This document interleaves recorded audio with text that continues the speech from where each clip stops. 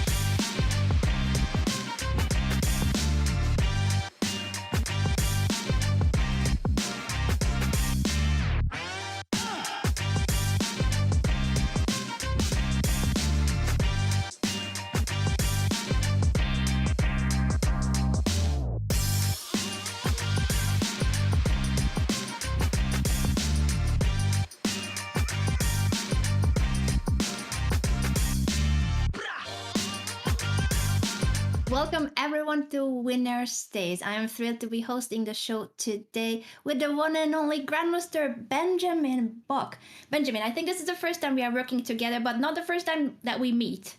Is it a good or bad thing? Yeah, no, it's definitely not the first time we meet, but I'm very thrilled to be doing commentary with you today, Anna. And we have some very exciting matchups today. Anna, why don't you take us through what is in store for all of us? We have a very exciting format, as you mentioned, broken down into three groups. The Poggers group is from beginners all the way up to 1400. The Sweats is from 1400 to 2400.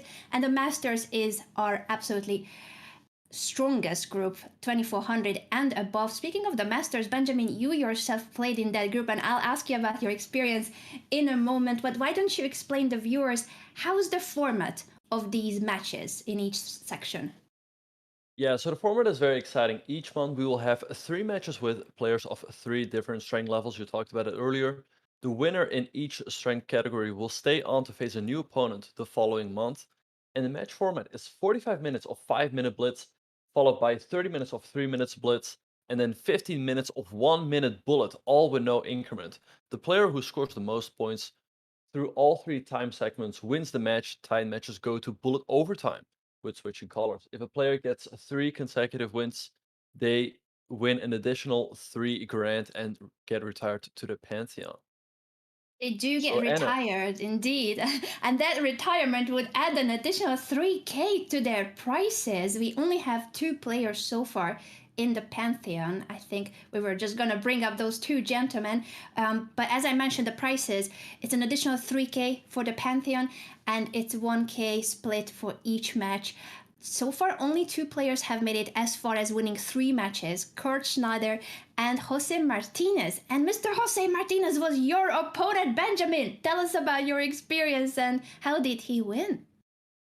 yeah, so Jocelyn won his third and final match against me to get into the Pantheon. Of course, he's an extremely strong blitz and bullet player. It was a very up and down match.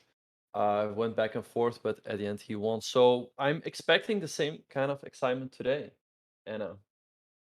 It's going to be super hyper exciting with the additional rule or additional bonus feature that we have a commentator lifeline. This is a brand new feature, was only shown at the previous matchups, and I cannot wait to see if the players will be using this feature, which means that every player per segment has a chance to call either Benjamin or myself for help in the 5-0 and 3-0 segments. Obviously, not the bullet, that's way too fast for Commentator Lifeline.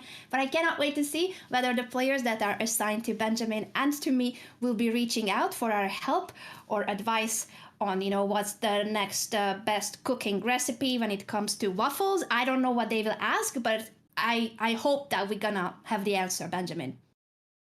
Yeah, no, for sure. It's gonna be a lot of fun. I haven't seen such a thing as a lifeline in chess before, so it's gonna be pretty pretty exciting for sure. Um, and but yeah, who do you think will win the match today? I'm just rooting for my players, I guess. Now that we're a three-player stage, I'm gonna be like Team Anna.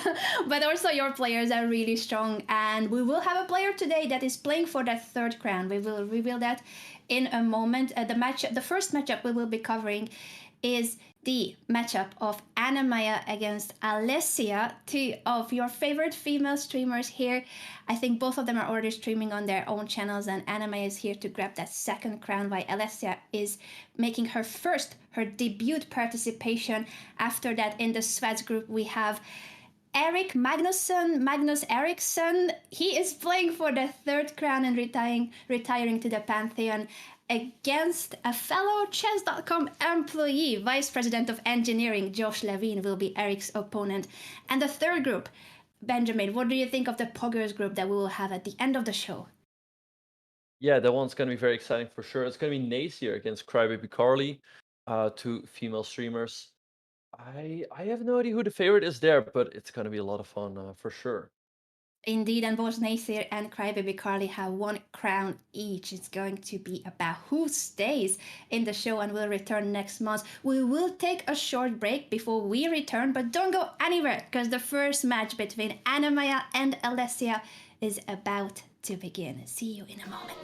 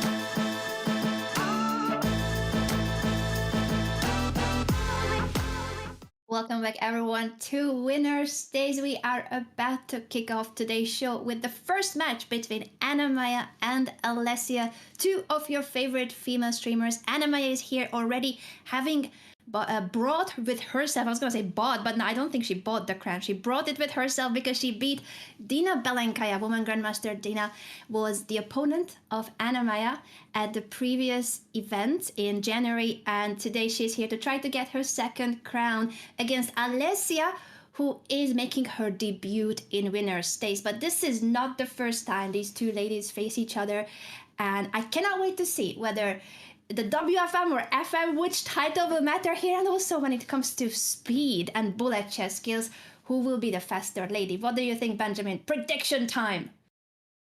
I think Anna-Maja is probably a slight favorite.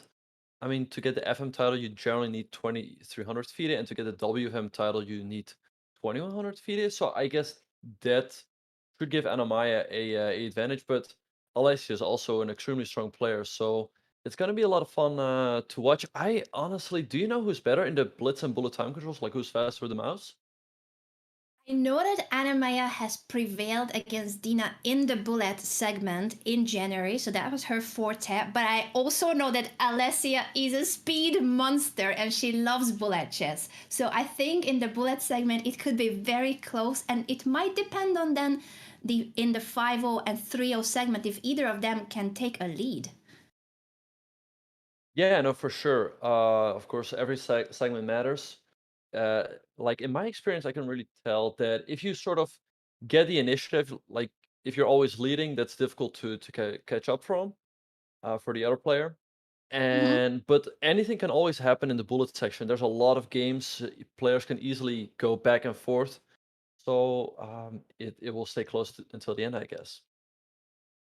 I think it will be close too, but I would love to see our viewers' predictions. What do you guys think on all the platforms in which you can tune into today's show? Let us know. Who do you think will win the first match? Will it be Anna-Maja collecting her second crown and getting close to that Pantheon win? Or will it be Alessia who will win at her debut match against Anna-Maja? Let us know your predictions, and also whom are you rooting for? It's one thing what we think might be if Anna-Maja is the higher rated, will she prevail in the in speed chess? Online chess is very different, oftentimes to the FIDE classical tournaments. So will that experience matter much? Alessia herself plays a lot of classical chess too, but also has been streaming and playing speed chess for the last couple of years. So I think in terms of online chess, they have very similar experiences. But we're gonna need to see what the openings bring as well, Benjamin, when we see this first move. Knight f3, knight f6. So far, copycat opening.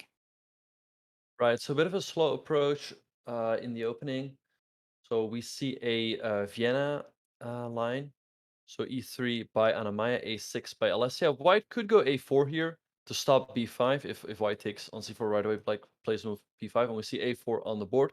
c5 by black. I guess both players, they do seem prepared. I mean, this is one of the main lines. White generally castles, black plays bishop b7, and the line should be approximately even. So do you think this was some prep by both the players?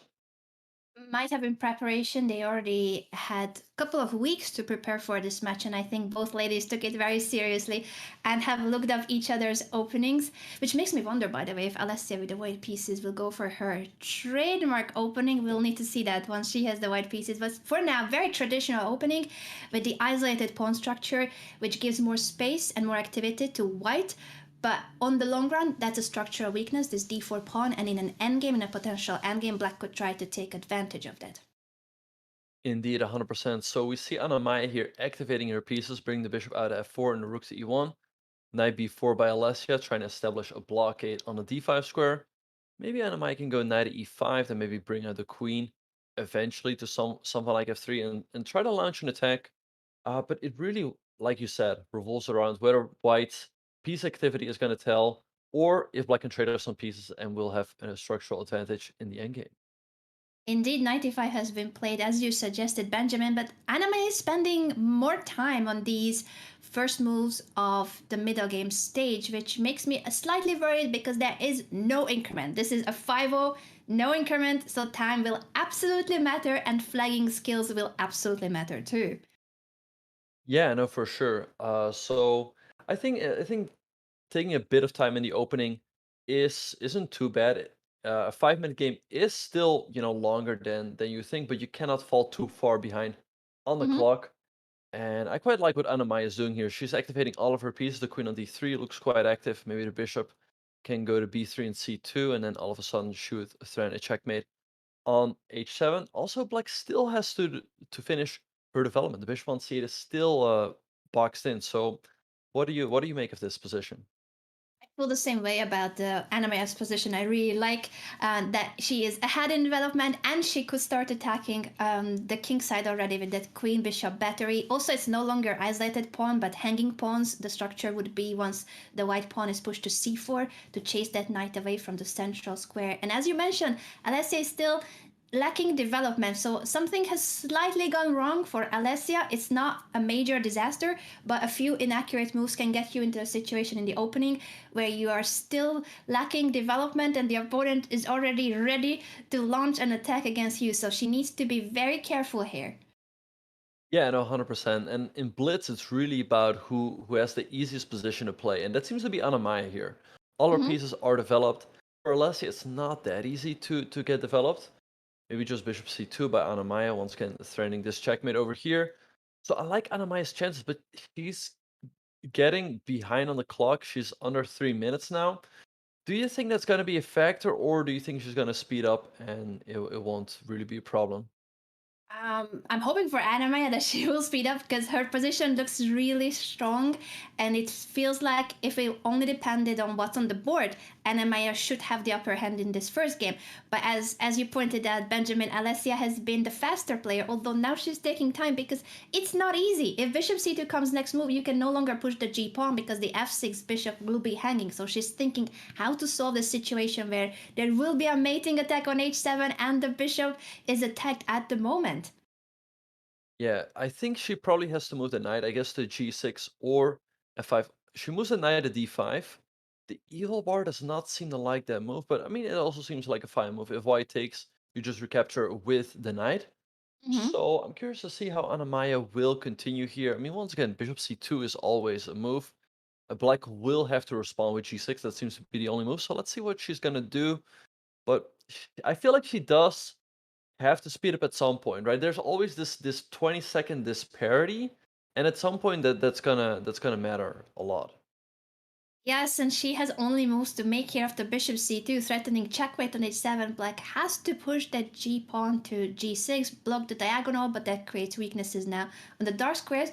And Anna-Maja could immediately say, I'm gonna grab that bishop, so that black does not have a dark squared bishop, which will mean that the g3 bishop will suddenly be the king of this position on the dark squares. Yeah, I think she has to trade on f6 now. That does seem like the right way to go. If you give black another move, black will play bishop g7, and then all of a sudden all the dark squares around the black king are covered. But once again, like Anna-Maja, she's getting like 30 seconds behind on the clock. I feel like maybe she's just getting used to the time control, I guess. Or what do Yeah. you think? She might still be, as you said, just warming up into this format. She also is taking longer explaining her thought process. She's talking to her viewers while she's streaming. Alessia has the opposite approach. She's very focused and she, I think, doesn't really say anything. She probably has music on as the audio of the stream, but she is just 100% focused on the position and not minding too much the streamer side of the competition. That, do you talk to your audience or do you just focus on the game as if it was an over the board competition? Yeah, and I think every streamer has faced that challenge. Like, how do you find the balance between talking to your chat and explaining your moves, or just fully focusing on the games? I can personally say that, especially in the beginning, I really found that very difficult. And as we speak, we are seeing Anna-Maja's perspective. So let's see what she's thinking Um, about. Yes, I I'll hope we could take. listen in and listen to her thought My pawn process. is undefended, huh? Hmm. Okay, I can play c4 maybe. Like there are some holes here, and like I like this coordination of the queen and knight. It could be really, really powerful. I don't want to play queen e5 check yet, because after f6 I'll have to retreat, and I didn't really like that because the pawn was hanging on c3. So that's why I play c4 right now. Time's getting closer, and we're getting closer to time scrambles too. Okay, I think I'll go bishop here. Oh, but there's f5. But I'm not really scared of that, am I? Queen e5 check? I don't think that's so...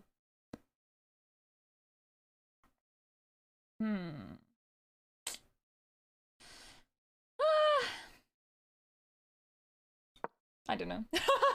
I know there's f5, but like this check looks so promising. Obviously king g8 is checkmate, but king f7 is still unclear, but... Okay. Do I play d5 here? I can't play d5, but do I take?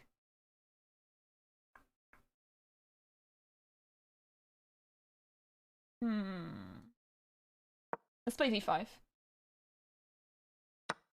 I feel like I'm like quite slow, like slower than usually, but it's not a big deal, I think, for now. 44 seconds though. 44 seconds. Let's see what's gonna happen. So she can't take here because of d takes c6. Where's the knight gonna go? Oh, that's... Alessia It has drops placed the the knight on a knight, square where but it's at the same unprotected, time, and Anna-Maja is sensing that this is time to cash in and win okay, I'll have that to do something. knight. My knight is also hanging, that's the problem. Indeed, That and is the queen problem. c3 check. Oh, but knight h6! Checkmate! Oh no! That was even worse than losing the knight. After f6, the game would have continued, and maybe Alessia would have had flagging chances since she had more time on the clock. But knight h6 checkmate finished that first game. I wasn't even in danger, so that means makes we me are feel a on bit to the more, second game already, relieved. and Alessia will have the white pieces against the French play the defense French. in this second game. Yeah, so we see Anna-Maja employing the French defense Everyone here. plays against this. Yeah, Dina I was mean, also after playing f6, against I this. What feel is like it this? would have still been anyone's game because Anna-Maja only had 30 seconds, but Alessia missed the checkmate. And I feel like the players are still are again in their preparation. Yeah, What do you... Benjamin, sorry, I'm just realizing that we might have cut off the a5 slightly. I don't know if we Oh, should close the tab on the side or if we can have help from the production team, because there's just a lot of moving parts. Thank you guys for pointing it out. Now we are fully focusing on that position and after h6, the hanging bishop. yep. So h6, the bishop is under attack. I guess black is happy if white trades on f6 because then you capture the knight. Your bishop can come out and you can castle either way you want. So we see bishop e3 by Alessia. I think a better move, because now the question is, where do you go with this queen? Right, I guess maybe you go to a5 to discourage white from castling queenside, because then you hang the pawn on a2. Let's see what Anna-Maja is going to do here. I like that idea with queen a5. Instead, she chooses the c7 square, which is also natural, but it does allow Alessia to castle queenside immediately. And it's natural that you want to place the king on the queen side once you have pushed h4 on the king side. For sure, because Alessia is ready to go g4, g5, and blast open the king side. I think I really like Alessia's position here. I mean, black's king is still stuck in the center, and where do you go? I mean, if you go king side, then g4, g5 is going to come very quickly. She goes a6. Maybe just develop with a move like bishop d3. What do you think? I like bishop d3 to complete development indeed. This feels like a very comfortable position for Alessia, which is a great one to have after having come from a difficult game.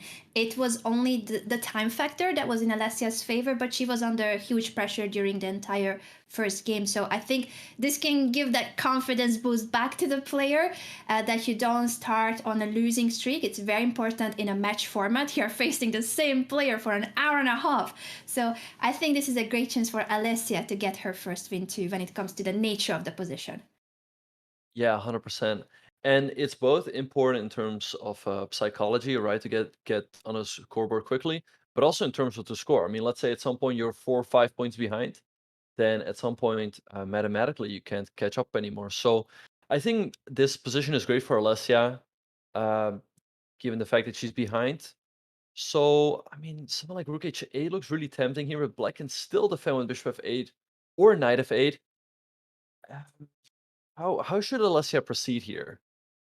Great question. That check for sure is something she's calculating. Bishop f4 seems natural too. She starts with a check, and let's see if Anna-Maja goes to f8 with the bishop or the knight. She chooses the bishop to leave the d5 blocked by this knight so that she's ready to castle queenside if needed. Indeed, and yeah, I mean the position looks great for Alessia, but the difficult thing is how do you proceed here? And this is something that can be extremely annoying in Blitz when you feel like there's got to be something, but you don't quite see it. So let's see how Alessia will proceed from here. I think if Anna-Maja gets one more move along castles, she might actually be completely fine. So what do you? How should she proceed? I think she's sensing it that this is her moment. She only has one move before Anna-Maja completes fully her development and places her king in a safer spot. So she plays bishop f4, which is it seems like one of the best moves for sure. Forcing move, attacking the queen. Will Anna-Maja move the queen away? e5 seems a bit too much when the king is in the middle of the board. Yeah, so I like bishop f4. There's actually some tricks in the position. If you go queen to c6, there might be moves like knight e5, hitting the queen, and if you take the bishop on g2, all of a sudden there's checkmate on d7. We see queen to b6 by Anna-Maja, probably a better choice. And Yeah, now it let's feels like... Oh, sorry, I go was just ahead. kind of, I was just curious if we could listen in with Alessia, but then I realized she's not talking, so I think we should take over and try to describe the thoughts of Alessia. So, Benjamin, how good are you at body language? What do you think Alessia is thinking about? How is she feeling? She's looking very much to the center of the board, so I'm sure she's looking at something like knight e5. Once again, if you give black one move like queenside castles, black should be doing all right. So a move like knight e5 would make sense because after this trade, you cannot go long. Although you hang this bishop on g2, so maybe a move like g6 to try to blast open that side of the board. But it feels like there should be something here for Alessia, but I can't quite see it, to be honest. Yeah, I also don't see any concrete line, and I agree with you that it feels like there's gotta be something, whether it's in the center, but it feels like a knight jump, knight e5 to attack d7, that also hangs the g2 bishop, but threatens checkmate on d7. So maybe with the tactical patterns, that it was possible to make a move like that work. She instead chooses knight e1 to take on g2, but a trade in this position is not the most forceful. It feels like knight e5 perhaps was a similar idea, but going toward the black king. Indeed, and we see the trade on g2, and this gives Anna-Maja the opportunity to go queenside castles, and then she should be completely fine. And note that knight e1 took Alessia around a minute or something, so I feel like now the initiative has really shifted, and to be honest, I would really favor Anna-Maja's position, and especially, the clock situation, given the fact that she's up like almost a minute now on the clock. Yeah, it shows that Alessia was really calculating if she had any forcing lines when the king of Anna-Maja was still in the middle of the board. Of course, it felt like there was something, but if you don't find it, what will happen is this current situation, she's behind on the clock, and Anna-Maja has completed development. So it seems like if anyone has now better chances, it is Anna-Maja again, because this time she has more time on the clock. Yeah, and we see queen e2 by Alessia, queen c6, nice move hitting the knight drops back to e1. So I guess Anna-Maja must feel that right now she does have the initiative, especially psychologically, so let's see how she will try to take advantage of it. She's playing knight to c5, a very logical move, opening up the d5 for the rook and also activating the knight further. Now for Alessia, she also will need to do something similar with that e1 knight. It's now on the edge of the board, but if you move that knight, then you are allowing knight d3 fork, picking up the f4 bishop. So she'll have to regroup her pieces, maybe move or defend the bishop and then activate the knight again.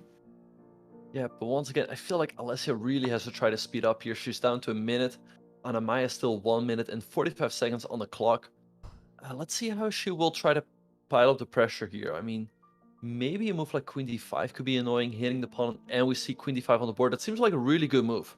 Because if you go king b1, there might be queen d1 with a double attack on the king and the knight. So very problematic here, I guess, to defend the pawn on a2. And once again, 50 seconds for Alessia. I agree with you, Benjamin, that this is now getting really tough for Alessia when it comes to the hanging a2 pawn, the queen d1 check. If the king moves to b1, what can she do then if any of those moves are way too dangerous? If she pushes the a pawn, that weakens the b3 square. If she pushes the b pawn, that also looks suspicious. Indeed, yeah, if b3, maybe there's just knight takes b3, and 27 seconds for Alessia. She's gotta go here, b3. Yeah, Maybe and you then no just sack. increment. Oh wait, you Quite can take him possibly bishop that could work. a3. Take him bishop e3, and you collect rook on Oh, h8. That's just indeed. over on the spot. I Yeah, mean, a piece sacrifice to bring the bishop to a3 and pick up the h8 rook. Material advantage. Anna-Maja will see this, and she has the time to calculate it, so it's huge to have an extra minute on the clock when it's a critical moment. indeed, yeah. We see knight takes b3 and bishop a3 on the board, and Anna-Maja collects the exchange. As you mentioned, she's a tactical monster. Let's see how she will try to convert here. I mean, she has 1 minute and 5 seconds on the clock. Alessia, only 19 seconds. This got to be a win for Anna-Maja. Yeah, I think it will be, unless we see a mouse slip, but I think it's too early for mouse slips.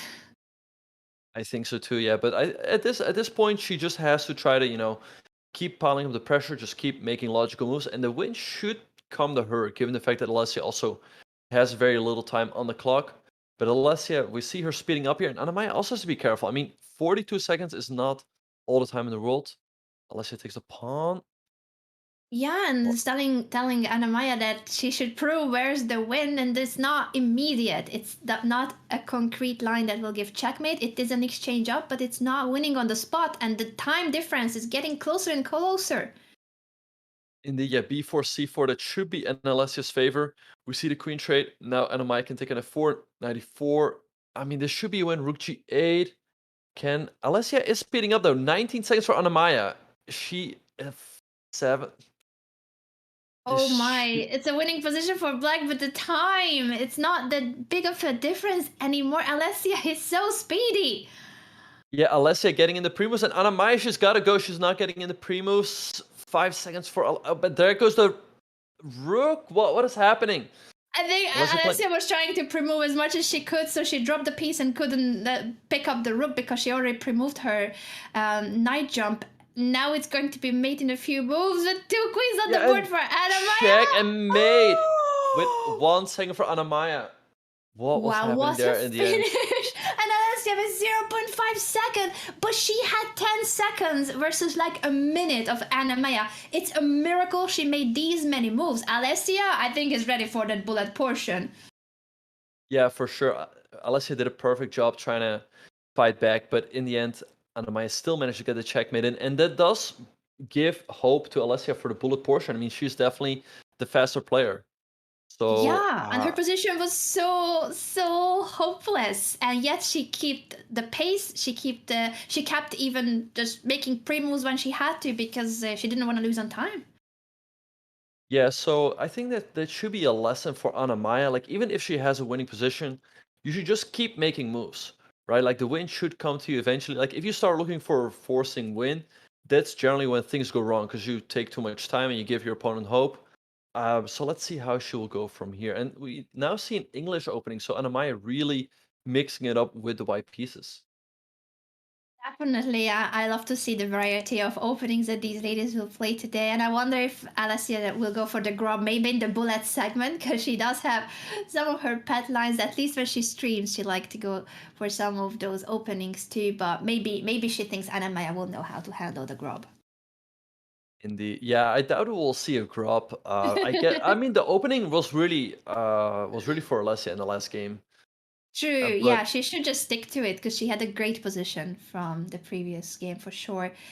Now it's Anna-Maja again with the white pieces, and she is leading 2-0. So for Alessia, maybe sometimes it's just, try to stay solid, even if it means getting a draw, which stops the bleeding, and then you can perhaps bounce back in the next game when you have the white pieces. But in Blitz, with no increment, it's easy to say, just stay solid and go for the draw.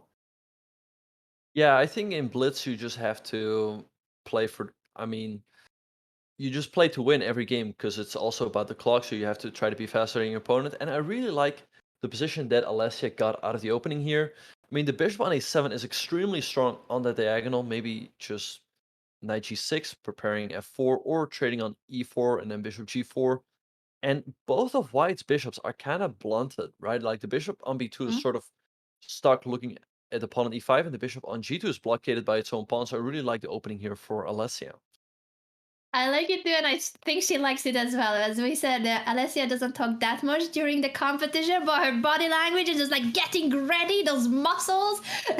I think she's even like perhaps doing some pep talk or screaming, whatever works, Alessia, do it. Let's listen in. Think a lot, think a Yeah, lot, let's see what mamma Alessia mia. is thinking. She's Think, setting herself the think energy 3 she more needs. minutes.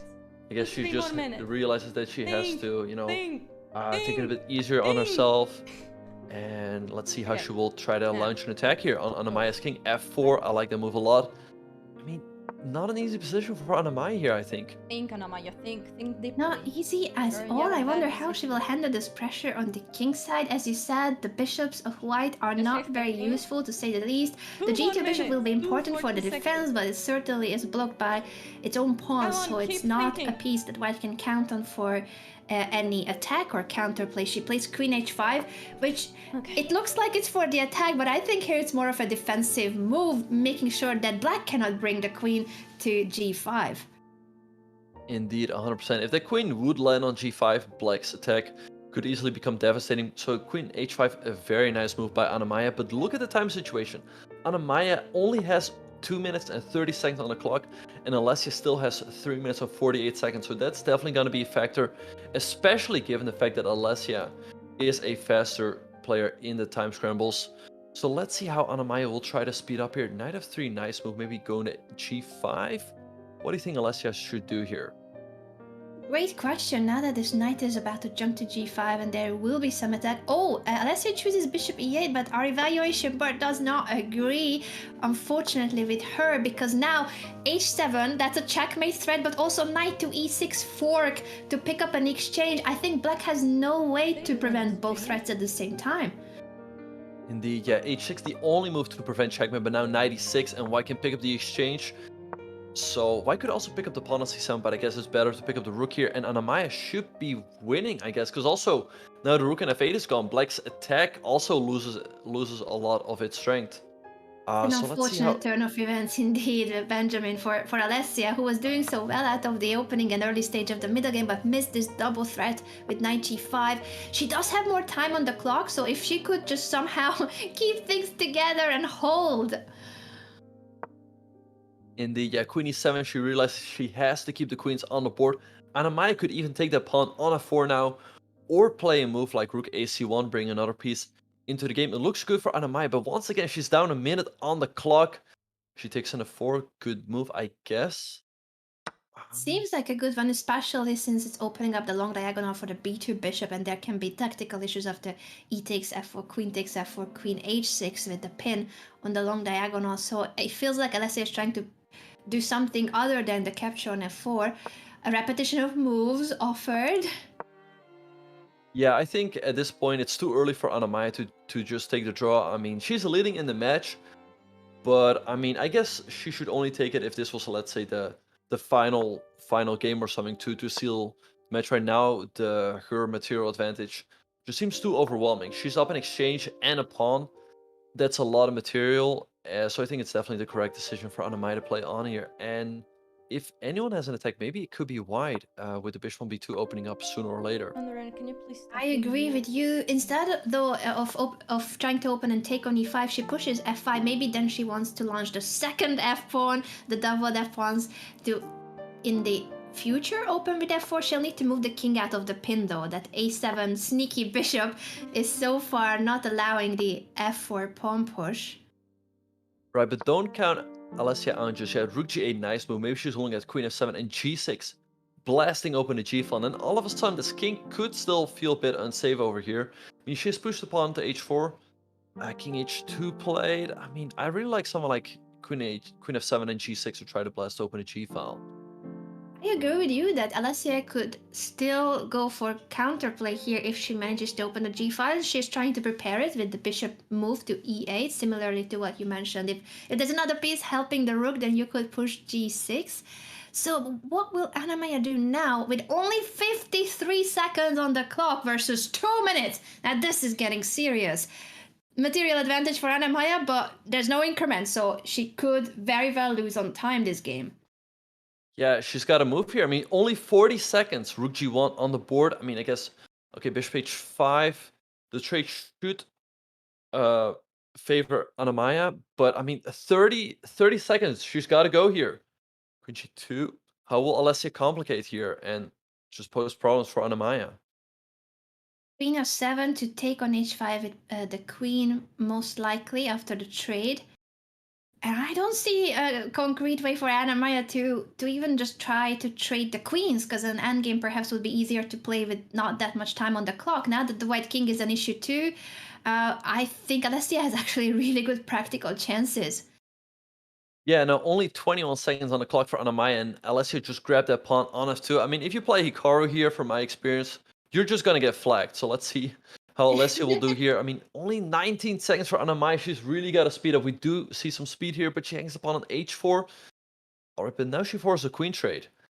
But maybe she did it on purpose to force the queen trade, but it's not making her position easier in reality because of those knight jumps threatening knight forks, and the rooks don't really have an open fly yet. She cannot push f6, so it's gonna take some time for Anna-Maja to try to convert this, but she doesn't bishop have H6, the bishop time. H6. Ooh. Oh, she does have the time. Tactics. Tactics. This is checkmate after g takes. The rook h2, h6 would have been the checkmate. Yeah, so king g8, good defensive move by Anna-Maja, knight h7, but only 9 seconds for Anna-Maja, and we see Alessia taking that bishop, and now rook takes f6. The attack is kind of gone. Only 6 seconds for Anna-Maja on the clock. Bishop e3, I don't think she's gonna make it. Also, now the rook comes in. Black has full counterplay here. Black's not even worse anymore.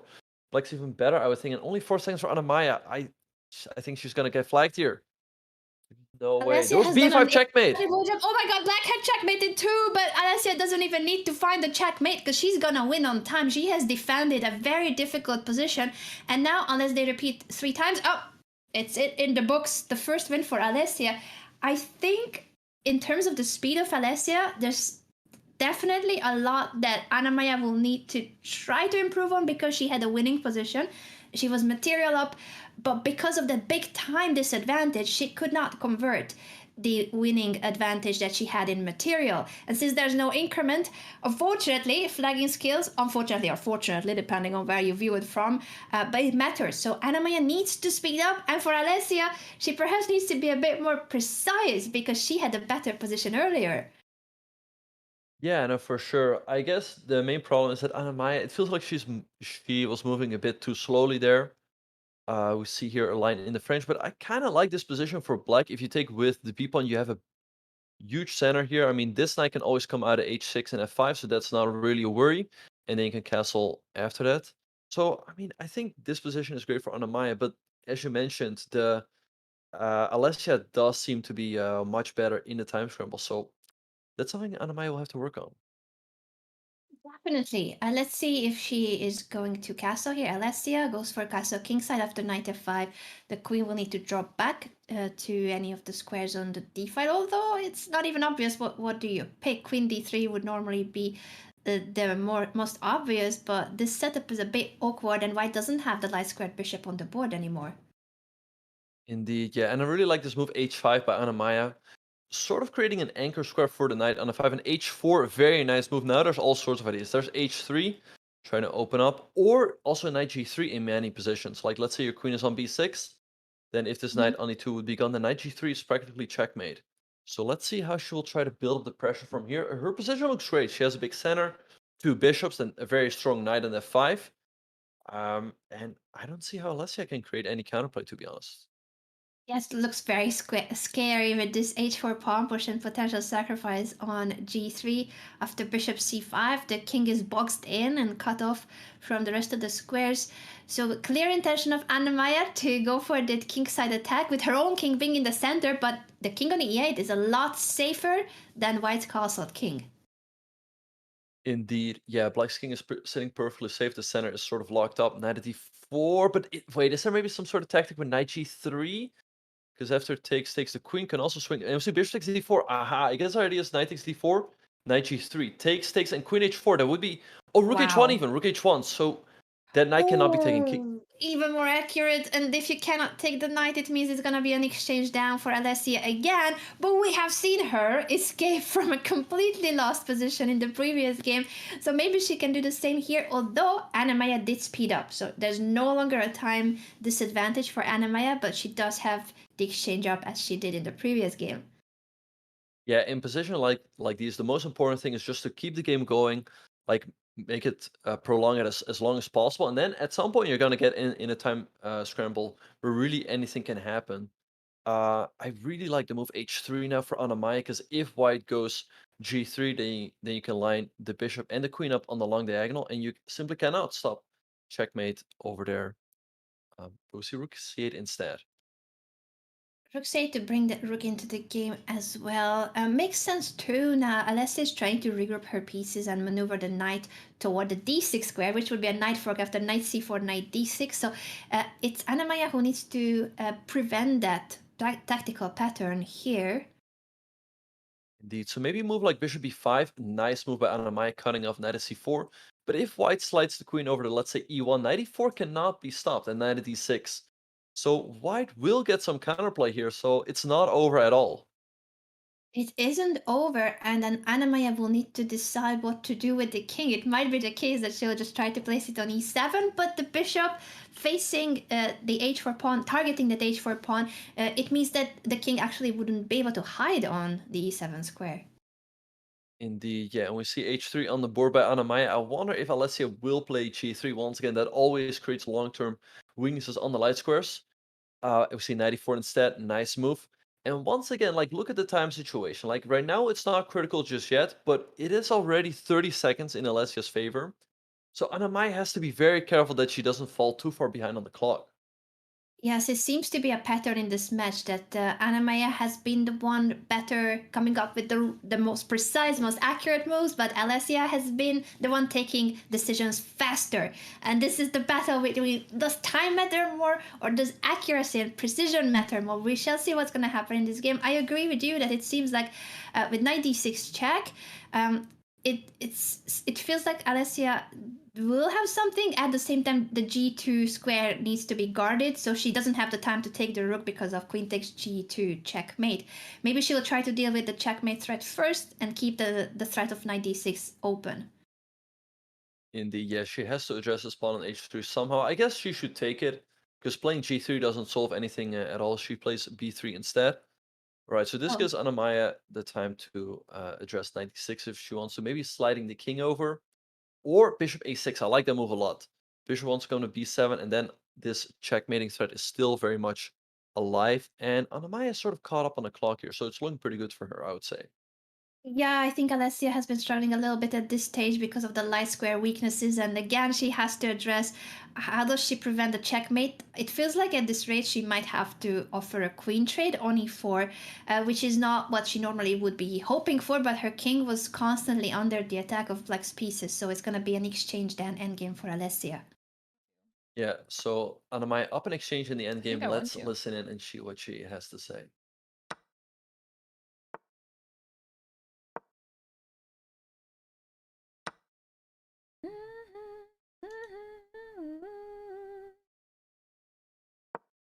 Try to play f6.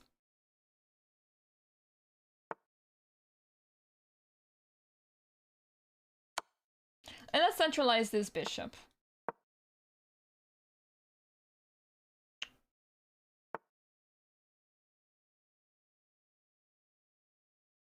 I don't want to do that yet.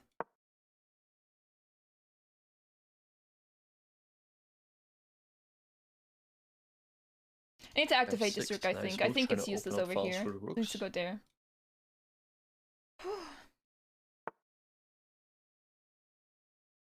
Time has Okay. again become roughly even, 1.5 minutes for each player with no increment. Even a few seconds will matter, of course, at the very end, and Anime is taking her time to decide how to react to rook to g1 now. Yep. So let's see what Anna-Maja will do. She's once again getting down on the clock. I tried to open up some files because After c4, trying to open Bit up the c5. dangerous. Let's see how Alessia will react. Will she Okay, you take gotta on speed up. c4 We gotta or speed try to up. play knight b5 to attack the rook and the pawn on d4? She chooses neither. She wants to attack the g7 pawn after bishop f4. The rook's file is open. Yeah, and rook h7 by Anna-Maja to guard that pawn. I like how Anna-Maja is playing this, opening up the position. However, the time situation is once again a bit critical. She's down 30 seconds. So let's see how Closing it maybe go down, c3 man. for Alessia to It's keeping closing everything it close.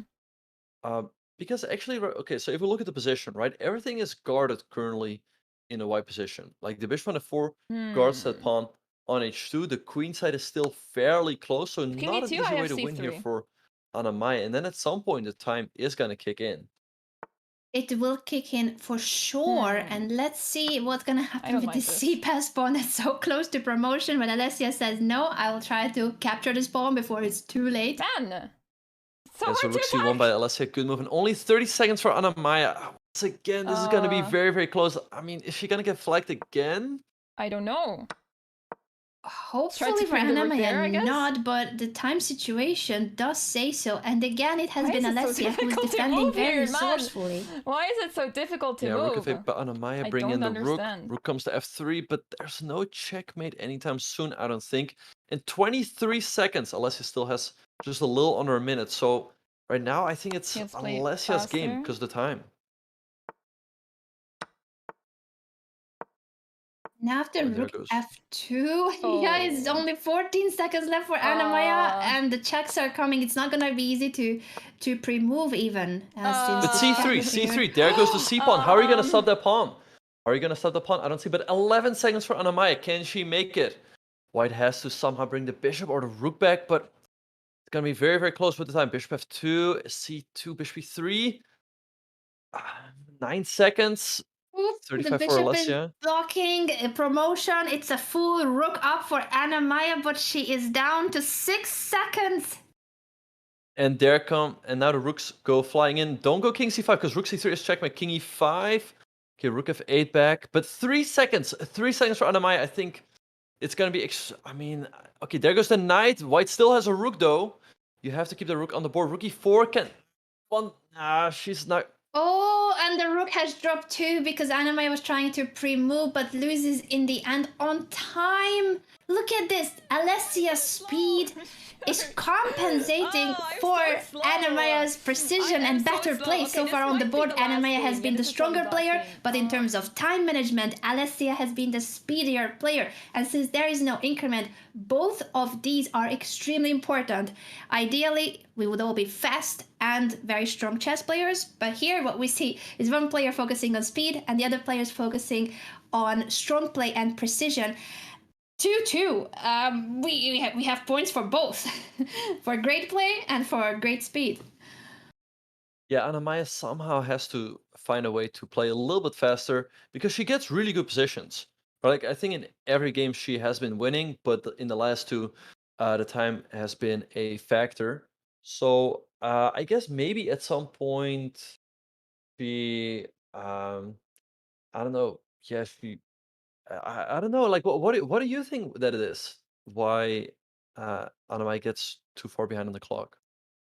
I think if I'm correct from what the viewer said in our chat, that she mentioned on her stream that she was focusing on playing precisely in the 5-0 segment, and maybe she thought that that's the segment where you really need to focus on the quality of the games. But since there is no increment, it's a tricky thing. 5 minutes feels like there is time, but when it comes to Alessia speeding up in the end and just pre-moving everything she can, her speed and her fighting spirit with sometimes a rook or more material down has been just mind-blowing. So maybe Anna-Maja didn't encounter that Alessia will never ever give up, even if the position should be completely lost, but time matters. And this makes me worried about Anna-Maja for the upcoming segments, because the time will only be decreased. 3-0 and Bullet is coming up soon. Indeed, 100%. And this will probably be the last game of the 5-minute portion. There's only 4 minutes left on the clock. So it's unlikely that this game will end before then. I think the position out of the opening should be approximately even. But yeah, as you mentioned, I think in the 5-minute portion, you can take a little bit of time in the opening, but at some point you just have to move, right? Like you can go from, let's say, a minute down to 30 seconds. You just can't do the thing because you'll just get flagged. Yeah, indeed. This has been so far what happened in the match. Now, Anna-Maja, I feel like, again, has the better position out of the opening. Alessia still needs to develop her queen side at b8 knight and the rook from a8. So can Anna-Maja take advantage of this and take the initiative, go for a concrete line here? Is e4 a move, or is it still just better to bring the rooks into the game? The c file, of course, screams for one of the rooks to appear on the c file, but she'll need to make a call on whether she goes for something concrete before black finishes development, or even take the pawn on b7, but that feels like a bit too much. Right, yeah, that pawn on b7 is hanging. Let's see if she will take it. I mean, I guess the move she's worried about is knight at b6, because then all of a sudden, the queen is not getting trapped just yet, but it is kind of surrounded, and how do you ever get it out of there? Yes, hello? Anna-Maja, hello. I think that's me, my duty. You are doing great. Lady, just speed up, all right? Speed up because you are crushing it. You know, I want you to go concrete in this position because it feels like Alessia is lacking development. I think e4 seems like a great move, and just go for the attack with e4, knight g5. Yeah, you've got this. And get that speed too because you're crushing it on the board. Okay, I know enough then. Thank you so much, Anna. Thank you. Good luck. All the best. Thank you. Thank you. This was our first moment of lifeline. That is, the players can use one moment in each segment to either get Benjamin's or my help. Honestly, because I wasn't even sure if it's happening right now or not, I was like, wait, it's Anna-Maja on the call. I can hear her. She's my player. How do I go on here? Hello, guys. Hello? Hello? How do I go on? You should go knight at b6 to guard the pawn on b7. Oh, knight on b6, and then what do I? How do I develop my pieces? So I mean, the other knight should come out at d7, right? It can also, and then you just move out the other rook to, let's say, d8, and I mean, you should be approximately fine, I guess. So Okay. yeah, just move out the knight at d7 on the next move, and yeah, just make sure that if she goes knight g5, you address that threat on f7, and yeah, you should be doing pretty fine here, I guess. Okay. Thank you. What is the evaluation? Exact evaluation?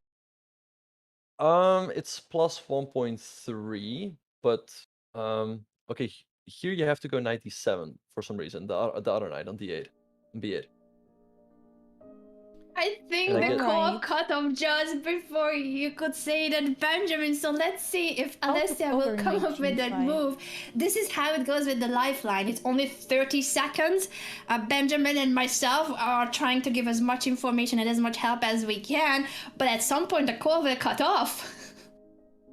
Yeah, so I told her that Knight after knight g5 she e6, can go knight other d7 here, moves. but which is not an Queen easy move, because e7. after knight f7 you have to be ready to sacrifice the exchange.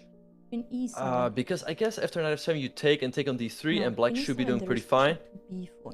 But I mean, otherwise, I mean, maybe a move like queen f6. I guess I will play But this. now white gets a big initiative. So let's see how. Okay, bishop now the rook is under attack. I don't see what she should do here. It's not an easy one to defend, and in both cases, of course, the call was cut before we could continue with further advice or variations. Now, after bishop b4, again, it's so concrete that rook is hanging, but if you move the rook away, then knight f7 check comes, and it feels like there is no defense. So I think Alessia is going to lose an exchange. Again, she probably needs to take on g5 and give up on that rook, or knight d7. Similar idea. Give up the f8 rook, but not allow the knight f7 check and discover check pattern. I will sacrifice the exchange Yeah, again. but Anna-Maja has to keep playing energetically here. So she takes the rook on f8. Alessia takes the bishop, takes the knight on g5. So once again, a situation where Anna-Maja is up the exchange. Can Let's she see. convert this time? I mean, third time is generally a charm, but I mean, it's not This is over the just last yet. game Maybe of the f4, segment. queen h5, f3. Like, still definitely has some tricks here. Yeah, it is a third time charm, hopefully, for Anna-Maja, because it feels like she does get the better position, she does get material advantage, but can she keep the time? And actually, so far, she's responding with a big yes. She is actually up on the clock, so if she can keep up with the speed, this should be one of the first games where she will have enough time to convert the material advantage. Can I play f4? Yeah, so queen g6 by Alessia, nice move, hitting the bishop on d6 and also the pawn on e4. So let's see how Anna-Maja will deal with this. The bishop goes to c7. Alright, I guess the bishop can always take the knight on b6. So maybe what black should do here is trade on e4. So then the knight can move to d5. Rook to f8 makes perfect sense, of course, to try to bring the rook to the f5 and maybe even attack against the white king. Bishop takes b6. Let's see if Alessia takes back with the knight or with the pawn. Yeah, so she takes back with the pawn on b6. f4 by Anna-Maja. I think a very nice move because she's up in exchange. And what you have to do if you have the rook against the minor pieces is open up files. So f4 does that, opening up the f-file for the rook, and now it's difficult for Alessia because if you take on e4, white is going to take on e5, and how are you going to avoid any trades, and how are you going to avoid white's pieces of coming in?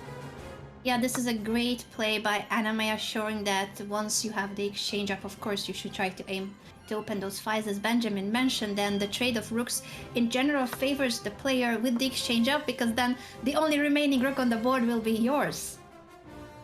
Yeah, so a trade. So we see Alessia taking the pawn on d3, maybe now taking on f8 and bring the other rook into f1. Looks really good for white. So then how are you going to deal with all the threats? Right, like, because if you move the knight, there might also be queen f7. Okay, queen b4 hitting the knight. But now, I mean, if the knight comes to e6, it guards a lot of important squares. c5 by Alessia instead, another good move. Where's Anna-Maja going to go with the queen? Very good question. She has a couple of choices. Chooses the c4 square, which is very natural, keeping pressure on the d3 pawn and also aiming toward the king side in case there will be a queen f7 move in the future, or bringing the rook to f1. Yep, and we see that Anna-Maja is up on the clock here. Alessia actually has a little trick. She could play something like knight e6, and if white goes rook d1, the pawn on d3 is not under attack just yet. Black could play a move like h6, because if you would take the pawn, there would be knight f4, but she goes queen c6 check instead. Okay, the king has to move now, goes to f2. But, I mean, the pawn on d3 is going to drop off. White should be winning here. She's also up 20 seconds. How will Alessia try to complicate here? This is a tough one, I think, now that Anna-Maja has managed to speed up and is again the one with the material up. It's going to be a win for Anna-Maja if she continues like this. But let's not forget how Alessia, even when she only had 10 seconds left on the clock in a lost position, she kept playing extremely fast and actually managed to blitz out, nearly managed to blitz out or bullet out Anna-Maja when it comes to the time. So I feel like we cannot outrule that Alessia will have a chance. And look at the clock. Yeah, queen h6, great move by Alessia. She's hitting the pawn on h2, and Anna-Maja just gives. Oh wait, I think she's losing the rook here. Wherever you go, there's queen e2, and you lose your rook on d1. It's suddenly all over. No, and she it's all sees over. Her body language, everything is telling us that she noticed one move too late. That the No, rook but that's was not the move. Queen g4. Queen it was g4 to queen block. e2 for save. So Queen Alessia e2. also blunders the blunder. God. It's anyone's game now, but only 31 seconds for Anna-Maja, 39 seconds for Alessia. Okay, queen d8, I guess, has to be played, but white should be winning here somehow. Maybe queen f7 and rook e8. Let's see if she can find it both sides, only having 30 seconds, but Alessia is the faster player. Can she pull off an escape here? Once again, queen f7, great move by Anna-Maja. Okay, Queen f6, but this endgame's gotta be lost. This rook is gonna... E7, indeed, but the knight is such a tricky Knight piece. d6! No, knight d6 winning the rook! Oh, and there goes the rook, but it's not over just yet. King b6, and the a pawn is gonna run.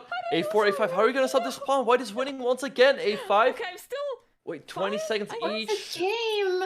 This has been just continuously changing the evaluation bar, dancing back and forth in this endgame.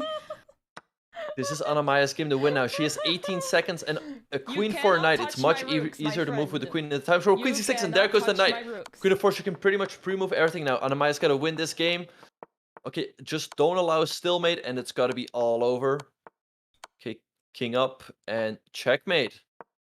Wow. What a You can't touch turnaround my rooks! that You was. can't touch my Well rooks! done by They're Anna-Maja, so who powerful, realized even that she taking them is blundered gonna a be... rook with that rook d1 move, but then Alessia that makes gave no the sense. wrong check with the queen and didn't manage to Oh, pick man, up the okay, material. 3-2. We have a Eventually, 6-minute that break, rook was everyone. lost in the endgame with the knight fork, but with both ladies being low on time and the pass pawn was marching toward the 8th rank, in the end, Anna-Maja won the game fair and square after a lot of tense up and down moments.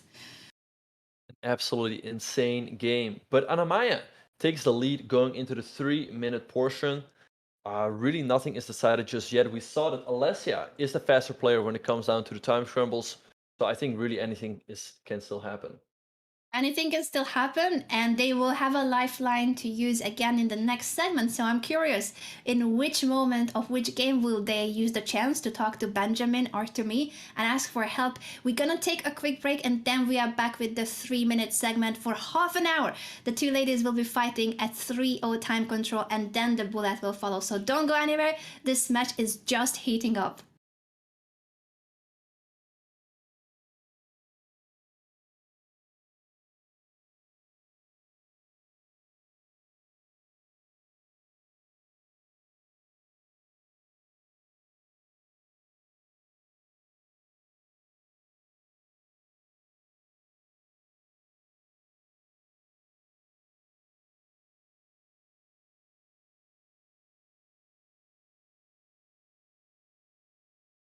Good to be up at 1 point, but we're not done yet. We're not done yet. She has some solid play.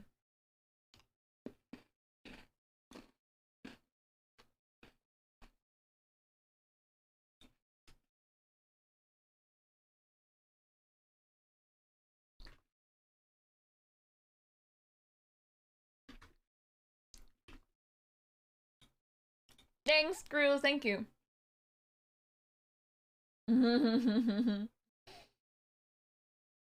Yeah, it's kind of crazy. So when was the 6-minute break started? I don't know. Oh, 2 minutes ago, so 4 more minutes. Can you go to New York for me? Why? What's up?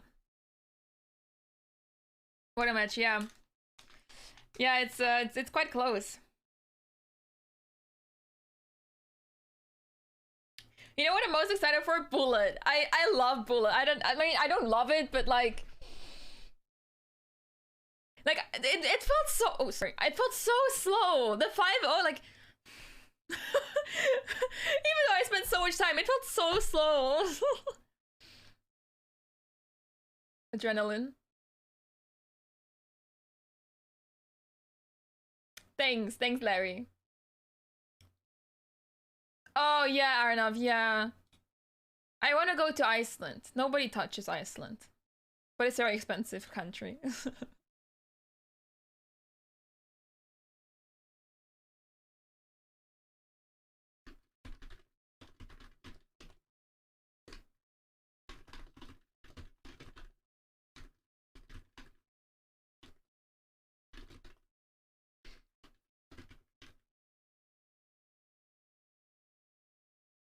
Yeah, I mean, I was too careful. Like, it's one of those moments you're like, I'm winning, and you're like, I don't want to mess up. I don't want to throw the advantage away. You know what I'm saying? But maybe I should be playing a little bit more careless. We'll see. Hey, I'm SFH. This is my Alliance T-shirt. This is Alliance. I'm signed with Alliance as an esports organization. So yeah. Why not Belgium? I mean, it's the same like the Netherlands, almost the same like the Netherlands. Move fast. Yeah, I know. Netherlands is the best. Netherlands is nice, for sure.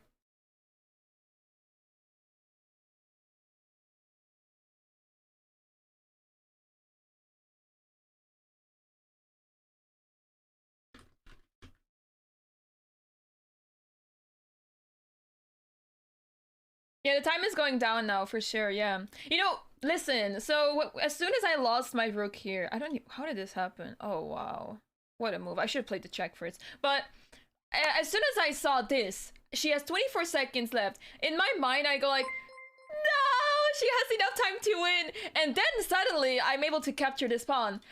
Robert, keep it up, Anna-Maja. thank you so much for the 3 months in Prime. Thank you so much. Thank you.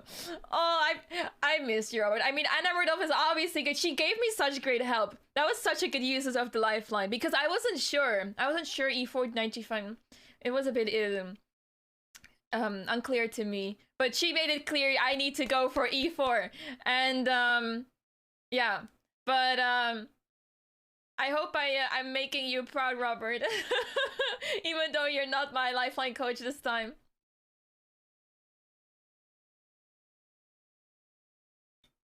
Um 3-2 though. It's close. It's close. I think we're starting soon.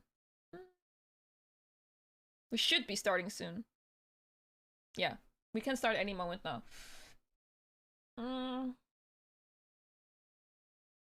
I feel like the French opening was nice.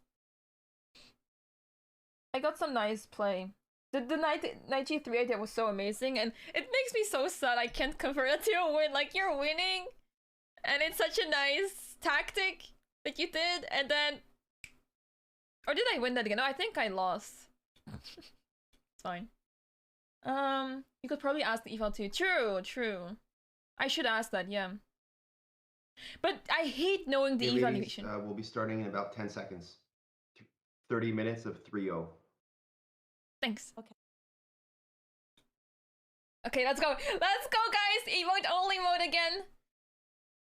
Yeah, I didn't know what to ask. I was first trying to get the hello, because Benjamin kept talking as a commentator. I don't know why he couldn't hear me, but I kept talking like, hello, like nobody was hearing me. Welcome back, everyone, to our winners' days of February with Anna-Maja and Alessia fighting against each other in such a close match. It's 3-2, only a 1-point difference. We have seen Anna-Maja with some amazing tactics and combinations winning material, but not always converting it because Alessia has been the speedier player.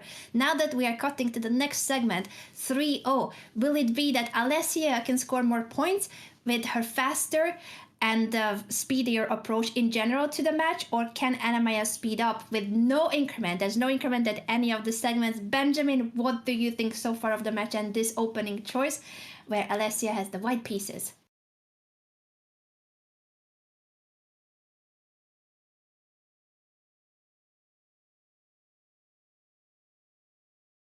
I don't know if it's on my end, Benjamin, but I cannot hear you, and I can't hear. I can't read lips. I wish I knew more about sign language, but I can hear you now. I was like, am I sorry. There you are. Hello. Oh, my bad. I was muted for a second. Anyway, as I was saying, Anna-Maja has to find a way to speed up a little. Has to find a way to speed up because we saw her struggling in the 5-minute portion.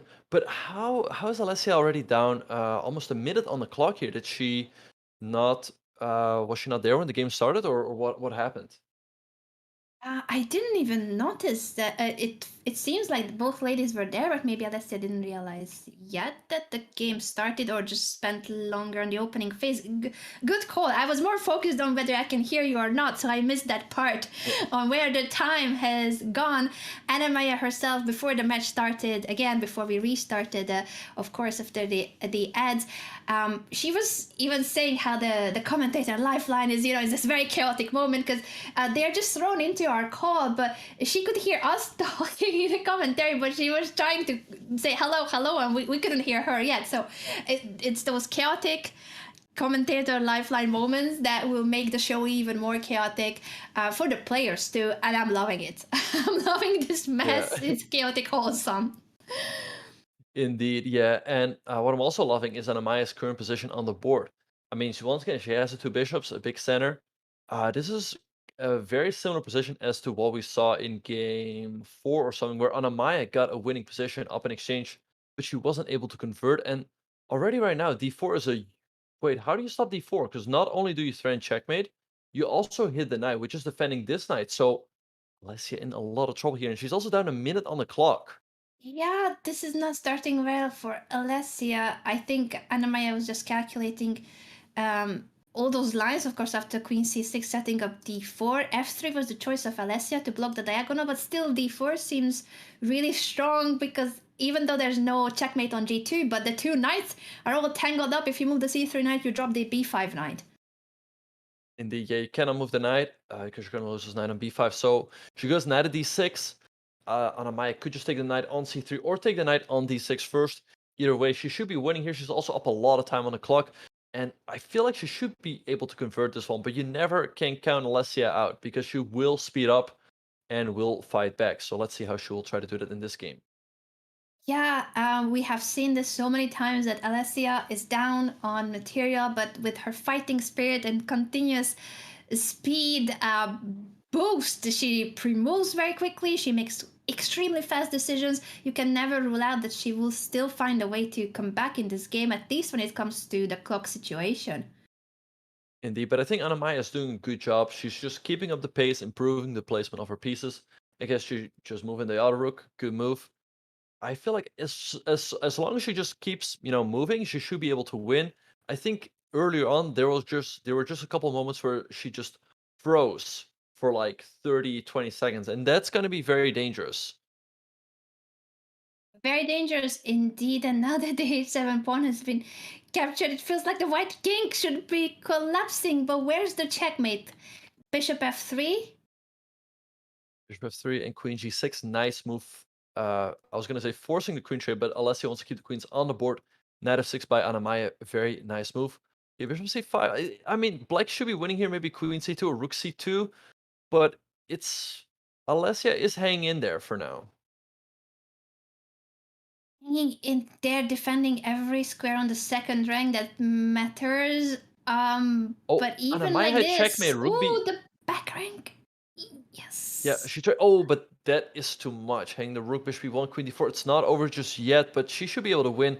She's up an insane amount of material, and she has a time advantage. Bishop d5, nice move to block. This should be Anna-Maja's game, but once again, we can't count Alessia out just yet. 11 seconds left for Alessia, and this is one of those moments when the material advantage and the time way too much in favor of Anna-Maja. I'm sure that Alessia will still try. She has done that in every single game of the match, but this is too big of a disadvantage to come back from.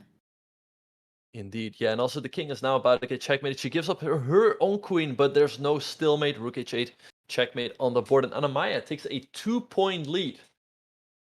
2-point lead, and she yeah. has been playing much faster than in the previous segment, so that's certainly something that now Alessia will need to worry about. This time, Anna-Maja with the white pieces. Let's listen in what she's saying about her position. But I don't remember anything anymore. I remember I had b3 prep, but I need help from Adi. I need help from Adi. What was the line again? I don't know. Let's just play anything, I don't know. As long as we keep up with the speed, I think we should be fine. Thanks, Erik. Yeah, thank you.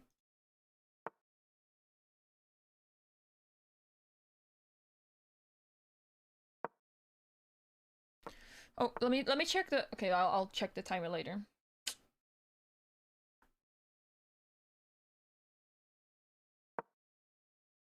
I don't like this, but it's fine.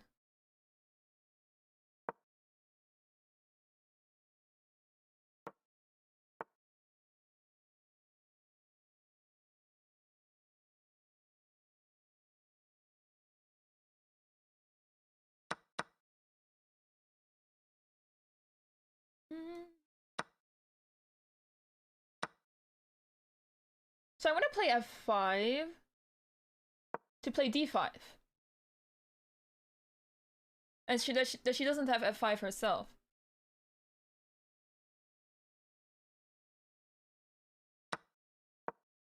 Oh, bishop d7, that's fine. It's fine. Oh. It's fine. It's more than fine now. Let's attack. If f5, I mean, Oh, I have d6. I have d6. Well, not really. Queen d6. Oh, I can just take this pawn, right? Should I be worried about my rook? It looks very, very, very tricky. G5? Okay, no. I think I'll just defend that.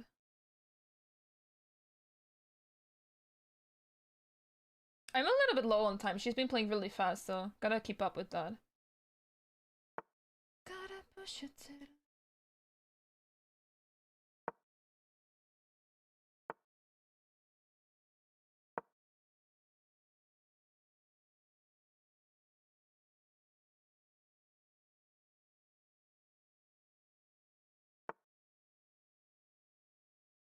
Oh, interesting move.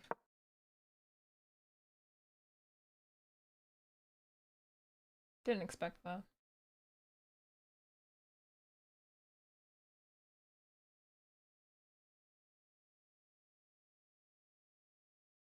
Okay, we're equal on time now, so that's good.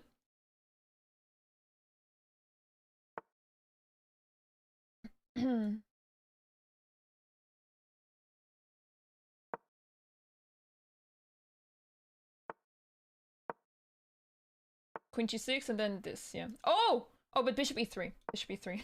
I was scared of bishop d4, but there's bishop e3. And the queen is actually trapped. Not even the rook. I'm winning the queen. But okay, maybe there's this. Don't celebrate too early.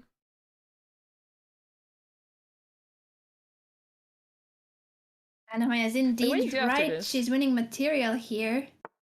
Oh. Thank you, Alessia.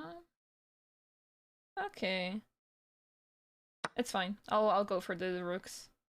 Trying to simplify as much as I can, right?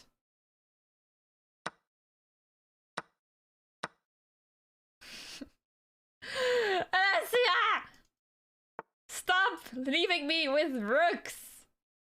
Don't do it! Oh my goodness.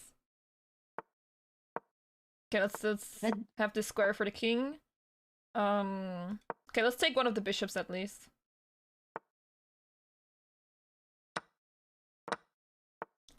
Oh wait, that's not the most ideal way of converting this, but hey. It's fine. It's fine.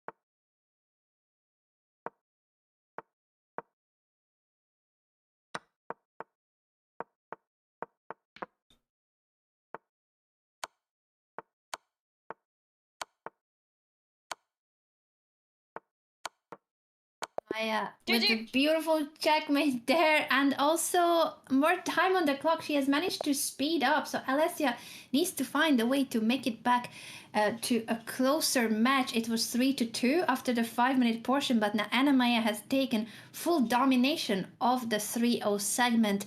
Let's see if Alessia can bounce back in this game with the white pieces. Benjamin, what do you think?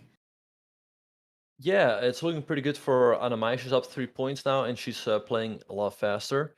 And actually, in that game, she was questioning her own conversion, but I think she did a really good job, actually. She simplified the position, and I think she played it perfectly. So it looks really good for Anna-Maja right now. She even told Alessia, don't leave me with the rooks, because we have seen so many games with the exchange up for Anna-Maja in the 5-0 segment that she couldn't convert.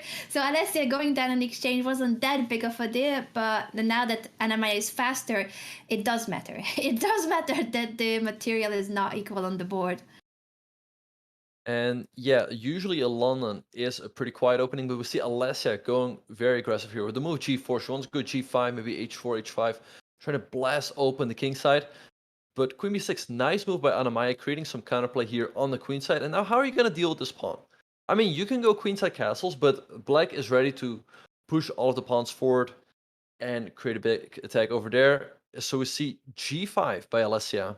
Knight h5, maybe queen g4 here. But actually, this knight on h5 does do a pretty good job of blockading white's attack over here. So kind of like Anna-Maja's position.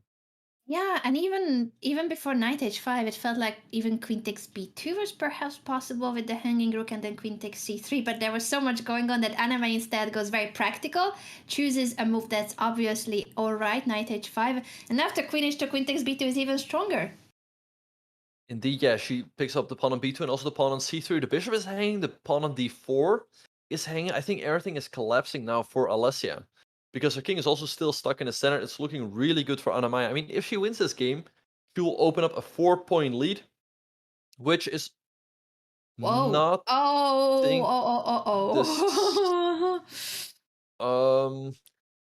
this This is not trade looking of good. minor pieces with the king, the white king in the middle of the board is looking very suspicious for Alessia. Indeed, yeah, and don't take that pawn because they'll allow knight f4, rook b3, good move hitting the queen. But I guess after someone like queen c2, nice move, queen c1 is threatened, and if you castle, you hang this knight on d2. And I mean, Anna-Maja is already up how many pawns? Like 3? It's not looking good for Alessia. Alessia plays the delayed bone cloud. Can that save her? D takes e3. But Anna-Maja is just crushing through. Knight g3 now, and everything collapses. You're losing the rook or the knight. I mean, and Alessia resigns. She realizes, like, okay, she's done a pretty good job of fighting back, but this one is really gone. And then it's Yeah. better to save time on the match clock.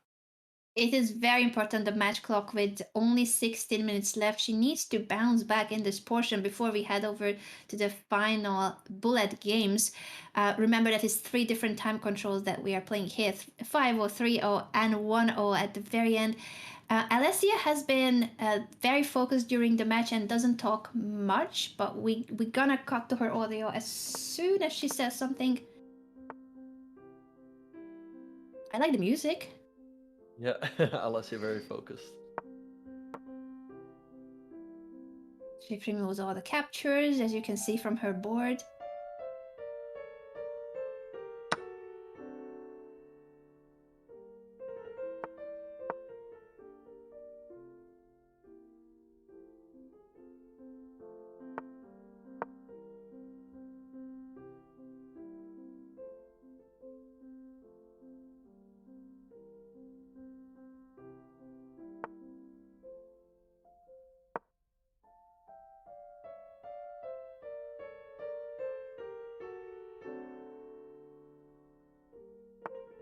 Kingside space advantage that she has gained is very promising with the pawn pushes. It is Alessia who's gonna go for that kingside attack again.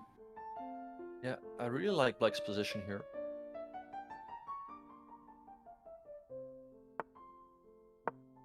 I like her position and I like her playlist. I'm gonna need to ask her what is she listening to. This is very relaxing.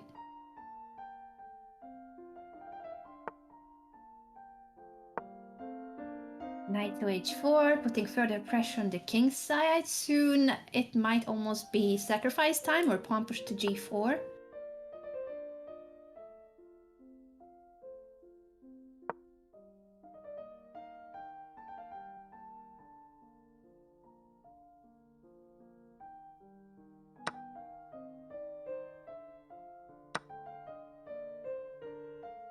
Not an easy one for Anna-Maja to face. She is pushing c5 to try to counter by opening up the queen side and attacking. Can I to have oh, lifeline? Benjamin, I think it's gonna be your choice. Yeah, so it's Alessia. Yes. So yeah, Okay. here 3, 2. Okay, hello guys. yeah, here. How what do I do here? Yeah, so f3 looks really good to blast open the king side. Okay. And what is the best move for white here? Something like knight g3, but then you go fg. I mean, you take the pawn on g2, and you have the knight coming.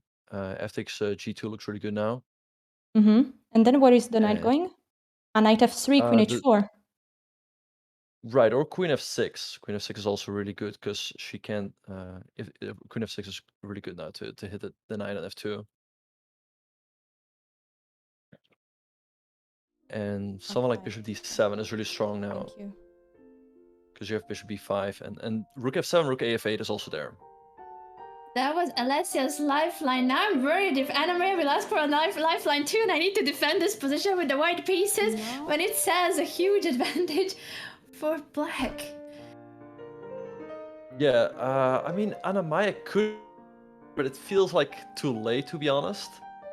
So maybe she just has to accept that this one is kind of gone, and maybe use her lifeline later on. Yeah, so those of you who are new to this format, we are also new to it. The lifeline feature has only been introduced recently. I really enjoy that we have this bonus to the show, and also for the players, it's an additional resource. Every player has a lifeline in each segment except for bullets. So in 5-1-3-0, they can call either Benjamin or me. We are assigned to 3 players each. So if Anna-Maja needs help, I'm gonna be the one helping. I'm just hoping.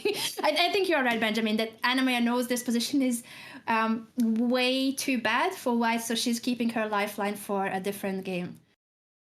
Indeed, yeah. Alessia's just crushing here, pawn takes h3, and now knight f3 is basically checkmate. White is forced to give the queen rook d3, but h2 is checkmate. h2, king takes knight f3, king g2, queen h2, king f1, king g1, GG. So let's see if she finds it. I think Alessia will. She even has 2 minutes on the clock versus 29 seconds to calculate it till checkmate.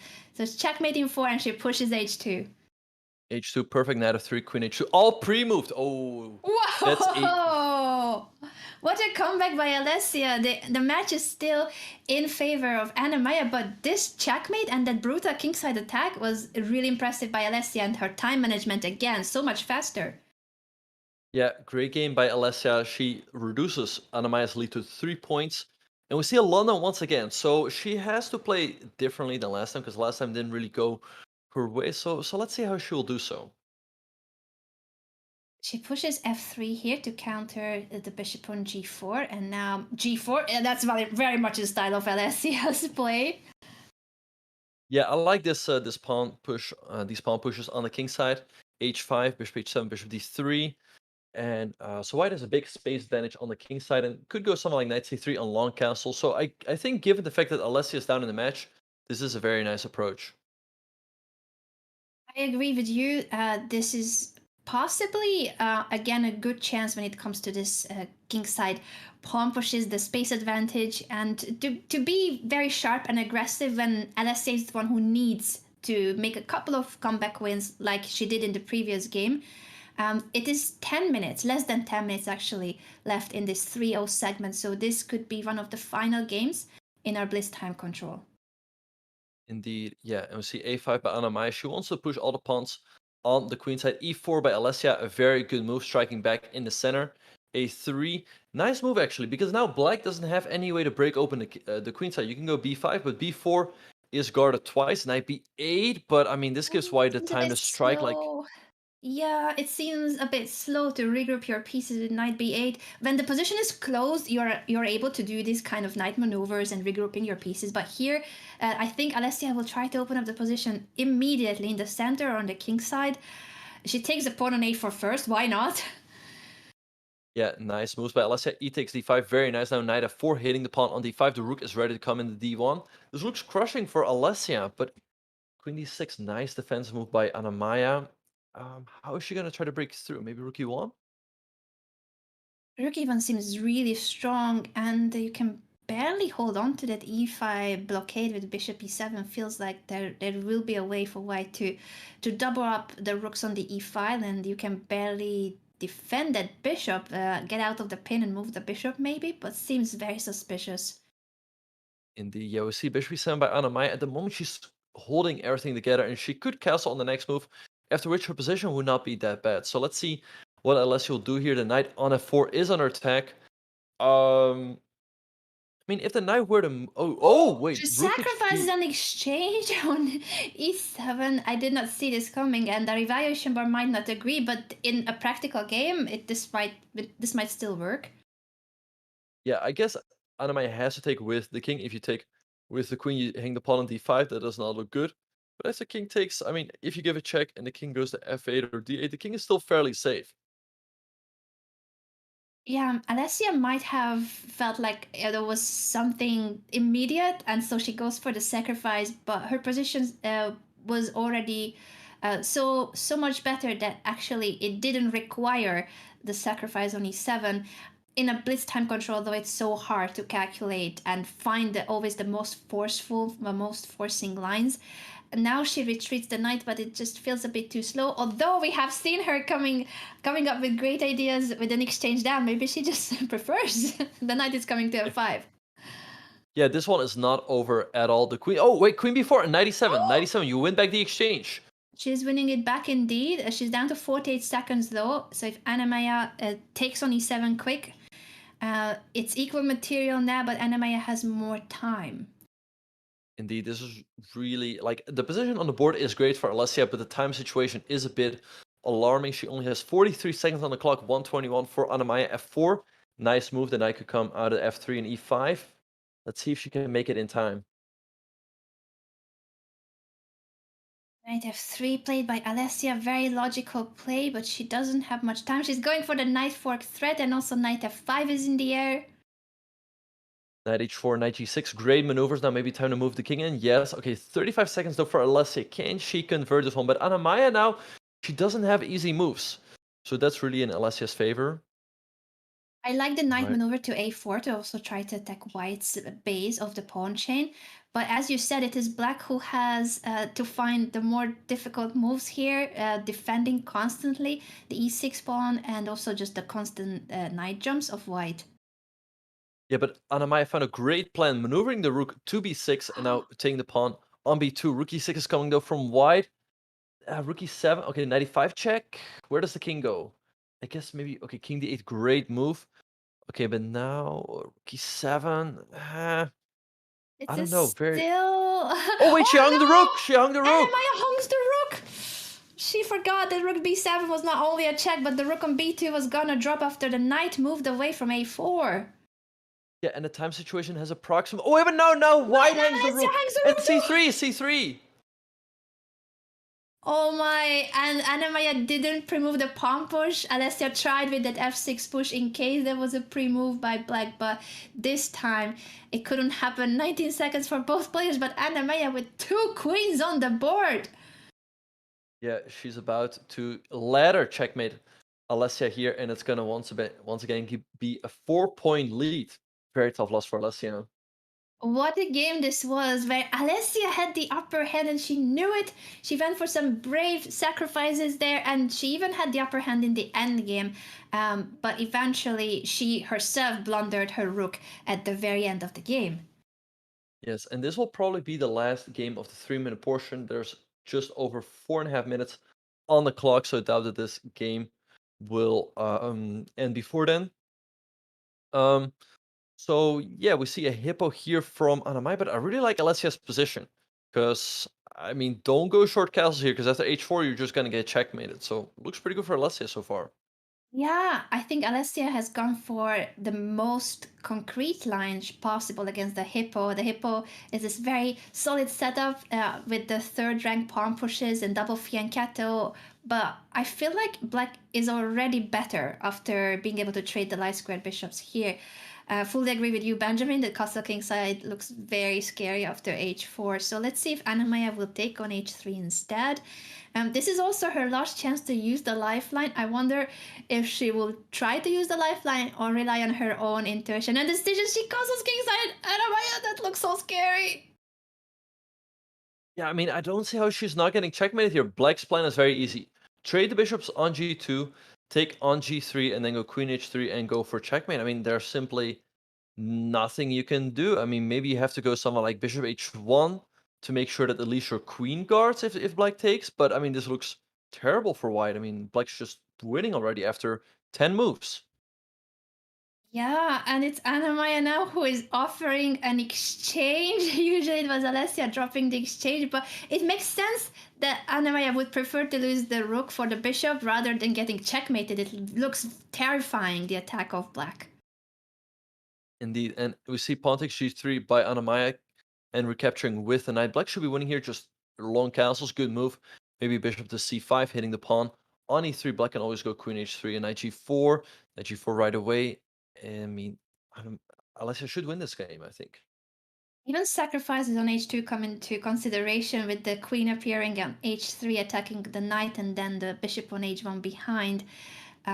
Instead, a6, Alessia simply stops the initiative of white on the queen side and now tries to bring the queen over to h5. Or f2, which is checkmate. Or not queen bad. f2 Not checkmate, bad. yeah. Just mentioning in bracket. Right. So Anna-Maja stops it with queen e1. She could, yeah, she takes the pawn on c2. This is looking crushing for Alessia. I mean, maybe just trade, take on d4, open everything up. Black sub an exchange and a pawn as a crushing position.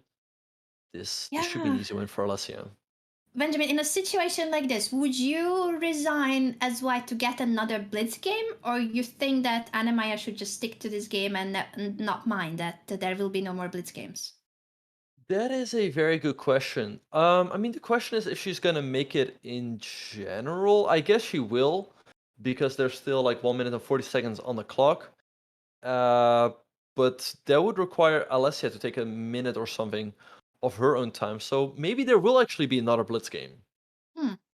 It's very close to that margin where this is either the last game or there will be one more, but it also is partially depending on Anna-Maja how long she will fight on. She has 43 seconds on the clock, but if she thinks that this game is hopeless, she possibly could resign just to get another blitz game, because it doesn't matter that the time runs out after, as soon as the game starts within the last few seconds of our time control. There you see the time ticking away. 52 seconds left from this segment.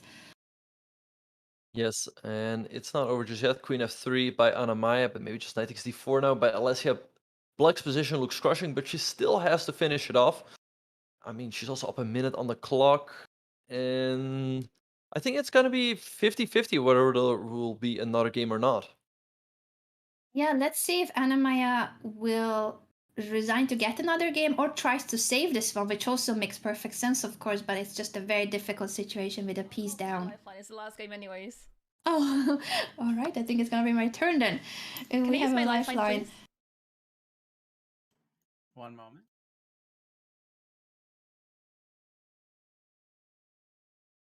Anna-Maja, hello? Hello! Hello!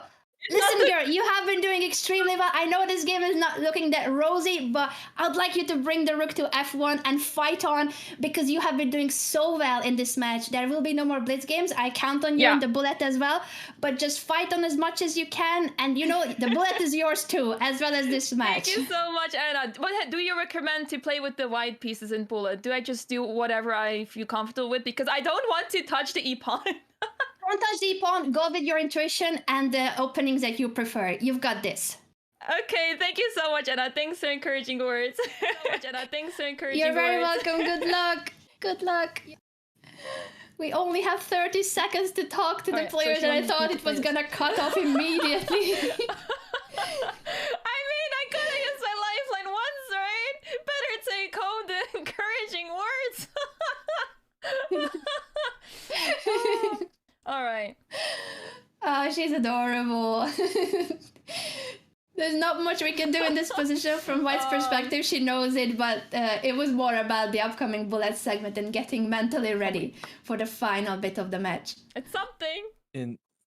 Indeed, yeah. Rook takes f7 now on the board, and Black should have some way to win here, after this, but after the match, so okay, Queen d1 looks like a good move. King f2. Is there a checkmate here? There should be, but I don't see it right away. It feels like there's gotta be checkmate with rook h2. Like king has to go to e3, and is that queen d2? Queen d2 and rook e2? And rook e2. I think Alessia will find it, but she only has 22 seconds left to play it out. Yes, we've got a win by Alessia in this final blitz game. That means that the gap is no longer that big, but it is still quite a lead. Quite a nice lead for Anna-Maja, yet the last segment is the bullet portion, and in bullet you can make up for a couple of wins in a row easily. So we shall see how these ladies will deal with even more pressure in the bullet segment with no increment. We're gonna go for a very quick break, but don't go anywhere because the final decisive segment is coming up next, and then an interview with the winner of the match. We'll be back in a moment. And I can barely keep up with her speed. I can barely keep up, so we'll have to see how it goes. Thank you guys, thank you so much. I'm gonna go to a short break. I'm gonna go to the bathroom, so yeah. We're gonna have 15 minutes of bullets, so I have a 3-point lead. Let's try to keep that. It's so scary, but I'll be right back. I'm gonna go to the bathroom real quick. Thank you so much, Speedy, for the 2 months, my friend. Thank you so much. Before I go, that was a good timing. I heard the second months is the most important. You will win this wub wub. Thank you so much. Thank you. Be right back.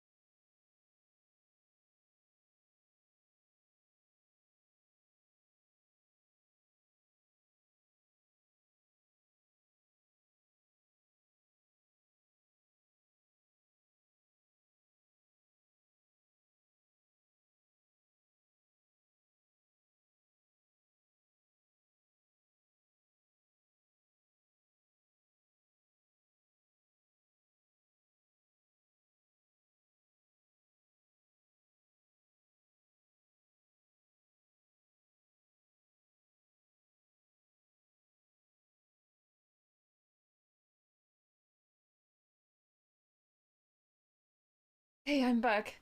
Whew.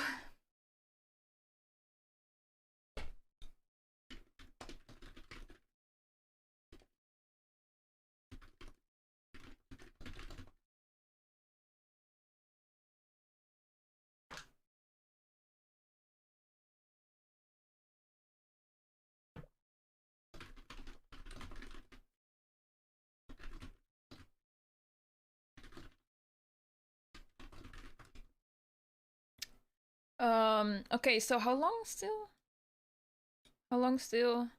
2 more minutes, I believe.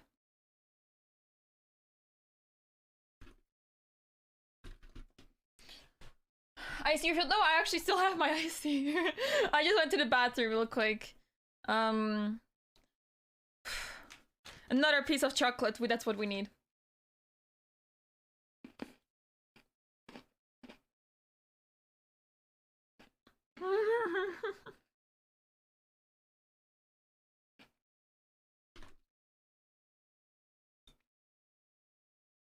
Okay,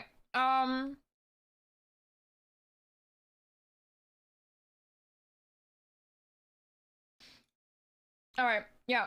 So I just gotta be quick. I just need to figure out what to play in the opening. Because her attacking skills are... She's playing really well, attacking-wise. I just need to figure out what to do in the opening. Grub. I'm not gonna do that!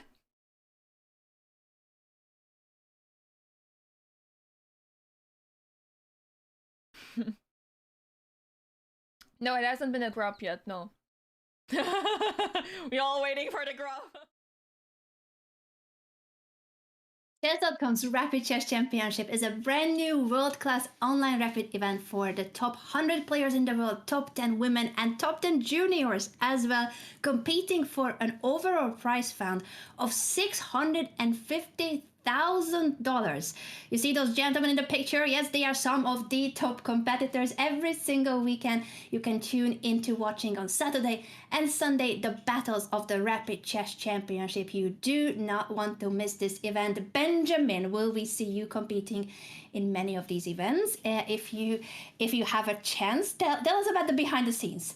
Do we get to see Benjamin with just like showing Hikaru how the horsey moves? I know you have been doing an amazing job covering events on Hikaru's channel, but will we see you compete against Hikaru and the rest of the crew? Yeah, so I was lucky enough to get a wildcard from chess.com because I'm just a little bit shy of the top 100. So big thank you to chess.com for giving me the wildcard, and of course I will try to go at it like as much as possible. And this Saturday I will be playing, so definitely looking forward to that. Well, now you guys know Benjamin will be there to try to qualify to Sunday's event as well. It's always a star-studded field, so we wish you the very best for that, Benjamin. And also we wish the very best for Anna-Maja and Alessia, who will start now the bullet segment, the final 15 minutes of their match. Can Alessia make up for a 3-point deficit in the match? Yeah, this is gonna be fire, I guess. I mean, given the fact that it's 15 minutes, it will approximately be 8 games. So a 3-game deficit is, it's still there, but I'm sure she can catch up from that easily, especially given the fact that she's the faster player. She is the faster player. Anna-Maja herself was saying that in the break when we listened in with her stream, that it's pretty scary how fast Alessia is.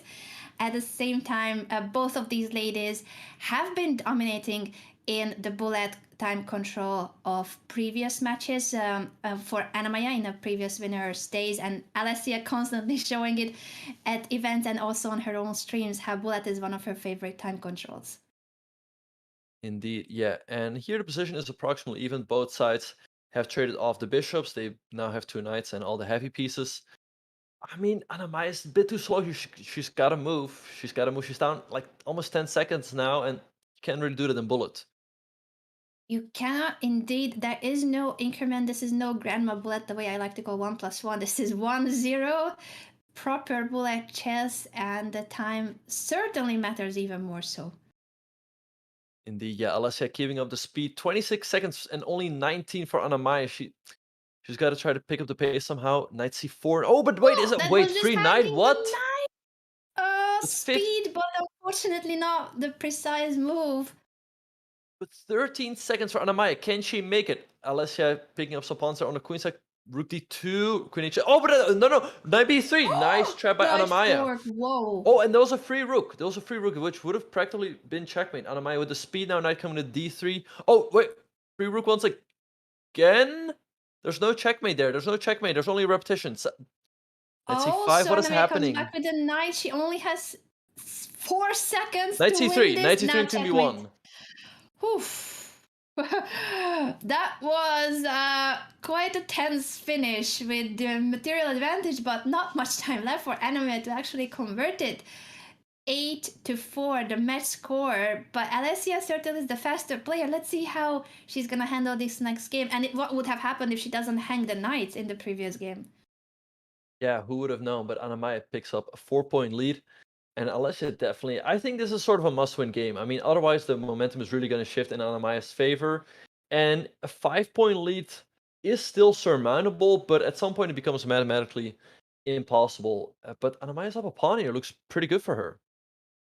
Looks really good indeed. That bishop is extremely strong. Knight g4. Again, an exchange sacrifice by Alessia, but is it enough? Is this attack actually strong enough? I don't think so. Maybe she missed that after bishop takes c8. Alessia's screwed up! Alessia, where are you going? It's bullet! Maybe she had to close the window or something. She's back. She probably had to close the window or grab something real quick, but she's back. Luckily, she didn't leave for too long. Yeah, but the position looks great for Anna-Maja. She's up a pawn. Also, she has the more active pieces. I would think Black doesn't really have an attack. Maybe just bishop h1, offering some trades. Nice move by Anna-Maja. Time's approximately even though, which is going to be the main factor here. Alessia taking a bit too long here, I think. Yeah, she has been the faster player, but this position is not easy to play from Black's perspective. With a couple of pawns down and the central pawns marching, e5 could be pushed. Queen c8 check is to be considered. Bishop f3 was played by Anna-Maja. Now she gives a check. Yeah, Anna-Maja with the speed here. She's still up a pawn. King g3, king f4. It's looking really good. And 16 seconds for Anna-Maja, only 7 for Alessia. This should be a win for Anna-Maja, but can she convert? She's giving up the pawn there for... Okay, Alessia gives it back. 93. Oh, No longer that Wait, simple, Alessia. With 3 three. seconds on the clock, she has to pre-move the entire game now. This is Anna-Maja's. Oh, there almost went the a-pawn, but Anna-Maja spotted it just in time. Only 1 second for Alessia. She's pre-moving everything, but Anna-Maja flags her in the end. Look at that speed, though. I cannot believe how many moves Alessia can make when it feels like she should flag in the next 2-3 moves. Her pre-move skills are very impressive, but it's Anna-Maja who has been more accurate and outplays Alessia, already giving her a 5-point lead with 10 minutes to go in the match. Yeah, this is going to be tough for Alessia. I mean, she has to win a game here or there, try to come back into it. The position looks approximately even. We have symmetrical French. And, I mean, okay, queen b6, maybe hitting the pawn on b2. I like Alessia's position. It looks easier to play, but Black is still very, very, very solid. Black is solid indeed. Now after the trade on g6 is doubled pawns, but they are also just very solidly defending the king side knight d7 to bother the e5 bishop. With White being up like 5 seconds on the clock, which is the main factor here, queen b3 by Anna-Maja. Maybe h4, h5, try to launch an attack on the king side. I think that's Time's very evening much up what now. Alessia would normally play for. Instead, she goes more solid and offers a queen trade. Knight c4, nice move by Anna-Maja, because the pawn on b3 is very strong. Maybe bishop a3 takes on b2. That pawn should win Black the game. Does she see it? Bishop a3, great move by Anna-Maja. She plays it. The bishop sacrifice to vacate the path of the pass pawn, showing how strong these pawns can be. Rook a3, great play here, but by Anna-Maja. Knight b1, though, trading the knights would have been a bit more accurate. f6, but White cannot move here. I don't see the 12 seconds. win, but it's fine. Let's see what Anna-Maja thinks, tuning into her stream now. I can take that. Oh. It's so...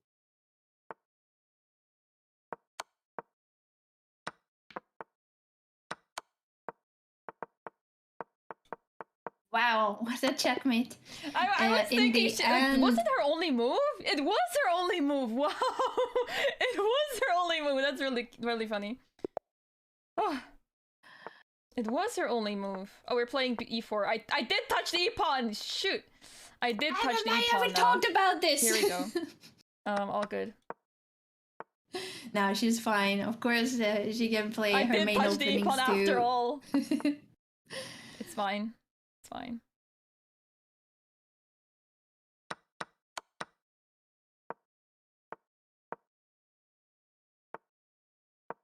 Look at the speed of Alessia, though. She is trailing in the match, and it's not gonna be an easy one for her to make a comeback, but she is extremely fast in this game, too, with the black pieces.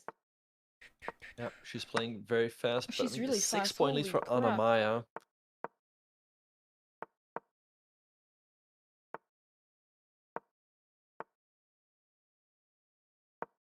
She's really fast.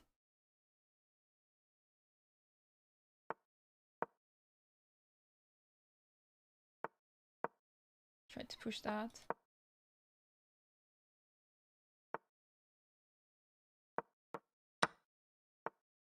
Oh, my pawn. Uh-oh, I don't like that knight of her. It's terrifying.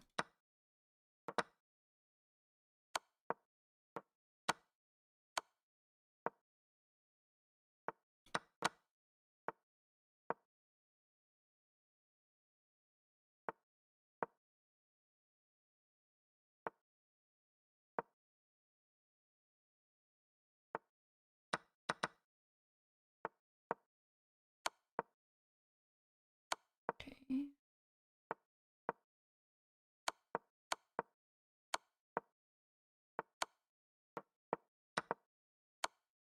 Your situation is so close. Anna-Maja again with the better position, but will she have the time to win it?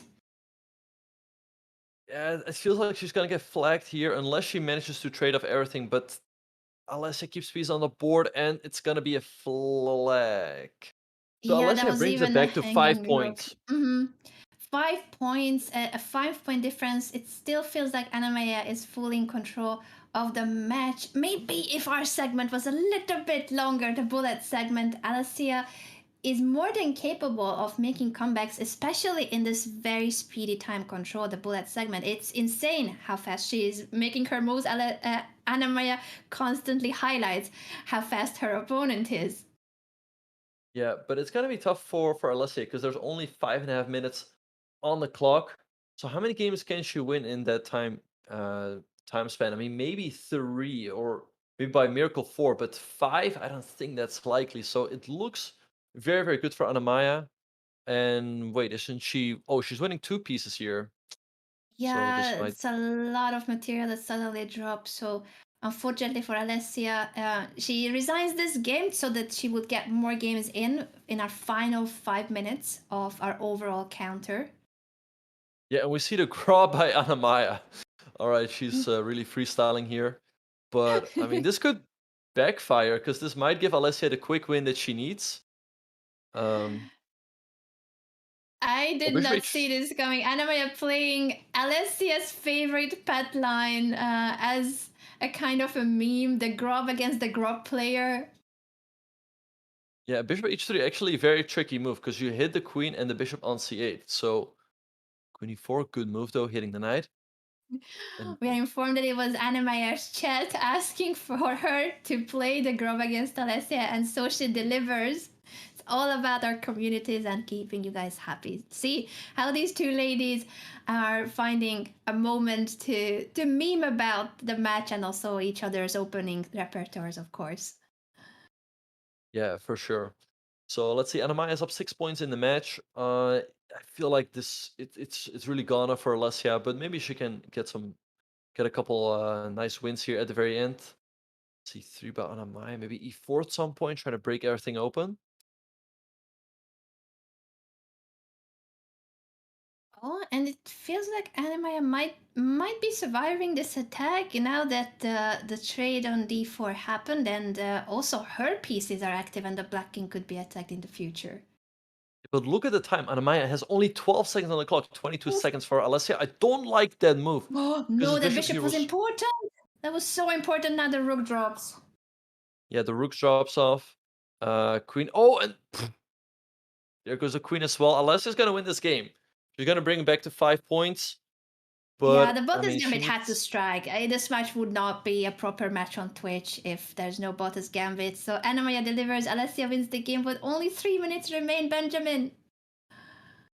Yeah, maybe there's still a chance for a miracle, but I doubt it. I mean, Anna-Maja could just let her time run out now every game and should still win. So mathematically, it's already over for Alessia. But right, let's Yeah, listen I'm in. sure Anna-Maja will play on. And look at Alessia's sub goal. At 700 subscribers, she will give a Grub Masterclass. So all of you watching, if you want to support that cause and tune into the Masterclass of Alessia, make sure to subscribe and use your primes too.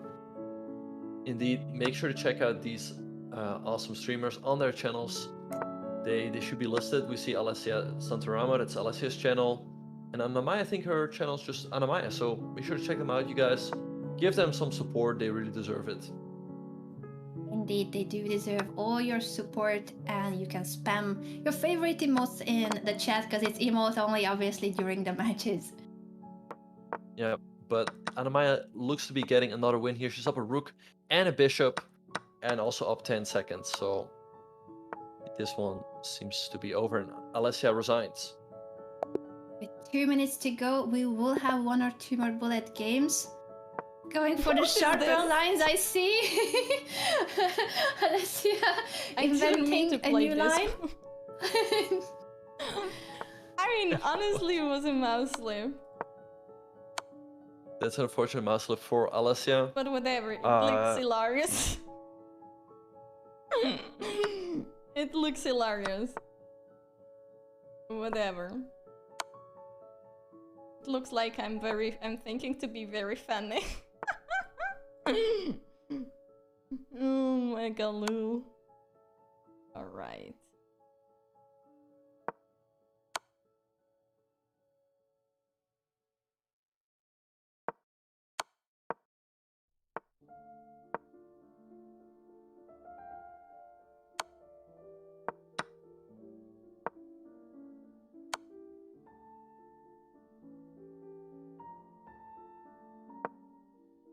Fortunately for Alessia, this might be the last bullet game if our overall timer runs out.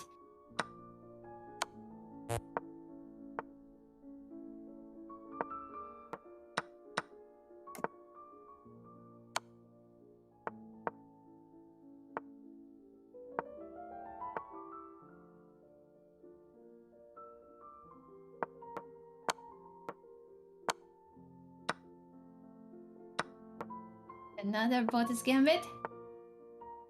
Holy crap. Let's play one more. Let's play one more. She's very well of the overall timer. She knows this is going to be the last game. Anna-Maja has been dominating this match, but both ladies are with smiles on their faces. That's what matters in the end. It has been a fair and really entertaining fight. I cannot wait to talk to both of these amazing players because we're going to interview both of them, I believe, as soon as this game is over. Yes, it's been an awesome match so far, but it looks like Alessia has already lost her queen for the rook. So, oh wait, there goes Black's queen. Wow! A counter Botus Gambit. It was planned. Like I had to. It was planned. Yeah, That it is was that is planned. Grob theory. That is Grob theory. It's all theory, you guys. I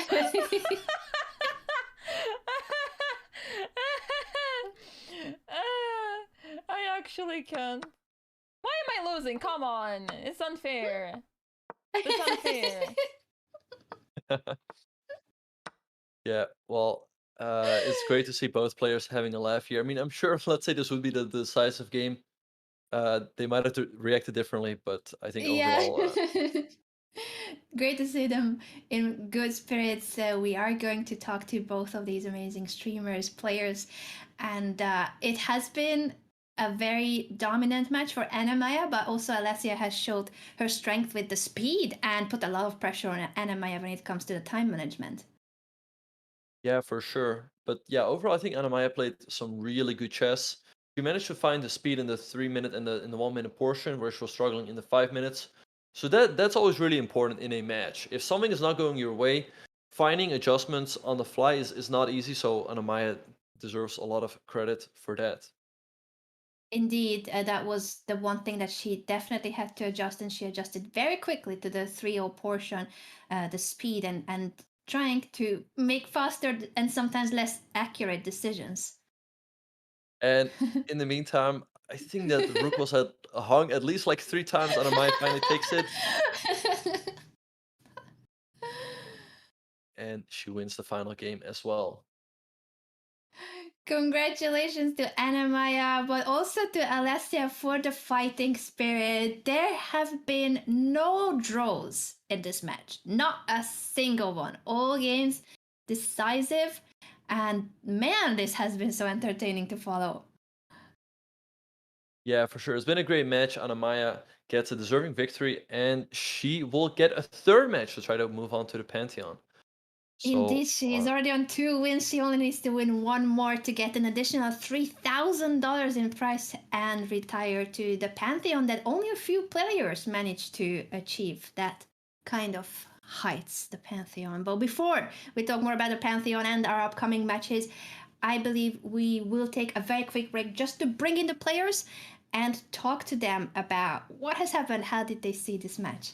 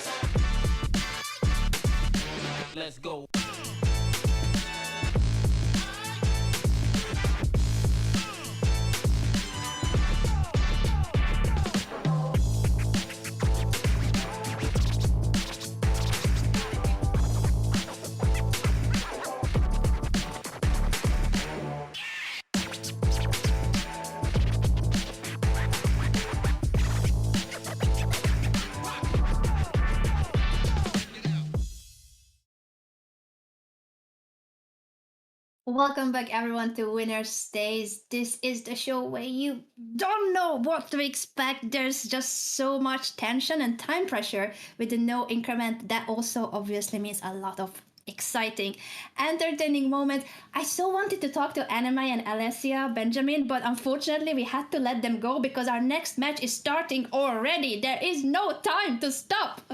The show must go on. Indeed, and we'll have CEO Erik against Josh Levine.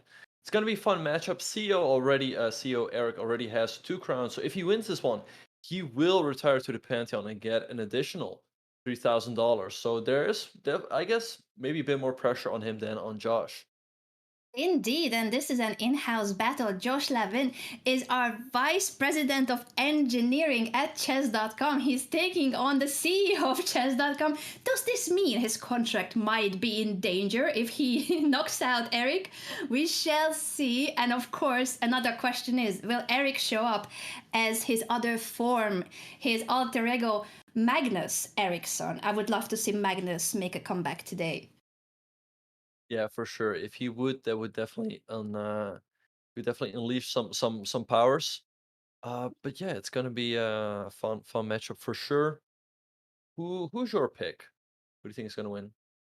I feel like Erik has been very convincing. His previous match was against the Indian comedian and chess enthusiast Samai Reina, and it went down the wire, but in the bullet, which Erik played on his phone because he's more used to playing bullet just from his phone, he managed to win the match in that final segment. So I feel like he's got a good chance at getting that 3rd crown. But we would love to know your thoughts on this as well. We've got prediction time on Twitch, and would like to know your opinion on every single platform. Who is your pick for this next match between Erik and Josh? Will Josh be the one that ruins the fun, or can Erik retire on the Pantheon and take home another 3K? Benjamin, your thoughts? What do you predict? I mean, given the fact that Erik already has already won 2 matches, I give him good chance to win this one as well. But yeah, let us know in the chat whether you're watching on Twitch or on YouTube. Let us know in the chat, or by making a prediction and just send in your energy against your favorite player. Indeed, I think this is going to be what for sure seems to be the pattern in our battles. A very close match, at least when it comes to the start. We have 3 different categories in winner's stays, 3 different strength groups, but in every matchup, the ratings are fairly similar, which means that the players will be battling against an opponent of a similar rating, similar experience, similar background. When it comes to Erik, obviously, he's bringing on an additional level of competition, the cosplay. I wish we had additional bonus points for cosplay. Yeah, no, for sure. Would be nice if he shows up as Magnus Carlsen again. So let's see. Oh, and they are off already. We have a Scandinavian defense. Players are playing very fast in the beginning, but as we see, Josh is actually quite the rating favorite. His rating is almost 1900. Erik rated around 1700. So Josh should be the favorite in my opinion then. Yeah, Erik here, at least in Blitz, is the lower rated player. So far, he's playing very quickly, as well as Josh, just blitzing out the opening moves as if we were following a Grandmaster game. They are very sure of their opening knowledge here. Yeah, so let's see what's gonna happen. We have a lot of tension here on c3. Oh wait, what? He could take on c3 with the knight or with the bishop. Both look very playable. Or just make a move like castle and keep all the tension there. Hmm? This is the first moment when Josh is taking his time to decide how to react to this bishop d2 move. It's not the most common. Oh, 97 makes our evaluation bar jump. Benjamin, explain why this move may not be the best. Right, so knight d7 is not the best move because white can go knight takes d5 and black's in some trouble because his bishop on b4 is under attack. If you take with the pawn, he trades on c2, but now white can take, and if you recapture, there's rook e1, and you will have to move the king. And so you lose the right to castle and your king stays stuck there. So that should be very good for white. Let's see whether Erik realizes it, that after queen takes d2 and rook e1, he has a very good position. He does have a good position, and I think he knows it. He's taking his time whether to take on d2 or sacrifice the knight. He can consider to jump to f6 or take on c7. Knight takes c7 would not have been as good as it seems at first because the c4 bishop was going to be hanging at the end of the line. Yeah, and Erik does go queen takes d2, and now black takes on d5. Rook e1 is a very good move now. Yes, do not move the bishop just yet. Okay, now he needs to drop the bishop back. Let's hit a d3. That looks like a very nice and active square. And then he could follow it up with moves like queen f4 or knight e5. But I think overall it's looking pretty good for Erik. It does look good, I agree with you, but he has to follow up with forceful, powerful moves that continue the attack. Because if you give time, a couple of moves for black to rearrange his pieces, you could castle by hand and push the g pawn, get the king to g7 or king g8, h6, king h7, depending on where the white pieces are. Of course, I'm just saying the rough idea that you will try to get your h8 rook out of the corner. Indeed, yeah, nice plan here by Erik, doubling up the rooks on the e-file. And yeah, the problem for black is black would like to play someone like g6, king g7. However, if you do so, you always allow queen h6. So we see knight e4 by Josh. I think white should not take it, just maybe leave the knight on the board and play a move like queen f4, improve the queen, then knight e5, and you can always hit the knight with a move like f2, f3. Very true, very true. Now, after knight e4, Erik has a choice to make whether he wants a trade on e4 or just move the queen away, which makes a lot more sense, of course, to keep the structure as it is and head over to the e5 square with his knight. Yeah, that could be a next move. Indeed, yeah. So how is Josh going to deal with it? I mean, he could play f6, but white could still play knight e5 anyway, followed up with f3. So it's looking really good for Erik. Rook e8 played. I mean, knight e5 looks crushing. Erik's playing a great game so far. Well, start for Erik, and let's see if Josh will find a way to somehow defend, even if he knows that this position is looking very suspicious. But he should try to hold on. Everything can happen in a blitz game with no increment.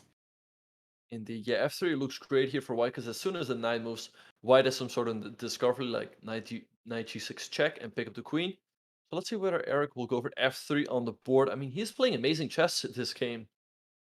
Is playing incredible. We now see the players on our template too, their face cams, both of them just very focused. This is a very different setup. I think neither of them are streaming on their own platforms. Well, we could say Erik is streaming. Here we are streaming at steamchess.com as well as for George. So they don't have their separate microphones on. That's what I meant to say.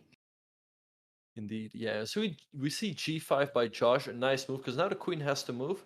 The question is where? Like, you could go maybe to c1, dropping the queen all the way back, because after knight d6, you still have knight g6, which picks up the queen. I mean, if you go queen f5, maybe all of a sudden your queen can get trapped after the bishop c8, so Erik will have to be careful of that.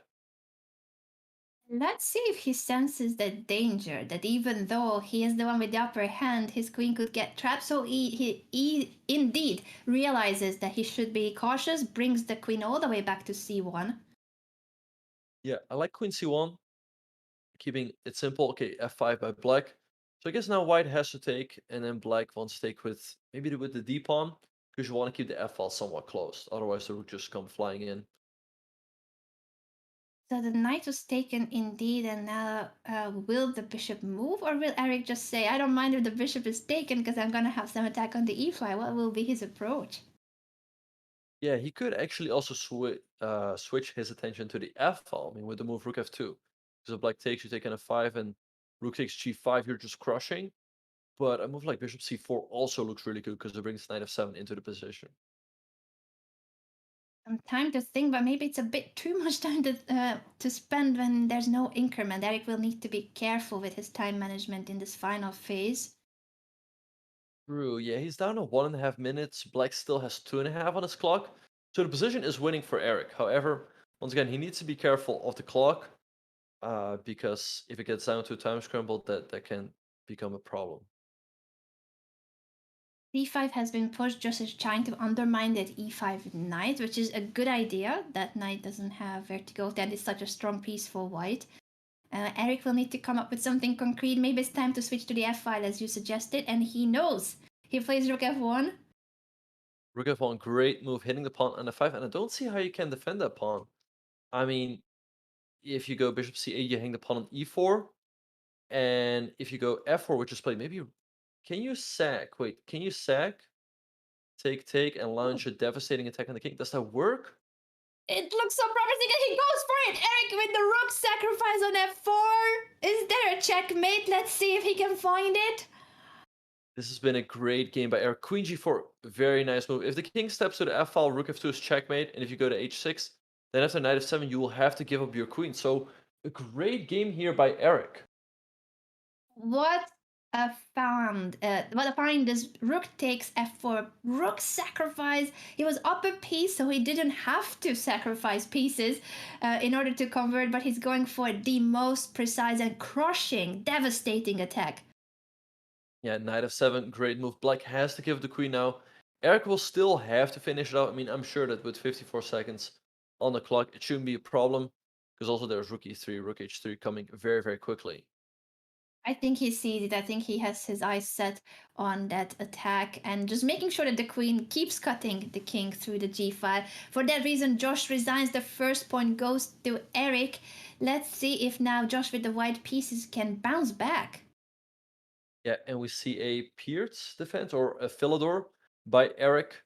A very solid opening. Maybe bishop c5 now, because after white has played the move f3, with the bishop here, it will be difficult to go for a kingside castle. So maybe what Josh is going for is queenside castles. Yeah, interesting choices f3, and I agree with you that castle queenside would make more sense now that the pawn has been pushed to f3. Yep. And white could try to launch an attack on the king side over here. Maybe knight g2, g4, h4, g4 right away by Josh. So let's see how Erik will deal with this. I mean, maybe putting the rook on d8 makes a lot of sense. Knight b4, hitting the pawn on a2. Let's see what Josh will do here. He has to make a choice on how to guard that pawn. King b1 usually is the go-to move when you castle queenside. Instead, he says, I don't mind that the pawn is hanging. He develops his knight to h3, a bit suspicious, but maybe he's claiming that you will not be fine with the bishop on a2, but if he pushes b3, then queen a3.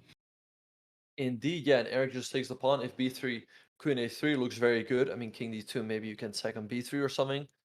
And now, I mean, white really hasn't managed to get his attack rolling yet on the king side. So it seems that black is striking first. b3 played. Okay, let's see. Does he go queen a3, king d2? But the bishop is still kind of stuck over here. You can go rook a1 and try to trap Yeah. it. So Very brave king by Josh, delayed bomb cloud in a way, claiming that the a2 bishop will not make a return. Maybe for Erik it would be time to think of something like a5, a4 to try to find an open diagonal again for that bishop.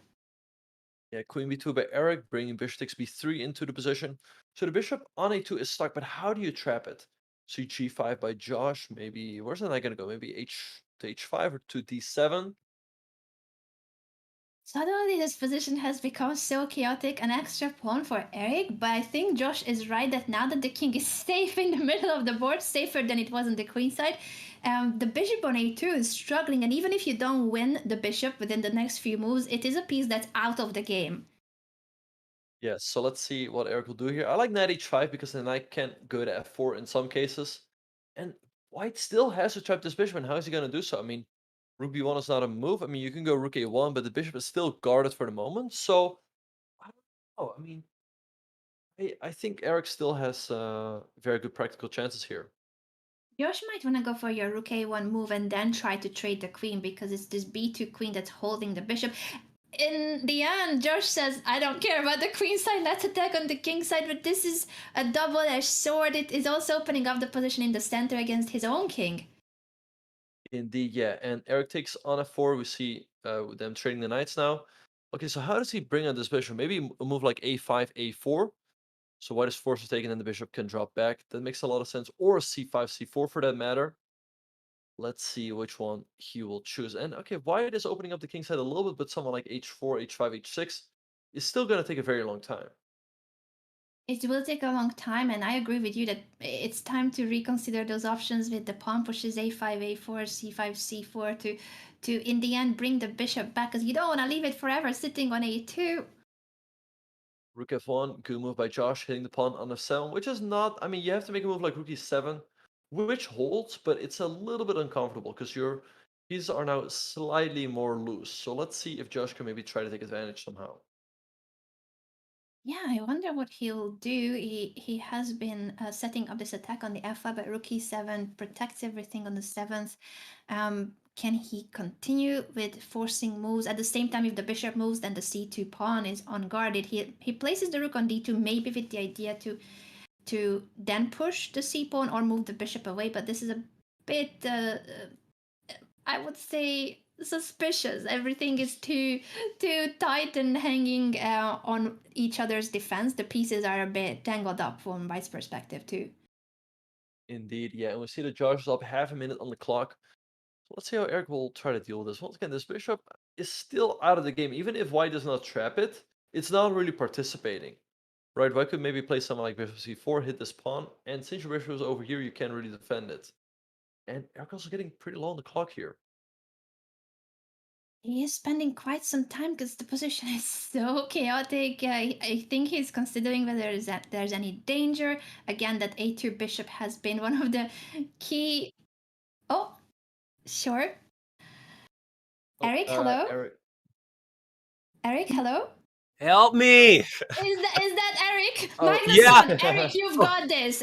With the power of Magnus, I think you're gonna move your queen to c3 to make sure that that c pawn is not moving anywhere, and then you are also using the d5 pawn. Maybe in the future you could try to push your a pawn a5 a4 to get that bishop out of a2 because it's a little bit stuck. But you've Yeah, got it's this really game. stuck.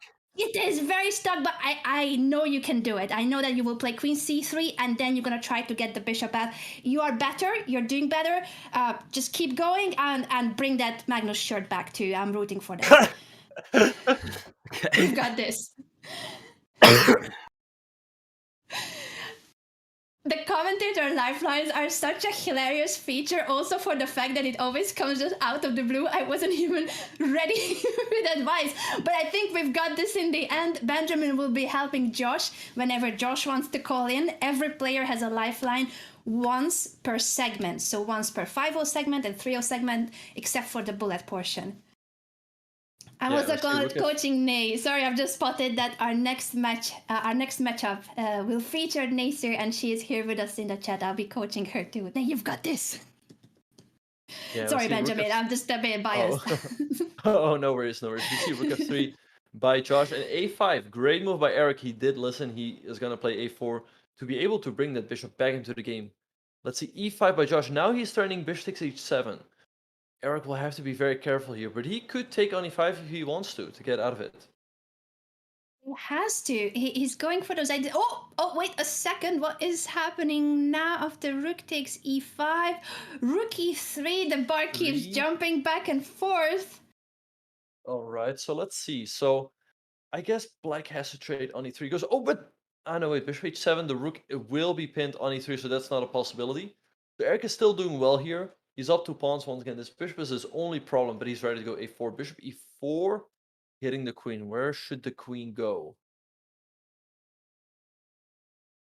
Such a chaotic position with no increment. A reminder that there is no increment in any of our segments, meaning that this is the final 2 minutes for Josh and final minute and a half for Erik, who is in a better position, but the bishop still has not found a way back. There's so much going on the e-file. Will he now take a moment to try to move, first of all, not play the Botas Gambit, so move the queen to the right square and then try to get the bishop out?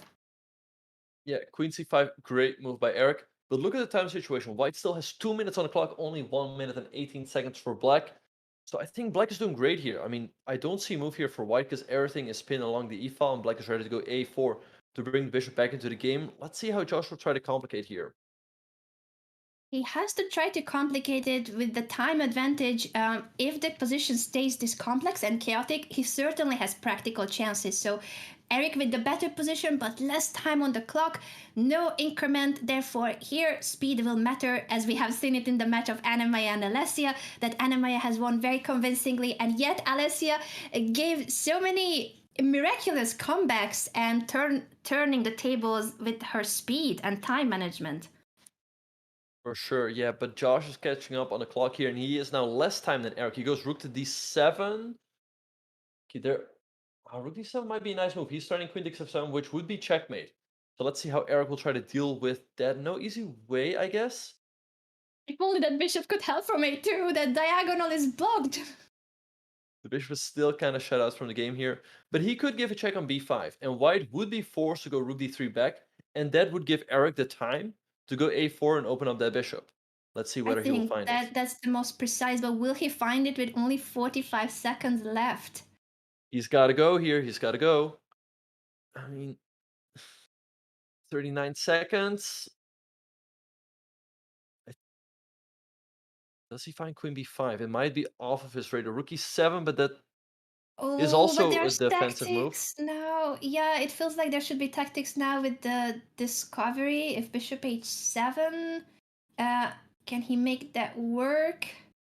A good question, but also the time situation is very critical now for Erik. Only 32 seconds on the clock. Josh has 52. Can he try to take advantage of that? And now he's the one who has to burn a lot of time figuring out whether there's any sacrifice in his favor, or does he just need to take on e7 or return with the rook. So tough when you feel that there's possibly something, but you don't have the time to calculate it. So he might just have to go with something practical, trade or bring the rook back quickly, but stop burning time. Yeah, he's just got to move here. He took an e7. Okay, now you don't. Okay, takes for the rook. A good move. And white is down a couple seconds now. 25 seconds for white, 27 for black. c4. Does not like that move. Maybe just a4. Once again, you want to bring this bishop back into the game. Great move by Erik. This bishop is finally coming back, but only 20 seconds for Erik. Can he make it in time? Queen e2. The time situation is so low for both of them. This is going down the wire. Anyone can win this game still on the clock. 15 seconds for Erik, but here comes the b pawn. b2, b1 is coming very, very quickly. Queen c4, king f3, queen f1 check. Good move. King g3 Great only move. move. b2 pushing the pawn down the board. 7 seconds for Josh. Bishop g2. Oh, hangs the rook. But Erik didn't take it. He's focusing on trying to promote the pawn. Oh, and now nobody's got a flag. Erik 2 knows the seconds. turn. No, check. Oh, the king had to go to g8. Erik chose the wrong square for the king and allows checkmate on h8 with 4 seconds left for George. That was a crazy game. That was a crazy game indeed. It felt like both players just had to move a little bit faster. Because I think if Erik would not have hung the checkmate, he might have lost on time. But let's see, we're off to game number 3. And we see Josh switching it up with the Caro-Kann defense. I am just trying to catch my breath because that game has had everything. Both players were winning and losing at certain moments, and it was so chaotic to understand. Plus, they had no time at the very end. Just went down the wire on who's gonna flag. If it wasn't for the checkmate. Yeah, and I like this opening approach by Erik. It looks like white should be a bit better because the bishop on c8 is kind of blocked in, whereas white's bishops are pretty active on d3 and f4. So let's see how Josh will try to deal with this bishop to d6. But yeah, devastating loss for Erik. I mean, he played a great game, but the time did him in there at the end. Yeah, it was such a complex game to understand, though. I think even if it was a couple of 100 rating points higher, that game would still have been very messy. I don't know, Benjamin, at what stage you probably need to be a grandmaster like yourself or above where you see through the chaos with clarity. But I feel like on my level, international master and below, I would not have had much of a clue of if I'm better at all. Yeah, no, I mean, sometimes that's how it goes. I mean, even at the grandmaster level, like if you have a complicated game, both players sometimes don't know what's really going on, and especially in the time scramble, sometimes you just make moves and hope for the best, and then after you're like, oh wait, what actually happened here, right? So yeah, that was one of those games for sure. This is a lot calmer start, but I don't think it's gonna continue being calm now that Erik is trying to build that queen bishop battery to attack the black king, threatening with queen d3. Not a checkmate, but a promising attack if the queen gets to h7. Yeah, this opening looks great for Erik. He's starting queen h7. Black has to prevent that with the move g6. f5. Does Erik know en passant? Does he know it? Good question. He plays the en passant, captures the pawn, and that queen g6 seems really strong. I think he must be looking at those options on the king side. Queen g6 looks. Oh, and the rook, and you even. Oh, you also hang the knight. Oh, George sees it and takes it with humor. He hung the rook as well as the knight. Now, sometimes because in this matchup, Erik wants more than the knight. He wanted the queen as well, or checkmate. He doesn't take the knight on c6. Well, this is winning for white, but it's not the most precise way to win, because now also your bishop on h7 might get trapped, so I don't really like what Erik did here. I mean, he could have just picked up the knight and be up a rook and a knight, and the game would have been over. Now he still has to win, because once again, this bishop could get trapped at some point. Yeah, I think he felt that there's more to the attack on the king side, and he possibly is right, but sometimes to find these top line engine moves, here for instance, white would need to play bishop to g8. Give up the bishop for free. That's the best move according to the engine. It's so difficult to find it. Yeah, and he goes knight. Oh, and black hangs knight again. He's hanging again. I mean, hanging the same knight. I mean, think Erik is focused on the king side, doesn't look at the knight on c6. He declines the free knight. He probably feels like this must be a Trojan horse. But now, okay, knight takes h6. Knight f7 looks crushing. Does he go for it? White should be winning here one way or another. The engine keeps insisting that the bishop needs to be given up with bishop g8. I think that's a move that we can rule out, that it's not going to happen in this game. It just feels too difficult to find. Knight takes a6, a more human move instead. Threatening knight f7, but bishop e8, great move by Josh. And now it's not that easy for white, because where are you going to go with the queen? If you go, let's say, to f5, you hang the knight. And if you go anywhere else, you might hang the bishop. So black is going to get a piece back. So this game is not over at all.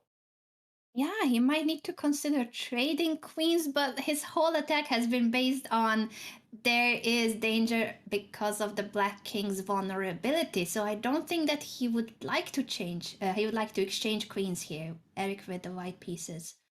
And indeed, look at the clock. He only has 2 minutes on the clock. Black still has 3 minutes and 20 seconds. So Erik has to speed up here. The game is not over at all, so he will need that time. Let's see if he will, in the end, go for the queen trade or try to stick around. Queen f5. That allows now that the knight is picked up on h6. So still an exchange up for Erik. He's making a great move now to bring the rook over to the h5. So in case of queen takes h7, it's a both gambit because of rook h3. What a rook lift coming in to bring more wood and more attacking pieces on that king side. Right, so let's see what Josh will do here. I mean, the position looks great for Erik. I mean, rook h3 is coming. I don't really see what black can do. Knight e7, that's a nice move though, hitting the queen. Let's see where Erik's going to go with the queen. Maybe the e6 to hit the knight. You can still swing in rook h3 later. Let's see what he's going to do. Certainly queen e6 seems one of the most forcing to also attack the knight on e7 because his bishop will now be somewhat abandoned, but the rook move to h3 is the tactical pattern that defends the bishop. Indeed, and queen e6 on the board, hitting the knight. I mean, if black could take on h7 and he goes queen g7, I guess rook h3 anyway. Nice move. Now he's starting a deadly discovery. How is Josh going to defend against that? It feels like there's not much Josh can do. Maybe to give up the queen for the bishop and the rook on h7. But other than that, it does seem that Erik's attack is extremely strong. It's a dominant position. He has found some really tough moves. It wasn't an easy attack. Indeed, and bishop, and we see queen f8, but now he can just move the bishop, let's say to f5, and rook h7 will be checkmate. He practically has a checkmate at 2 here. Will he find it? He plays bishop g6, but that means the bishop will be hanging after king g7, so it's not checkmate yet. Right, he should... Okay, he trades on e8. He's still completely winning here, because if black recaptures, maybe we just go rook g3 or something. Although knight g6 is still there, and only 1 minute for Erik. He still has to win this game. Knight g6, only move. Queen f5, queen f7. It's not over just yet. Queen f7. He needs to bring the other rook into the game too, because the queen and rook are doing a great job. Now h4 is strong, of course, threatening h5, but at some point that a1 rook will need to make an appearance. Right, and Josh sacrificed this knight. This knight has been hung like 3 times. It hung by the queen with the knight on d4. And now you can take it again, but the knight is still on the board. And only 48 seconds. Erik F5, great move by Josh, trying to create counterplay. Queen G7. Now It's he not goes over for the just yet. queen trade. I'm guessing he wants to simplify now because of the H pass pawn, and it will be easier to try to promote the pawn. Rook G7 seems really strong. Or Rook E1, finally the other rook is in the game too. Right, rook E1, rook H8 play, but now, okay, rook G7, the king can't go up now. He could take the pawn on A7, but it's not over. 34 seconds only for Erik. Can he pull this one off? Rook A6, 96. Josh is really fighting on here. Gotta move. To B6 to attack the pawn and then have queenside pass pawns. I think that's a great move, but again, the time disadvantage is huge. Over a minute advantage for Josh. Yeah, and only 24 seconds for Erik. Can he make it A3? It's a good move, but okay, rook takes D5 now. Start. Okay, good move. Taking the pawn. I mean, if he could take, let's say, the rook and the knight, but Erik is giving pieces on the board. Knight F4, great move to complicate. It's not The over at knight is all. such a tricky piece. We have seen so many knight forks today. Knight D3, rook E3. Erik is playing really well, though, with the two rooks, but can he pull it off with only 13 seconds on the clock? Rook E6, trade. I doubt that he will make it, to be honest, but C4. Yeah, there's no increment, so this is a massive time disadvantage, and he would need to simplify the position perhaps at this rate to try to trade the rook and then give up his rook for the knight to guarantee a draw. He would need to get rid of black's pieces. Right, but Josh doesn't want to allow that. He plays rook E5. He keeps the rook on the board. Okay, C7, king takes. Maybe rook B4. But E3. Why doesn't have a checkmate? Only 1 second. He's gonna get flagged. Unfortunately for Erik, this has been a very well played game by him, but Josh kept playing fast and not getting checkmated. It's true that there was a missed checkmated too, so that was a critical moment where Josh got lucky that the game kept going, and sometimes that's all you need, a bit of luck in speed chess, and then with the time advantage he managed to survive. Alright, so let's see how Erik will try to recover from that. We see a Pierce defense here. This one is as sharp as it can get. E5 on the board, pawn takes, but now I think this line is not the way to go for black. If you take with the pawn, black's in a lot of trouble, because where do you go with the knight? And he takes on E5 with the pawn. Knight is under attack now, and it doesn't have an easy square. It does not. It feels troublesome, the opening.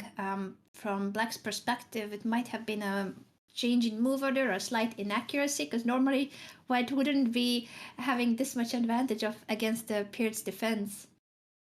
Yeah, H3, knight H6. Alright, so the knight is still in the game. So white could consider G4 in positions like these to make sure that the knight doesn't come back.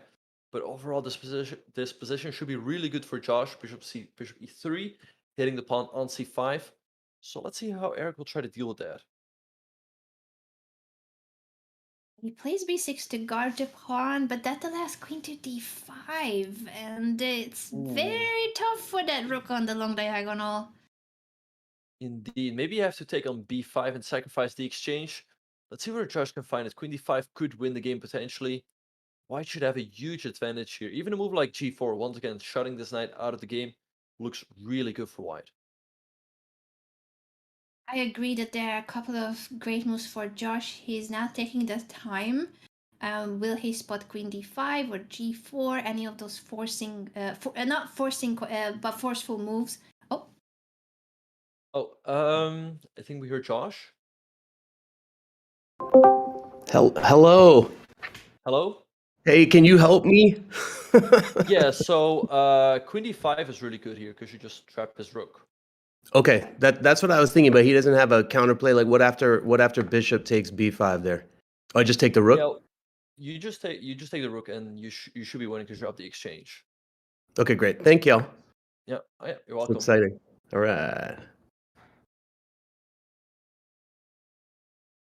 All right. That was queen a great d5. moment for the lifeline, especially when it's a concrete line, and Benjamin is here to help. I wish I could have helped Erik more, but it's only one lifeline per segment, so in the 3-0 there will be more opportunities.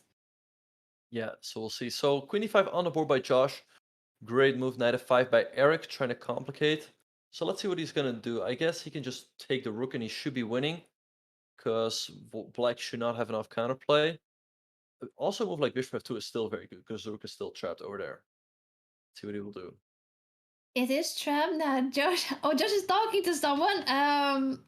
That's a secondary lifeline. No, I'm just kidding.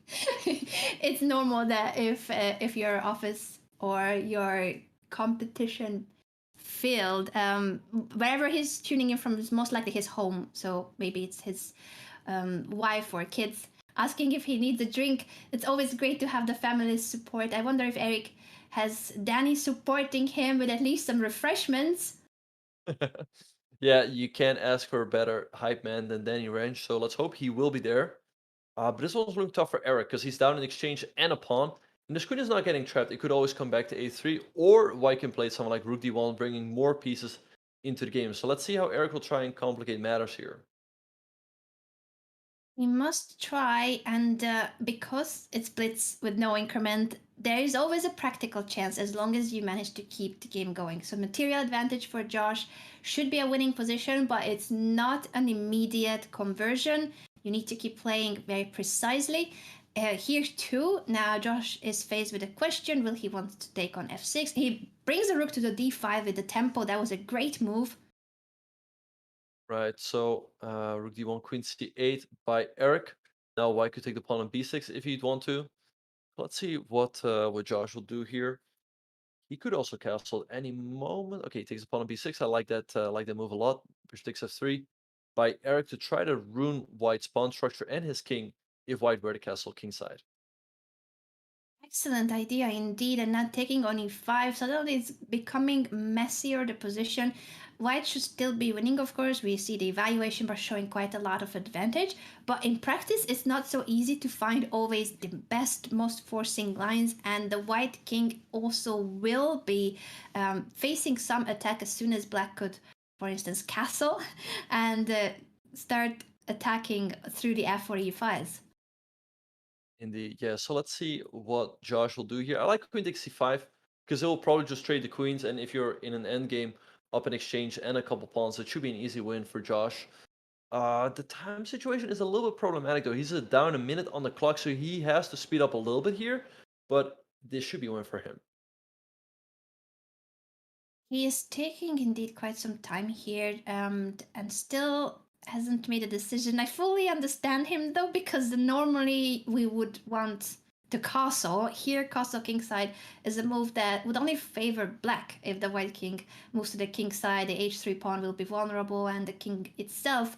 So he should come up with more creative and original ways of activating his rook. Sometimes rook h2 to bring the rook through the second rank, or move the rook up and then connect the rooks. But this is definitely not a calm traditional position, so it's more difficult to find the right moves. Right, so he takes with the bishop on c5 and pawn takes f4 by Erik. This game is not over just yet. Erik can castle on the next move, and his king will be completely safe. Short castle by White. This king feels pretty exposed here. Let's see if Erik can try to take advantage somehow. Knight g3, rook e1. Do not take. Yeah, rook e7 is a huge threat. Maybe it's time for Erik to castle and just not mind the hanging pawn. Indeed, yeah, it does seem like it's time to castle. Because, okay, White can take this pawn here, but you take an h3, and Black still has a huge attack. But rook takes c7 now would be checkmate, so he just has to castle out of it. I think he will, but he's taking the time. He is up on the clock. He has a minute of advantage. It's good to use it in moments like this, but it's so critical. Black's position could collapse in this very moment if he doesn't find the right way to continue. And so he Indeed, does. Castle. Mm-hmm. Yeah, short castle on the board. King g2, great move by Josh, making sure he's defending everything.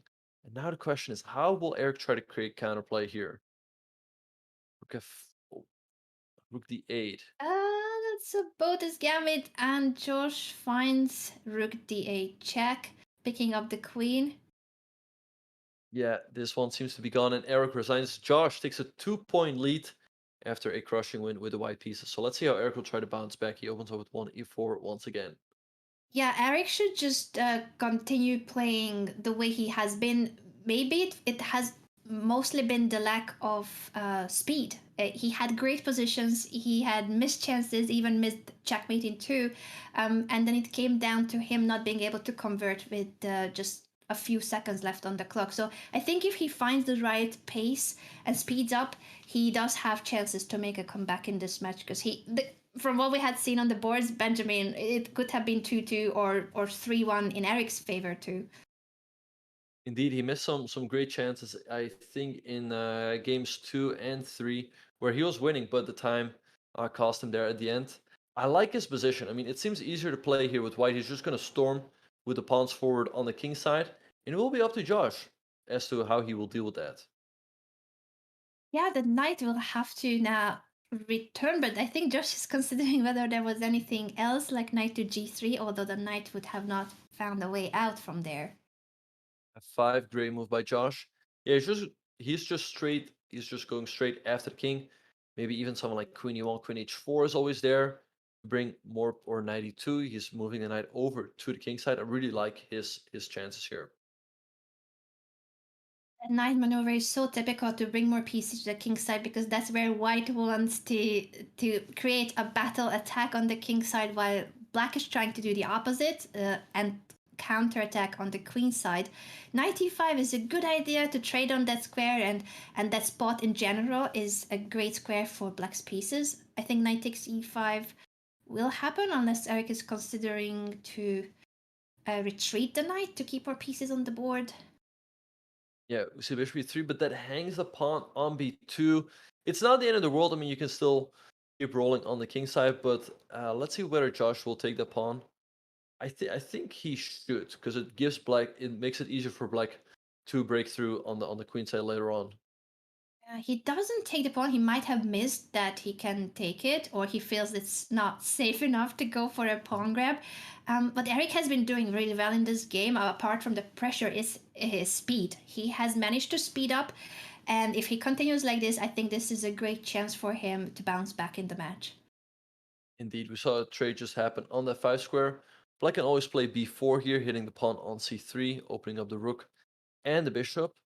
That's generally how you want to play in these positions. And Erik is doing well here on the clock. He's up a minute here, so let's see whether he can keep it up here. And if he can get some sort of attack going, that will be really difficult for Josh to deal with. b4 is a great idea to start a counterattack on the queen side, opening up later the b5 and putting pressure on the long diagonal. Now Erik has to find a way whether to even consider reacting to the queen side or continue his attack on the king side. It's now a lot more dynamic and also dynamically balanced position where both players are having chances, I feel like. Right, and black trades on f3. I think white shouldn't be too worried about this. He recaptures with the rook. The other rook can swing over to f1, queen h4 by black. Wait, bishop g5 almost traps the queen, but I guess black has bishop takes c3. So Erik goes for bishop g5 because he believes that the queen is indeed in trouble, but bishop takes c3 will Josh find the only move that can keep the game going. He plays rook b2 instead, similar idea, but this will drop the exchange. Maybe he doesn't even need to take? Wait, what if he just keeps the queen on the diagonal? Indeed, maybe you just go queen c1. The queen is still trapped over here. Doesn't change the situation. You can also go queen to e3. Taking the rook would be a mistake, I think, because then black is still very much in the game. But after queen c1 or queen e3, the game should be over. So let's see whether Erik will find it. I think he's considering keeping the queen on the diagonal, because otherwise he would have already captured the rook. He goes for it in the end, and this is an exchange up for white. But as you said, black is still in the game with the pair of bishops and activity. Indeed, yeah, black has great practical chances here. The knight can come out of e5, hitting the rook, hitting the pawn on d3. Rook af1, but knight e5. Yeah, now how do you keep everything together? You cannot move the rook because then you hang the knight. So black should be doing pretty well here. And if you go someone like queen e2, the problem is that your pawn on c3 always hangs in the end. So it's looking really good now for Josh. Yeah, Josh is back in the game more so than ever. If anyone, he's the one with the upper hand now, since the exchange will be won back. Thanks to this g3 knight, depending on the defense of the f3 rook, and the rook can't stay on the third rank without being captured. Indeed, and this could very well be the last game of the 5-minute portion. There's only 4 minutes on the clock, and the players still have approximately combined 5 minutes on the clock. So let's see whether this will be the last game or if there will be one more game. Very true that this could be our final game of 5-0, and then we are moving to the next segment of 3 minutes, no increment. Yep, but Erik seems to be in trouble here. I don't see how he can properly defend the rook on f3. I mean, rook f2, you hang the knight on g3. And once again, if queen e2, this pawn on c3 hangs in the end. So it's looking really good for Josh. Erik is shaking his head. He knows that this is troublesome, but he has to make a quick decision. He plays queen c2 to keep a hold of the c3 pawn. All right, so Josh can restore the material balance here. He can trade on f3, and then he should be better. I mean, the bishop on g7 is extremely strong, always hitting the pawn on c3. And white's pieces on the king side look a bit misplaced. So let's see if Josh can take advantage here. Josh now has equalized in terms of material, but the pair of bishops is so powerful here. Bishop e5, spotting the weaknesses on the dark squares, immediately highlighting how those squares are weak, and the knight will have to drop back to e2 or f1. Right, so knight e2 makes a lot of sense, or knight f1 as you mentioned. Once again, if queen f2, you hang this. So looking really tough for Erik. Also, the time situation is not helping him. He has 1 minute and 20 seconds on the clock, while Josh has 2 minutes. So looking tough. In terms of the time and the position, it is indeed very tough for Erik. But we have seen that in this segment, or any segment basically, since there is no increment, anything can still happen. Now Josh is the one who starts spending time, and sometimes it's just about how long you spend on a critical move, or will you just go for something more practical. He could, for instance, move the c8 bishop off of the back rank to try to activate the rook, but he has to start taking faster decisions too. Yeah, bishop d7 looks like a good move, enabling the rook to come into the game. d4, great move by Erik, trying to create counterplay. Let's see where black's going to go. I mean, he could trade on d4 because bishop g7 right away. I think this should still be pretty good for Josh with all the pressure on the center. It is time for Erik to come up with something, not an easy one to deal with, but he is going for rook g3 to try to keep the pressure on the king side.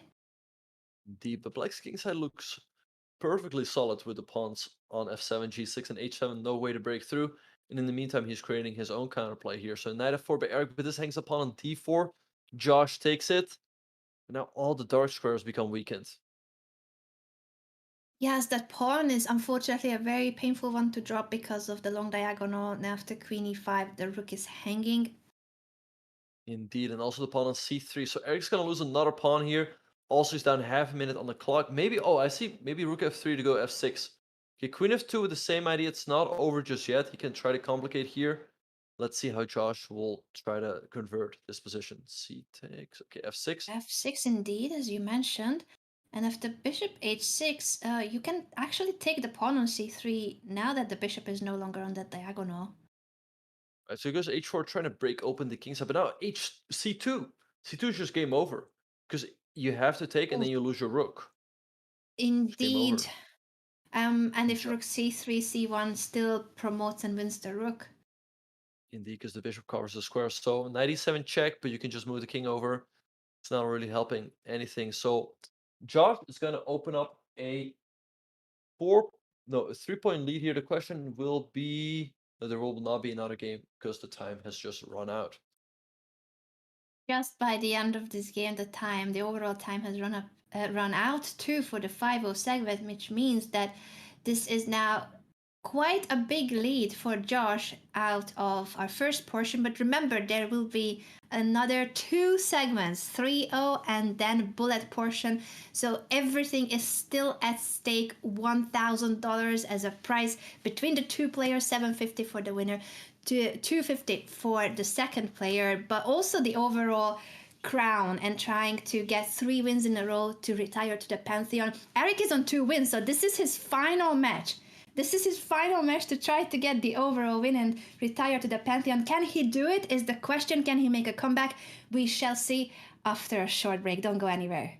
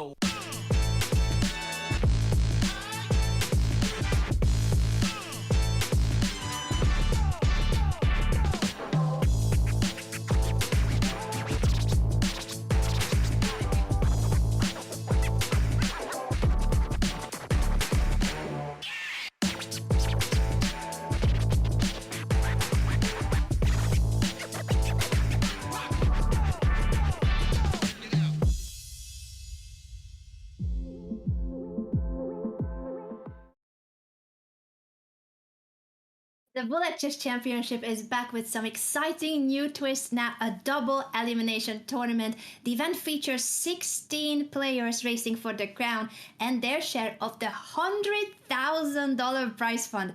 4 participants will qualify and join the stacked field featuring Hikaru Nakamura, Daniel Naroditsky, Andrew Tang, and many more. Catch the Bullet Chess Championship starting February the 21st right here on chess.com. That is an already an underway event in the books, but will continue being featured every week. So make sure to tune in all of these upcoming Bullet Chess Championship dates.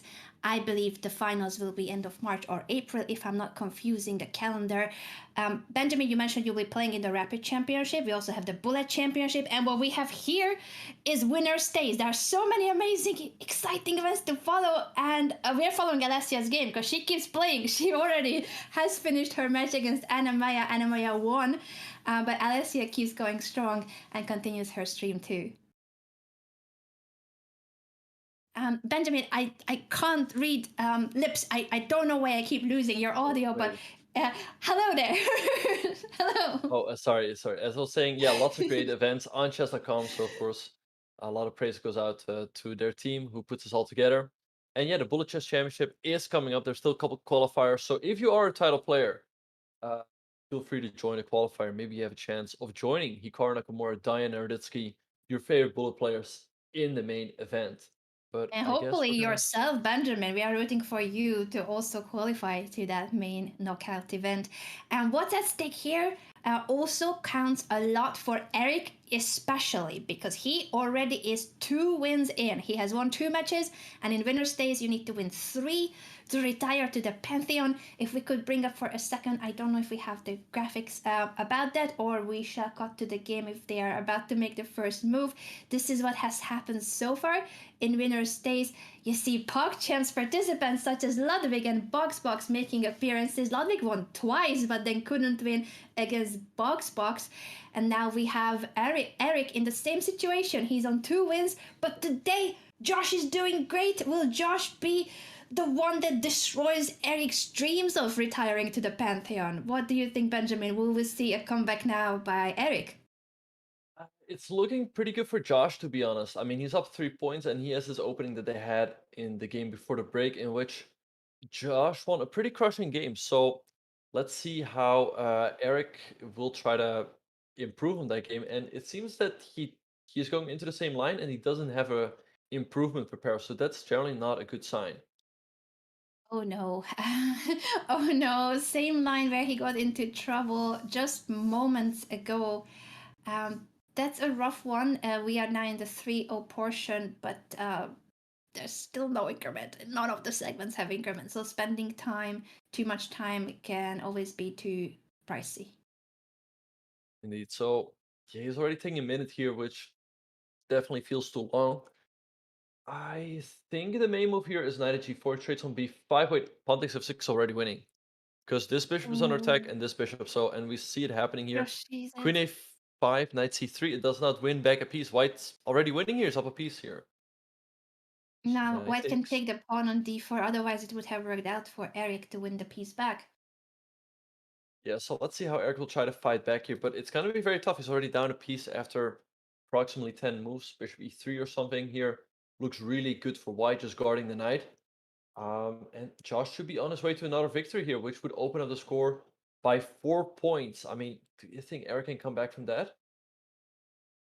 Erik knows it. You can see the struggle on his face. It's a tough position to be in when you are on a losing streak. He started the match really well. He won the first game, and then he had 2 winning chances, missed chances, even checkmate in 2. That much of a winning positions he missed. So it's hard when you're in a situation where you know you have had winning opportunities and yet the scoreboard doesn't show it. It's 4-1, and this game is a piece up for Josh.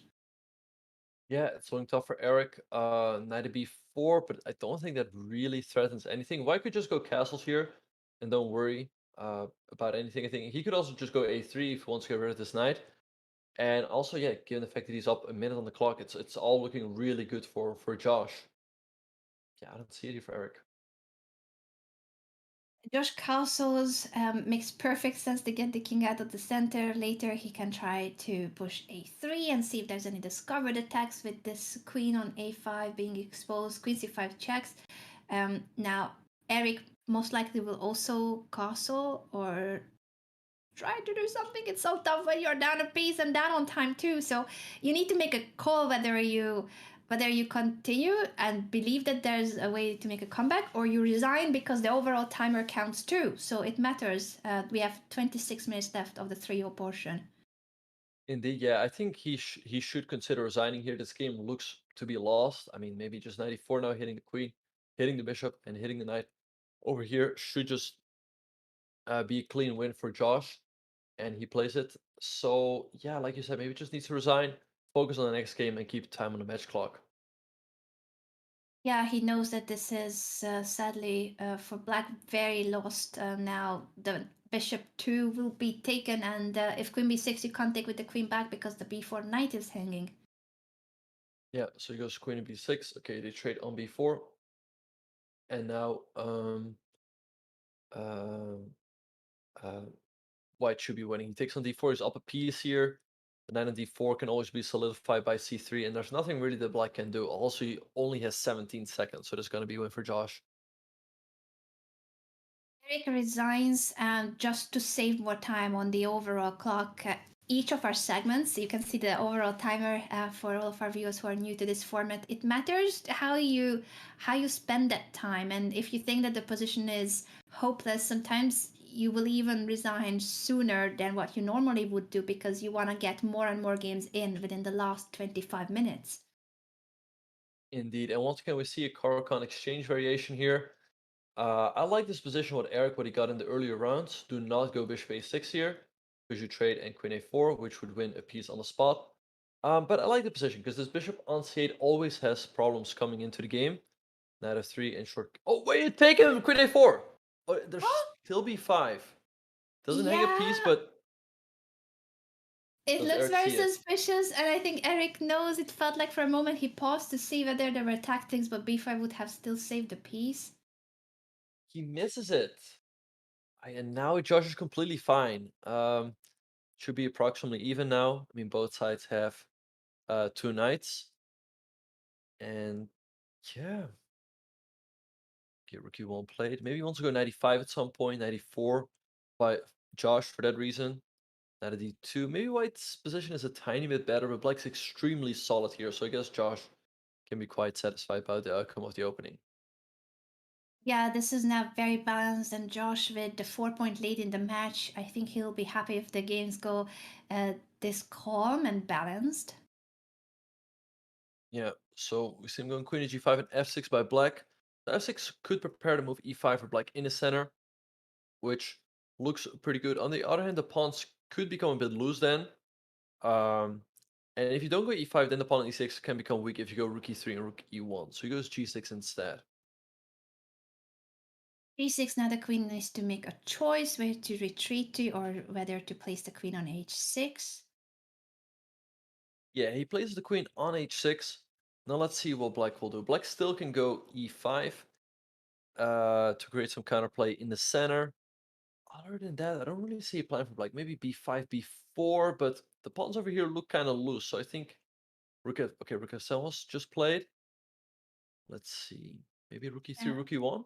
Yeah, it's time to bring the other rook in as well, either doubling rooks, and the rook lift on the third rank that Erik played in another game would have been also promising.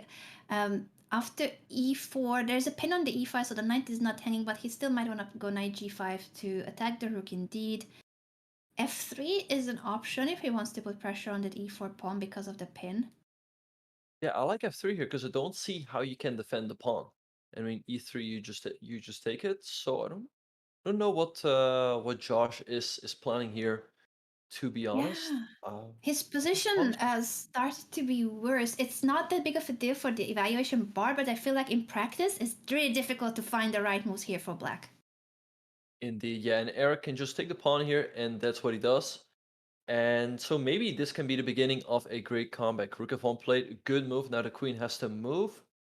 Let's say he goes back to d6. Maybe white even doubles up on the f-file, tries to go rook f7, because black's king is very, very exposed over here. Yeah, he can either double on the f-file or pick up the pawn on e4 if he is afraid of that pawn, before it becomes too much of a danger, that passed pawn. Right, and keep in mind that white could still take the pawn on e4 if he wishes to do so. I can take the pawn. Let's see. This is really Erik's game to win. He's up 30 seconds on the clock. The position looks great. I mean, he also has to win here. I mean, he's down so many points at this point. He chooses rook to f2, but now that black pawn... Oh, he's going for the queen sacrifice, but I think he might have miscalculated this line because the knight on g5 is hanging, so king h6 is no checkmate. I think he thought that rook h7 wins. Here, he must have miscalculated something. Yeah, now he needs to spend a move on h4 to defend the knight, but that gives black the time to defend the pawn with something like rook h8 or maybe king h5 and walk the king out of there. This does not look good for Erik. I don't know why he went for that. He could have also just played rook f7 to threaten all of this. But now it seems like Josh just winning. I think he got confused by his own calculations. Sometimes it happens that he either thought that this was short checkmate or he got mixed up with the move order even. h4 threatening now, rook h7 checkmate, but as Benjamin pointed out, now black has a move to make rook h8 or king h5, king g4. It's no checkmate. Indeed, but it's not over just yet. Black only has 33 seconds on the clock. He goes knight f8, but now white is rook h7 and knight f7, winning back the queen. Does he find it? Rook h7, Erik? knight f7. Erik on 30 seconds and has a rook sacrifice tactic to win the He queen. finds indeed. it! Knight f7, great find by Erik. This is really anyone's game now. 26 seconds apiece.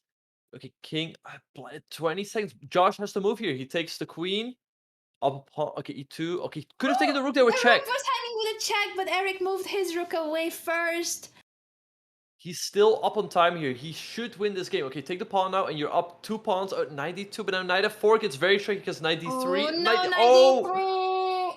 But still, he can try to flag him. You gotta go. You gotta go. Yeah, you gotta Yeah, go okay. because it's an exchange up, but more time on the clock for Erik. The rook! Snapped up The this- rook was No. hanging! Black should be able to pull this off here, but only 6 seconds. You gotta go. This pawn's gonna be lost. Black should at least be able to make a draw here. Take the pawn. Black's pre-moving everything now. I guess Josh will be in time, but it's only 1 second. Oh, no! Wait, what? He takes a pawn, but can he checkmate him? Is he? Oh, no! Erik ran out of time with Josh having 0.1 second on the clock. What is going on? I could What not would've follow that flagged there? game. At the end, it was crazy. Josh had less time, but Erik somehow couldn't pre-move. I guess it also comes down to those moments when you have a check and then you kind of cancel your opponent's pre-move. It's Right, unfortunate yeah. for the one that got into check. Indeed, yeah, Josh would have had checkmate on the next move, but given the fact that he only had 0.1 second, he would not have been in time to pull it off. And we have another pierced defense, which already looks pretty good for Josh because the knight on h6 is misplaced. That was a crazy game, and it felt like even though Erik had winning chances, even once that position was no longer winning, but he had more time, so he did have really good practical chances even when the game material-wise didn't go his way. But now back to this one, where Erik with the black pieces is pushing on the queen side. I'm more afraid of the king side pawn pushes here. Josh is doing, I think, a better job with the attack. Indeed, yeah, I don't think this pawn push really does anything. We just go b3, keep everything close. And white can go f4, f5 actually, which would trap the knight. f5 traps the knight. This knight has nowhere to go. f5 is just crushing here. Does he find it? Josh is taking the time, so he might be sensing that there's something, or he's calculating Wait, other what? pushes. The free Knight knight? h4 was not the right move, and Josh realizes that he hung a piece. But it's not Look at their over. reactions. It's wholesome. They obviously can see each other through the cameras. They cannot hear each other, but they can see each other. But it's not over just yet. You can go f5 here because the queen on h4 might easily get trapped. Yeah, this can still turn around unless George believes that it's better to resign to save more time on the clock. He's leading with 5 points in this match, so in terms of the result, everything is still looking great for Josh, of course. Indeed, and he goes Oh, rook but the d1 knight and on f5. h6 is still lost because he found f5 a couple of moves later, so it's game on. It's game on indeed, and actually I really like White's chances here. White's breaking through on the king side. GF is coming, knight d5 is coming, knight could hop to f6 at any moment. I feel like Josh is just crushing here in this position. I think he himself cannot believe that he played his way back into this game. Yeah, and now it's looking really tough for Erik, because whatever you do, I mean, if you let White take here, White's attack is going to be crushing, f6 is coming, or just try to break open the g file. If you take here, that opens up the h file for White, and also knight takes d5 is coming at any moment, so it's looking really tough for Josh here. I don't see how he can try to hang on here, to be honest. The time is ticking, and now Erik is taking longer to decide what to do. It's very scary. Where you see the queen already on h6, the g file about to open. Indeed, yeah, I don't see defensive for Black. Once again, knight takes d5 is a huge threat. It would hit. Oh, knight d5. Knight d5 is game over. Because you hit the queen and knight f6 would be checkmate.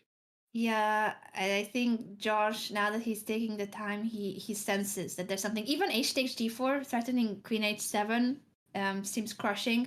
But knight d5, both of these Indeed. moves winning.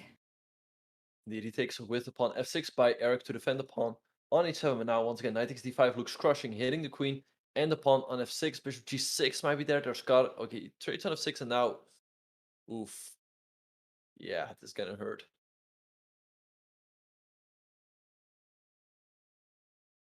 It's from a game where George hung a piece and won, but luckily for him, that knight on h6 was so misplaced that he could win the piece back a few moves later.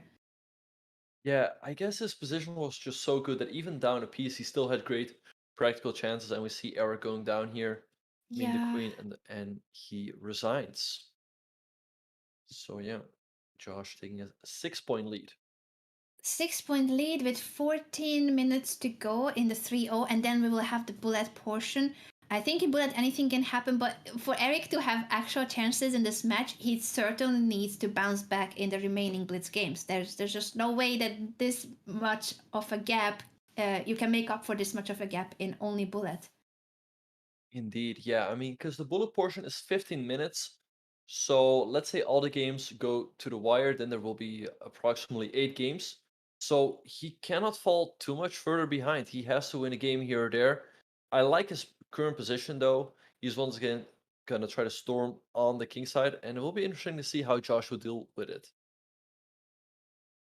The opening looks great again. Now, from Erik's perspective, those kingside pawn pushes have been quite a theme in this match. Both of the players are going for the kingside attack. Yeah, so Black pushing pawns on the queen side, bishop e3 by White, c4. All right, so now d4. I really like Erik's position here. He's got a huge center. g5 looks really nice, hitting the knight, and then maybe just go h4, h5, trying to break everything open. So I really like his position here.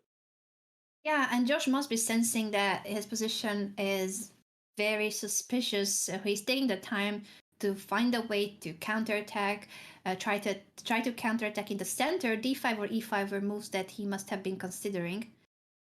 He goes e5, and Erik just keeps everything closed with the move d5. He's turning now to go g5, hit the knight, and if the knight moves f6, which would completely block in the bishop.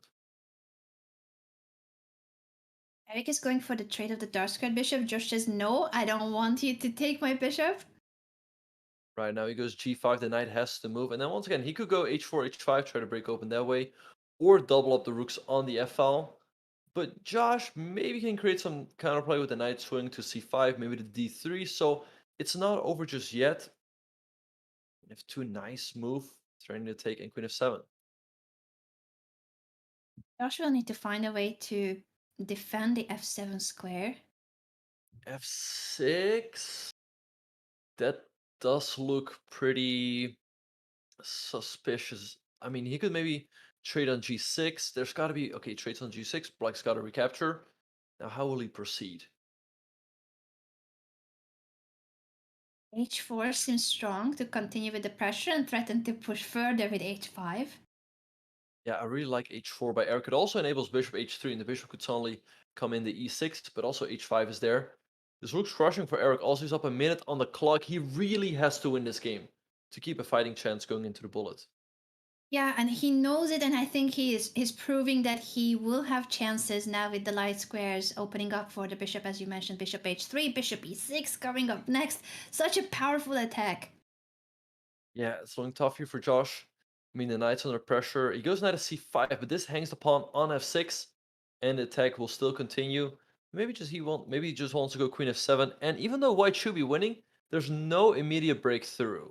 But Erik's Yeah, I gotta think keep the Josh pace missed here. it. He's shaking his head, but Erik might be too focused on his other ideas. He wanted to get the bishop to E6 or maybe push H5, so he may not even take the pawn. Yeah, let's see what he's gonna do here. Pawn takes F6 looks really good. H5 is also still there.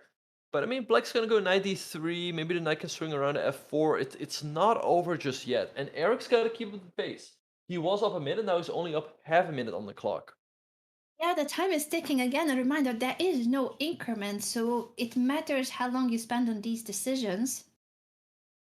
Indeed, and we see him going queen e3, keeping all the tension in the position. Bishop c8, a great defensive move by Josh, trying to trade off this bishop over here, and he's doing a good job speeding up here. Erik's got to keep up the pace here.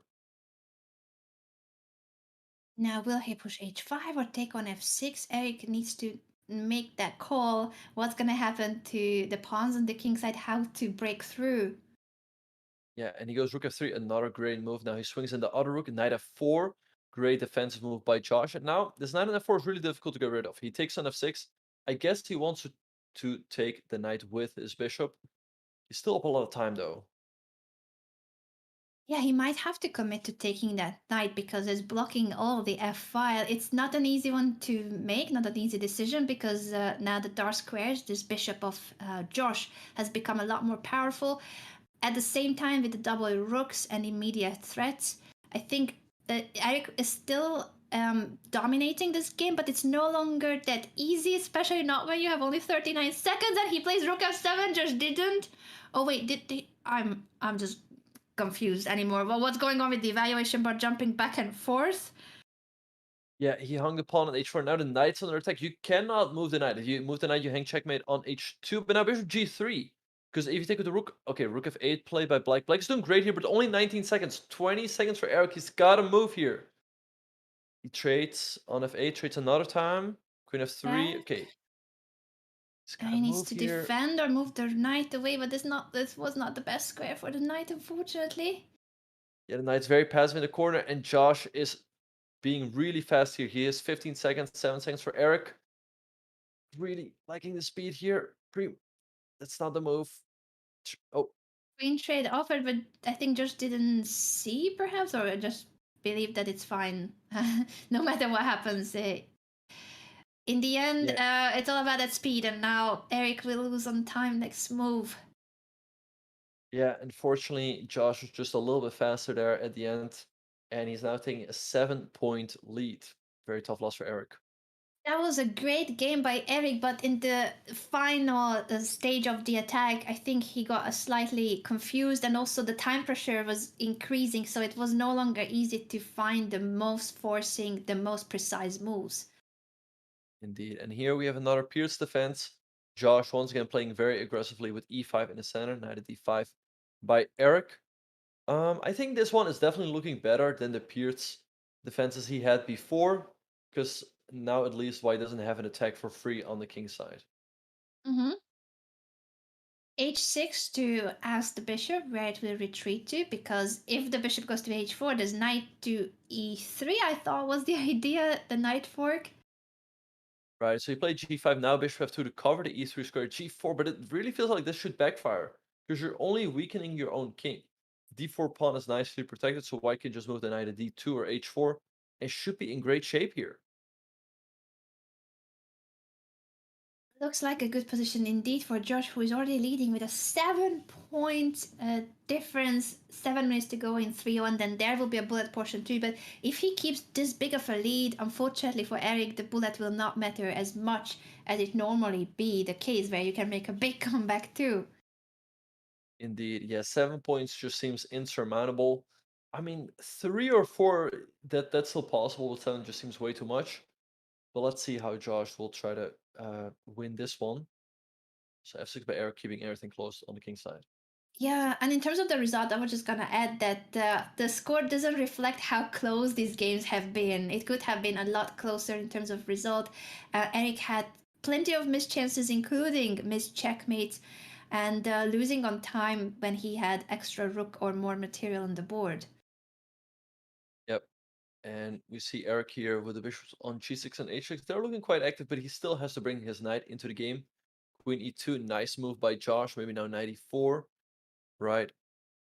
Maybe knight c6. Oh wait, knight f6. Oh, and takes Oh, e7. and Oh, he Josh C finds it. so sharp, so That sharp. that is such a great find by Josh. Once again, if you take e7, check, and that picks up the queen. So let's see what Erik can do here. I mean, he has to move the king, but that just looks crushing for white. Yeah, if you take again, it's e7 check, so the king has to go to g7 or h8 instead of the capture of the knight. But apart from the pawn, it's also exposing the king further. Yeah. So king g7 played by Erik, trying to hang on here, but something like knight d7 just looks crushing. And then queen e5 to follow. I don't see him surviving in this game, to be honest. But he is up on the clock. True, he has been very speedy in this game, and that means that Josh will need to find the most precise way to convert if he wants to find find it in time. You don't have the time to convert in an 18 move rook endgame here. Indeed, yeah. And we just saw a trade happen on f1 and knight d5. Good move by Erik, bring in another defender. I mean, maybe just queen e5, bring in another piece. Looks pretty good for white. All right, so I guess he just has to slide the king over.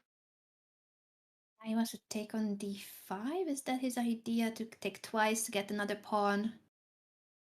Yeah, bishop e3, but you just slide the king over to h1. It's looking really good for white, but once again, only 43 seconds. Erik has to try to keep fighting here. Maybe he will get some chances. 41 seconds left for Josh versus a minute and a half that Erik has on the clock. Yeah, queen takes c3. Black is getting some counterplay now. If he takes on c2, then maybe bishop e4 in some positions, and only 30 seconds for Josh. This game is not over. Takes on b7, maybe just move the rook. Oh, but knight f6 again! You cannot take his opponent's that pin. Yeah, the rook had to be moved to elsewhere perhaps, but there weren't too many good squares. Knight f6 is a fork that Josh has spotted. But he's down to 19 seconds though. Yeah, will he make it in time? I mean, now Black's king is way too exposed. If you take, I mean, he takes 24, queen e7. The mating net around the king is closing, but can Josh pull it off in time? Only 18 seconds. Erik has to find a way to hang on here. Maybe he should try to offer a trade of queens with queen g7 just to make sure that there is no checkmating piece. It's still on the board, the queen. Yeah, Josh did a great job there, getting the checkmate in very, very quickly, and now he's leading by 8 points. And this will probably be the last game of the 3-minute portion, with just over 3 minutes on the match clock. Yeah, and in that previous game, Josh had knight f6 twice as a crushing move. He played it twice. A great tactical vision. He must be doing his puzzle rushes. I see that he is training. He is sharp. Yeah, he's showing great form indeed. And 95 by Erik, bishop g5. So this kind of reminds me of what they had in the first game. And Erik won a great game, but after that, it's all been Josh. The trade's on d5. I like White's position here though, but will it be enough? And now will Erik take on g5 or on d5? Both. Yeah, I think both the trades look really good, because then the main problem for Black is getting this knight into the game. But now Black could always go knight d7 after, let's say, trading on c1. And maybe White's a tiny bit better, but Black is still very solid. It is now time for Josh to decide whether he will continue with his development. The b8 knight is due to be developed, but he takes the time to drop the bishop back to f6. This might be not the most precise. It does give Erik the chance to put further pressure on the king's side. Yeah, I really like his move. Queen to g4. He can follow it up with bishop h6. And we see Josh dropping the bishop back to b7. Queen h3 also looks very tempting, hitting this pawn on h7. He goes rook e3. Looks maybe strong, he's the rook looking, lift. maybe he's looking at bishop takes h7 in some positions. I think so. I think he likes those sacrifices. Sometimes he sacrifices even when it might not be needed, but he certainly likes the sacrifices in attacking chess. Yeah, so let's see how Josh will try to defend against that. I guess bishop takes h7. If it would be Erik's move, it would win on the spot. So Josh will have to address that somehow. But how?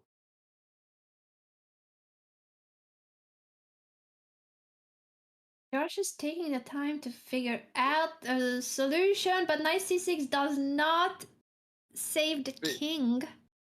Bishop h7. I mean, king takes rook h3. I think Erik is the king taking. goes back and queen h5. I think Erik with the lifeline. I feel like at least you're showing break. Yeah. Erik, hello. Erik, hello. Hey. You've got this. I know you want to sacrifice. I want you to go for it, Erik. I want that bishop to be off of the board. Bishop h7, queen h5 check, bring the rook to the h file and checkmate this guy, because you should have given more checkmates in this match already. You've got this. I know. You've got this. Keep going. I know. I feel like it. I think this is your game, and the bullet can go either way. I've seen what you did against Samayan Bullet, so keep believing in yourself. Oh, you know, I'm already winning because I'm here and having fun, so. Oh, that's the spirit. That's the spirit. Keep going, Erik. You've got this. Okay, thanks. Yeah, that was a very wholesome break. And yeah, Erik is just crushing here. King has to step back to g8. And after rook h3, there's only one way for black to stop the checkmate, which is to go bishop h4, takes, and then give up the queen. But Yeah. I mean, black's just down way too much material there. And now that the queen is off of the board after bishop g5, maybe in the future the bishop will make it to f6 and you can recreate the checkmate pattern. Right, yeah, Josh was threatening checkmate on d1 for a second. I guess he will go for it again with rook d8. But if Erik pays attention, he should not blunder that. He should be on his way to win here and restore the score just a little bit. Let's see if he will now bring in the rook to the game from a1. It could come to f1 and then try to do the same rook lift. Or queen g4, I think he's getting ready to maybe push the f-pawn and get the bishop also to h6 at some point, or g5. Josh plays g6 to try to prevent f5. Yeah, and we see Erik going for a rook lift once again. Rook f3, queen h4 is going to be very, very effective. King f2. Black could take the rook here, restoring the material balance just a little bit. White should still be completely winning, though, after, let's say, queen takes. I mean, I like h4, h5 here. Just a very nice move by Erik, breaking open the king. Queen g4 to, again, set up a pawn push h5. Or queen g5 infiltrating through the dark squares makes also perfect sense. Yeah, Erik's playing a great game here. h5 is still a move, and he goes for it. I mean, queen f6, h6 is coming. And black should just be getting crushed here.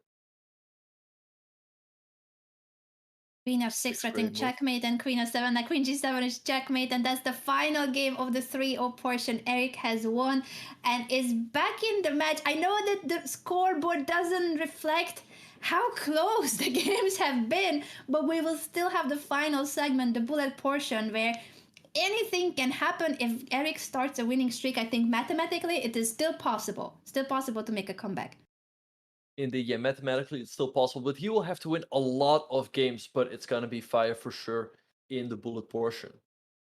We're going to take a very quick break, and then the final segment in this match will be right here with the bullet. 1-0, 1 minute, no increment. Everything is at stake, and for Erik, it's whether he can get that third crown or will be eliminated by a fellow chess.com employee. I don't know. If I was Josh, I would be worried about my career and the contract. You gotta read Yeah. the fine fonts. Anyway, we're gonna take a very quick break and then we are back with the bullet segment and see if Erik can make a miracle come true.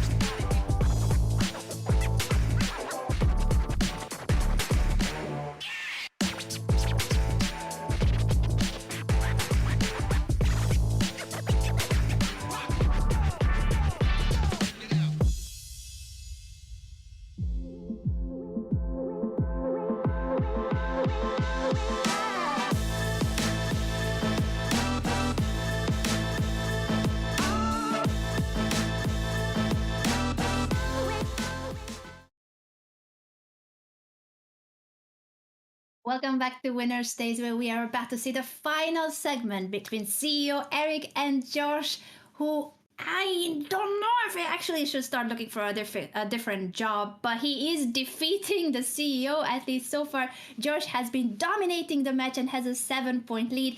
Can Erik make a comeback is the big question here. Benjamin, what are your thoughts?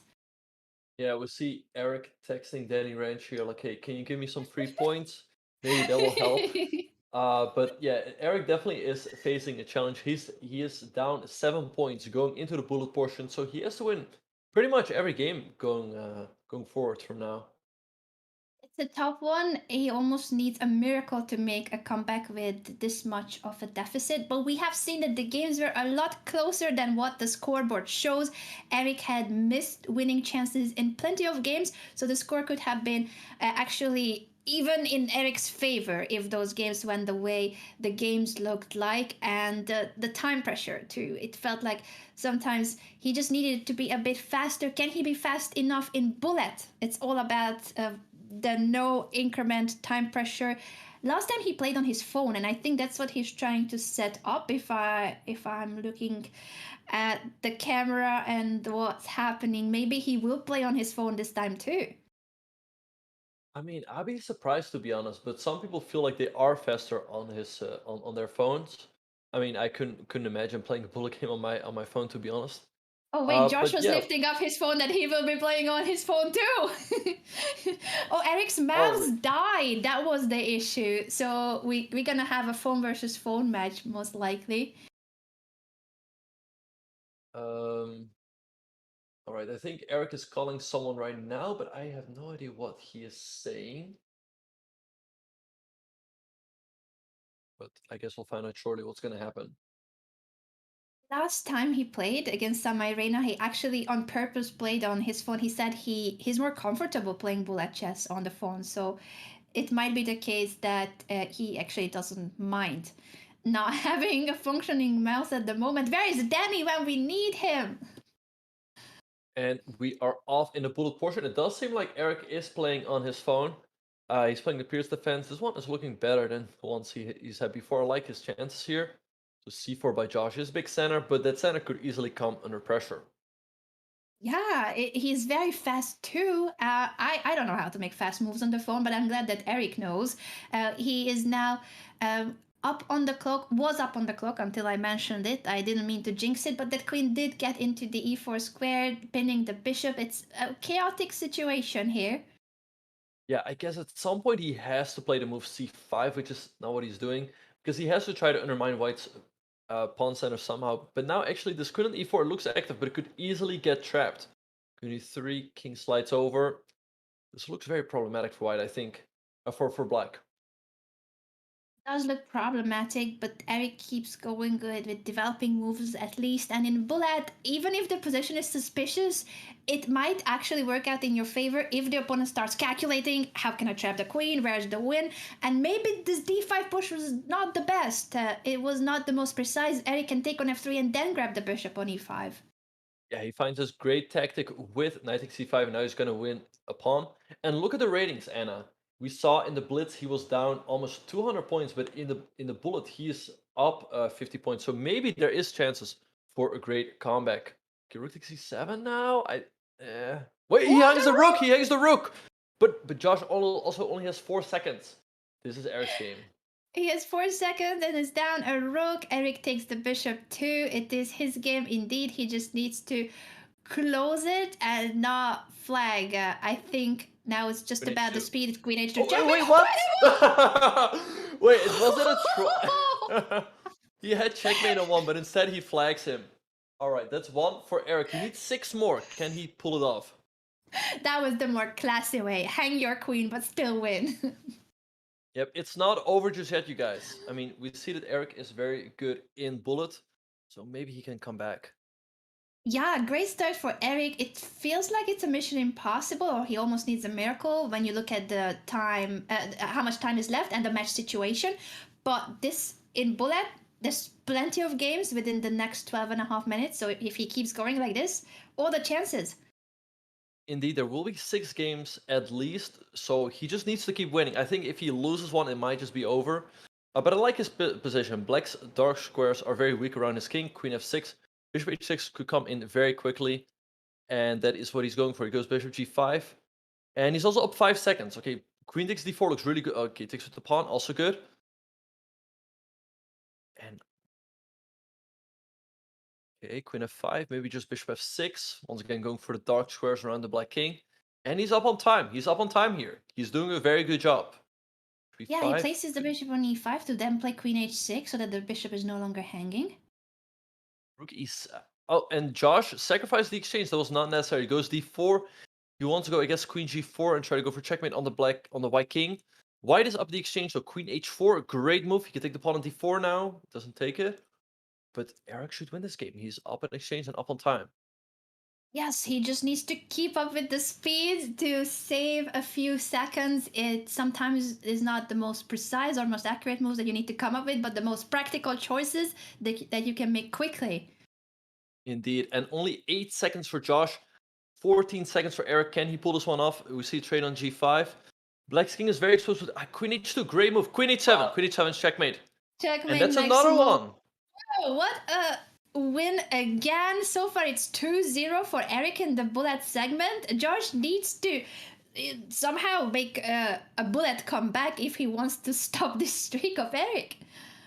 Indeed, and that's what bullet is. That's what bullet is all about. You can easily get on a winning streak, but also on a losing streak, and it's really difficult to change the momentum. And Erik's playing great chess right now, but he's still down 5 points. He needs to keep winning games.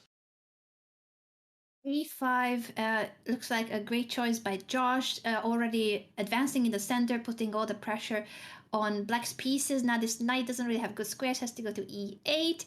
Will Josh castle now or grabs the pawn on b7? This can backfire though, because the e5 pawn was hanging too. True, and now queen takes b6, and where's the white king gonna go? You cannot go short castle, and do not go queenside castles. Queen takes b2 is checkmate right away. So he takes on e8, but I think Black's doing great here after he just recaptures the bishop. Yeah, he's thinking which rook to take with, or he was just calculating whether there's any alternative like queen b2. But now after rook takes e8, Black has a great position where white cannot castle. If you castle queenside, it's checkmate queen b2.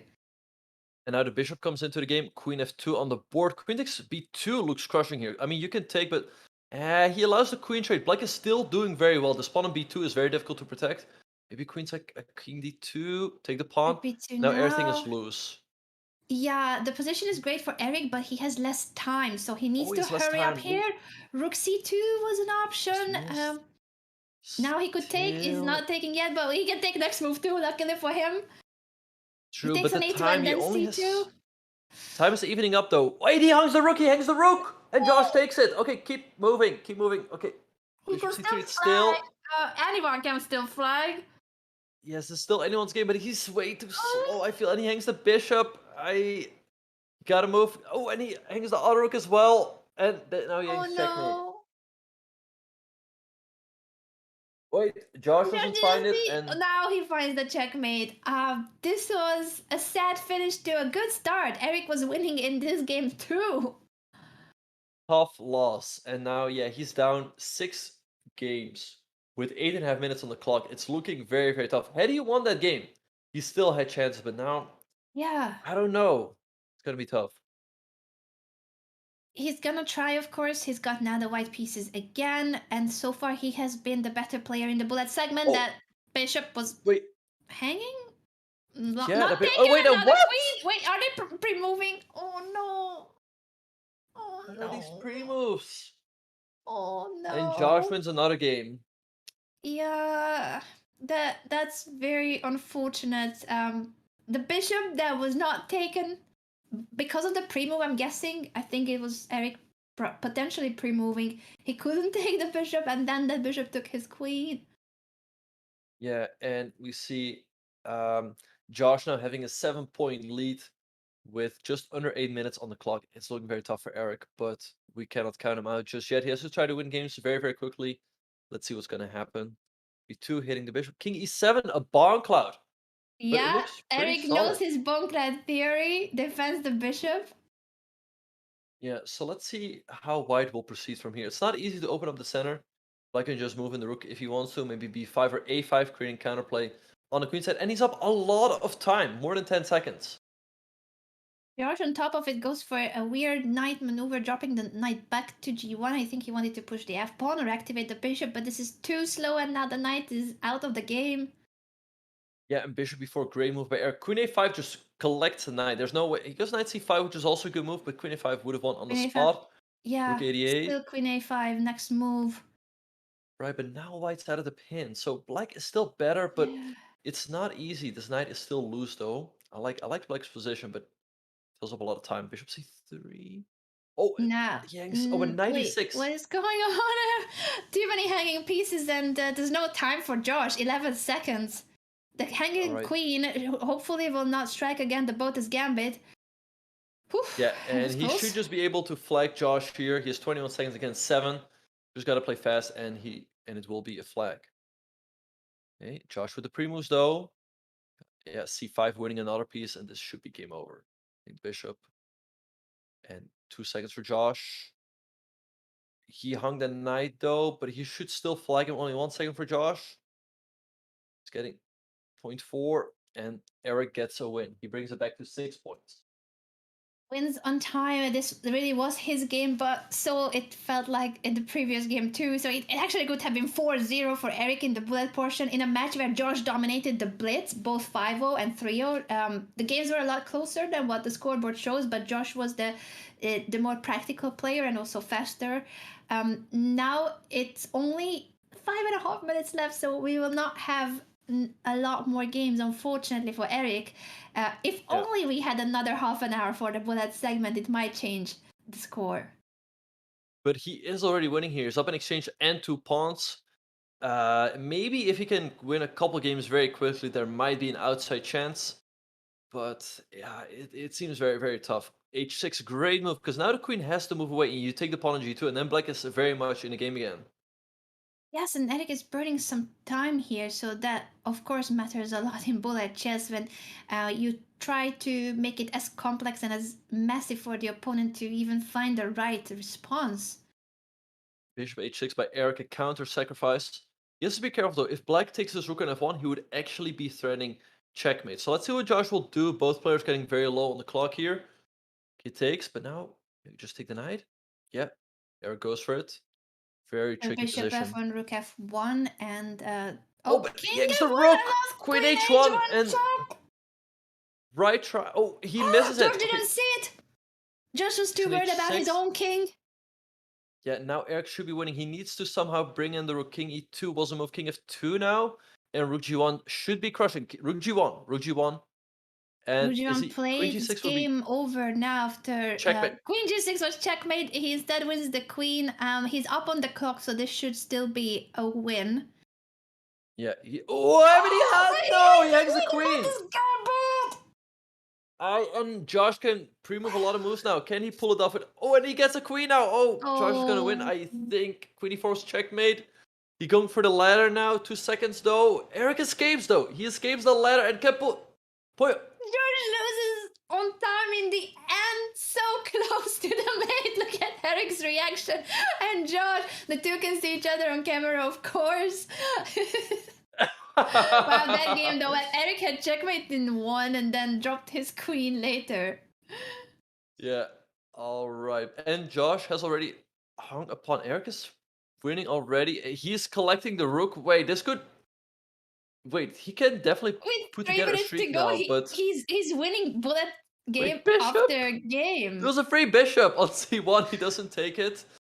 Josh is laughing that the bishop was not captured or that he dropped the rook in the first place. Black is up a million pieces here, but he still has to win. Only 3 minutes on the clock. 5 points behind. I guess it's not going to happen, but it's not over until it's over. Rook e1. Okay. Erik is down on the clock, though. He's down on the clock. He's got to speed up somehow.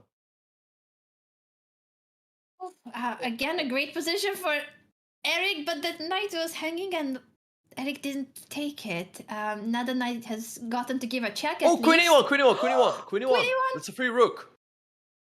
Queen e1. No! He misses it. Queen Now e2 it's to guard. guarded.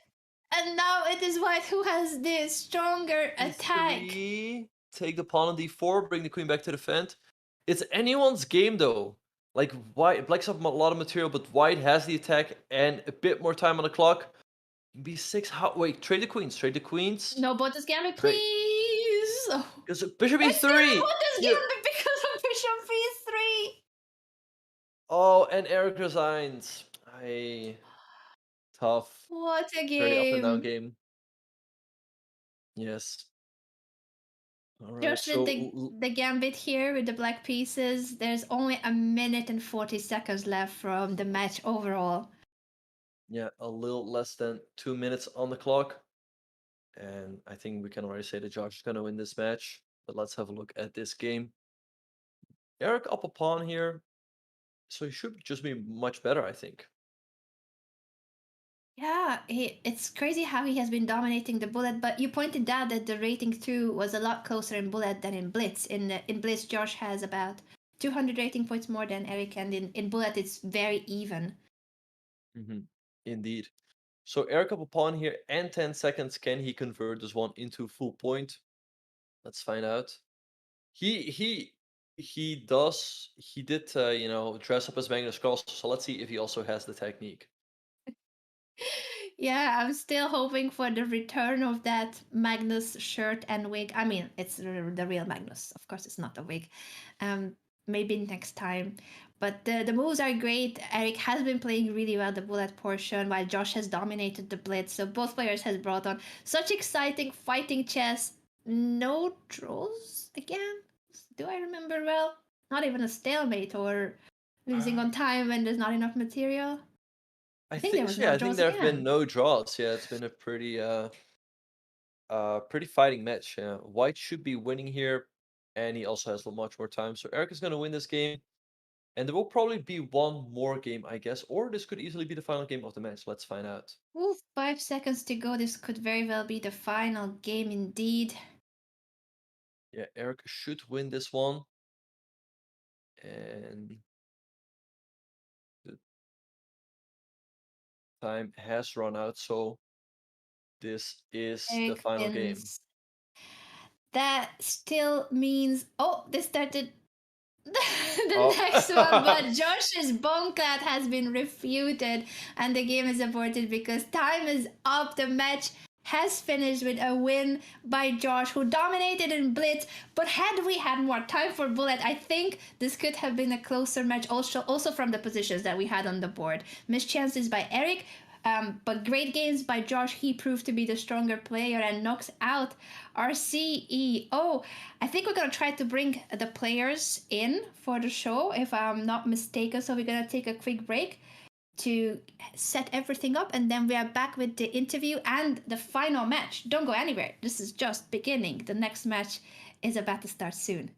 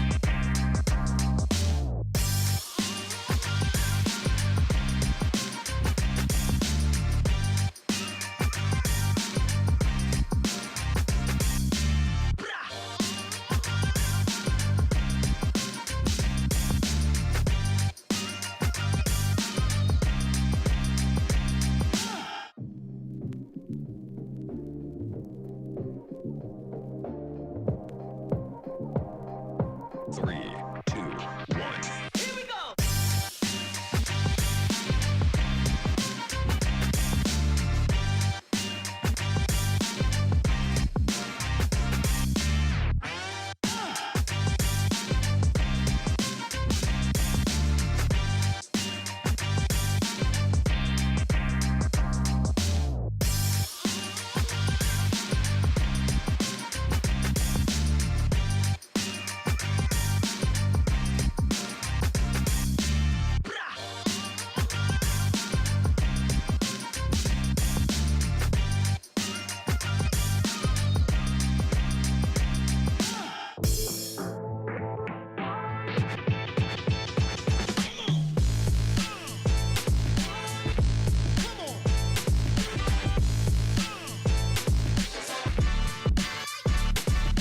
Let's go.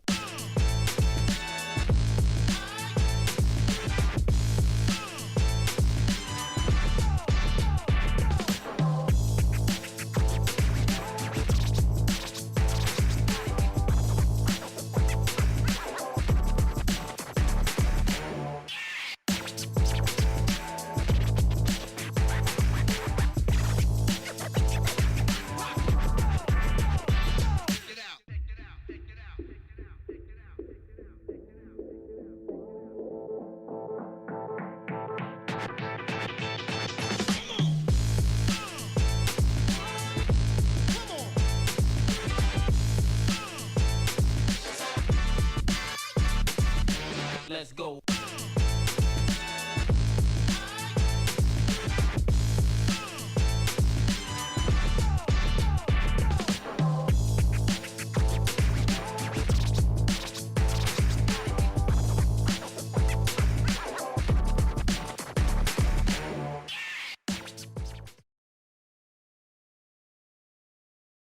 And we are joined by the players of this incredibly exciting match. The scoreboard doesn't reflect how close the games have been. Congratulations to you, Josh. But let me start with Erik. Erik, it was so close to get your third crown, and at least when it comes to the games, you had some amazing attacking chess on the board. It felt like you just needed a bit more time to actually convert some of the winning positions. What do you think? Yeah, I feel like we both attacked each other and I had a lot of chances. I don't feel like I got blown off the board. I feel like I had chances and I didn't manage my time well. I don't play a lot of 3 minute and 5 minutes, so I felt like I play a lot of bullet, but then I felt like I had eternity and blitz and it was just not well managed by me. Time Right. management certainly for Josh paid off better in the blitz portion. We only at the start realized, by the way, that Josh is about 200 rating points above your blitz rating, Erik. So don't worry, you were the underdog there, but in the games it didn't show because Josh, what did it feel like? First of all, to play against the CEO, are you in danger of your job? Are you looking for a different position?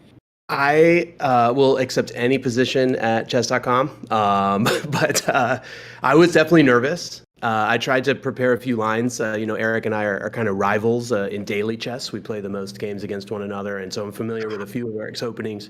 So I just tried to have a couple surprises up my sleeve and then hang in, play solid, and then just retreat basically when Erik came after me because I know he's very strong on the attack and tactically.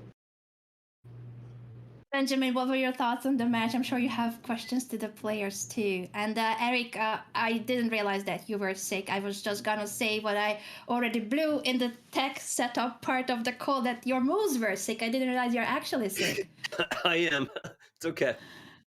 Thank You're you. just copying the real Magnus. I know. I mean, you are Magnus. Sorry, you're not copying anyone. It's the real Magnus is sick. We know. Yeah, I hope you feel better soon, Erik. And I just wanted to ask you, like we saw that in Bullet, you switched to your phone. Do you feel like you're much faster, or you're just more comfortable playing on your phone in Bullet? Yeah, I almost never play in browser. I only play on my phone. And so moving with the mouse quickly is just I'm not fast at it. So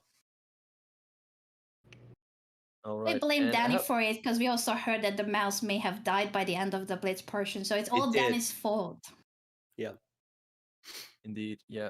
And I have one more question. Like you were struggling in some games in the Peers, and then after one of the breaks, you did much better in that variation. Did you look up something during the break, or did you make a phone call with Danny, or like what happened? No, there was no lookup. I remembered a couple of different things. He was getting with the bishop b5 check line, and like I was like, I'll just go back to castling for part of it, which isn't the right move, but I don't know the counter to bishop b5. And then I remember doing another line where you don't even play g6, you just play c6 right away. And so I started playing that a little bit with some success. Josh, this has been your first win, your inaugural match and your first win. Are you confident that you can continue as Erik did? He already has won 2 matches and it takes 3. It takes 3 wins to retire to the Pantheon.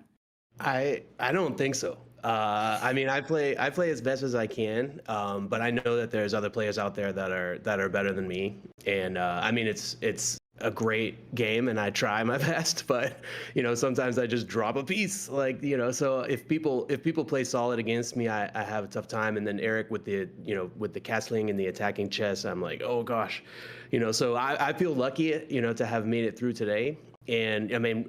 Let's see who comes up next. I mean, if I have an advantage, then hopefully I can continue and win again. But I know I've just played too many great players to know that I could say, hey, yeah, I'm definitely gonna win. I don't know. It's a great point. We wish you the best of luck for your upcoming match next month. And Erik, we hope to see you in the future at this event or a different event, and maybe Magnus shall return too. I think he was missing today. I'm just saying. Well, if he would have been close in the match, he may have come and helped out, but not when he was down like 11-2 or wwhatever it was. Makes sense, and please do recover soon so that we can have 100% Erik here with 100% of the jokes as well. Because you are certainly the king of memes here at chess.com. Sorry, Danny, but that's the title's taken. All the best to both of you, and we need to say goodbye to set up for the next match. This has been a blast to follow. Thank you for the fighting chess. Thanks so much, y'all. Amazing match, and as I said so many times during the broadcast, the scoreboard doesn't reflect how close the games have been. This was a head-to-head match. All the blitz games were so exciting, no draws, all decisive games. And if it was a bit more about the lines that we have seen with precision or faster at some of the end of the games, I think Erik also could have scored a couple of more points, but Josh had the upper hand and he will move on to the next match in March. I cannot wait to see who will be his opponent. Yeah, I'm very curious to see who he will play. I mean, maybe another chess.com employee. And yeah, Erik played some great chess, but unfortunately he failed to convert some winning positions. And yeah, like you said, the final score doesn't really reflect how close this match actually was. Will the next match be just as close in terms of the games is something that we will figure out in a moment. We're going to take our final quick break to set up for the last match of the day. It is going to be now our Poggers group, and both Benjamin and myself will need to get ready to help with the lifeline as well. Those are key moments to when do you call for the commentator to help you out. Yeah, no, it's going to be a lot of fun. I'm very curious to see when the players will call us in. But yeah, it's going to be a very close match for sure between Nasir and Crybaby Carly. So Nasir and Crybaby Carly are joining us in a moment. Don't go anywhere. That match, the Poggers group, always brings the most dances of the evaluation bar. Exciting fighting chess as we usually see it from the PogChamps events as well. So we'll be back in a moment with the final group, the final match of the day.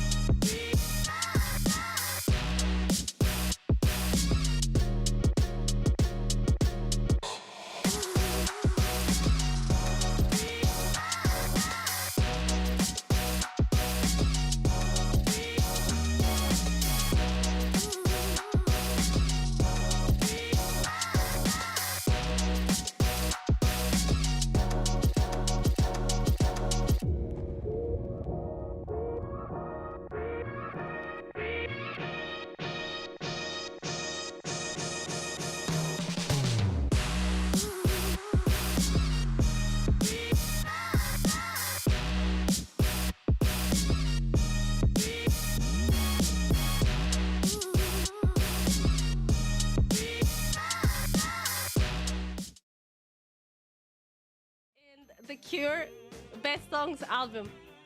Just say.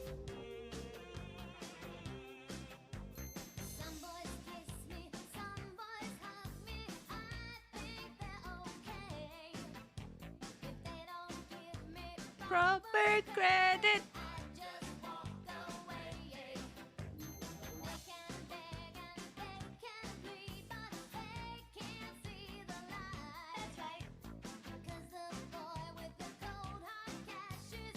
Okay, I'm going to make my Discord in the right in the background. I'm not going to make it too slow. Come on, boys hate me for being so gorgeous. Selam Mücahit.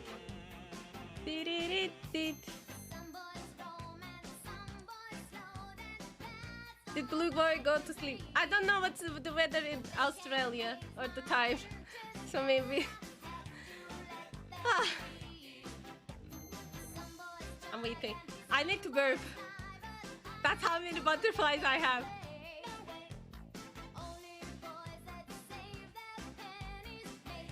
Chicago. We are living in a material world, and I am a material girl. You know we are living in a material world, and I am a material girl. Hopefully I have chance not to, keep me warm.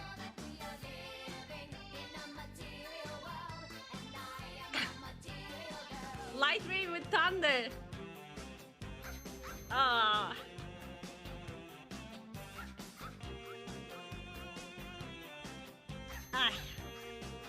I need to give it the grind. Live in a material world. Live in a material world. Oh wait, do I need to enable some settings or is it going to be forced? Oh, actually, game chat, nobody. Okay. But if I do this, maybe they will challenge me. Yeah, when I go online, like random people just challenge me. Like, shut the. It's like I have too many friends on chess.com. Like they. Like I kid you not, I receive challenges from like 2100s rated. Like, isn't that suspicious? Like I'm 1,000 barely. It's like no. Even when I'm not streaming, maybe I should send you. No, I'm not streaming, and I go and play a couple games sometimes, and I'm on like a huge tilt. Then I get a real random challenges, like 30-second bullet for whatever from a 2100 or something. Like, I think it's very sus. There's nothing to watch there, okay? What are we doing in this stream? Just join. Hi, Tokyo! First of all, I am playing a serious tournament called Winner Stays. Right? Is that the name? Okay, Winner Stays. It's not Winner Stay. Okay. So, if I win, I get to play one more time. And if I win three matches... Oh, wait. This is not it. Okay, this is the other song, Knights of Sidonia or something. And then you promote to Parthenon or Pantheon. Okay, I gotta, challenge again.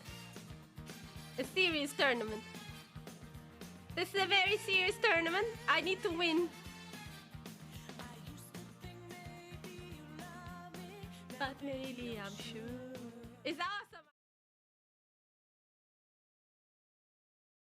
Welcome back everyone to Winner Stage. This is our final group of the day. The poggers always brings the even more exciting evaluation bar up and down dancing moments. Nacer is facing Crybaby Carly. Both of them have one win in our event. They both won their inaugural matches. Crybaby Carly won this January against LSV, and Nay also has won her first match back in 2021. So now the two are facing each other, and only one of them can advance to the next stage. As Nasir was explaining, you need to win 3 winner stays in order to retire to the Pantheon. Benjamin, how do you see this matchup, and what shall we expect? What's your prediction?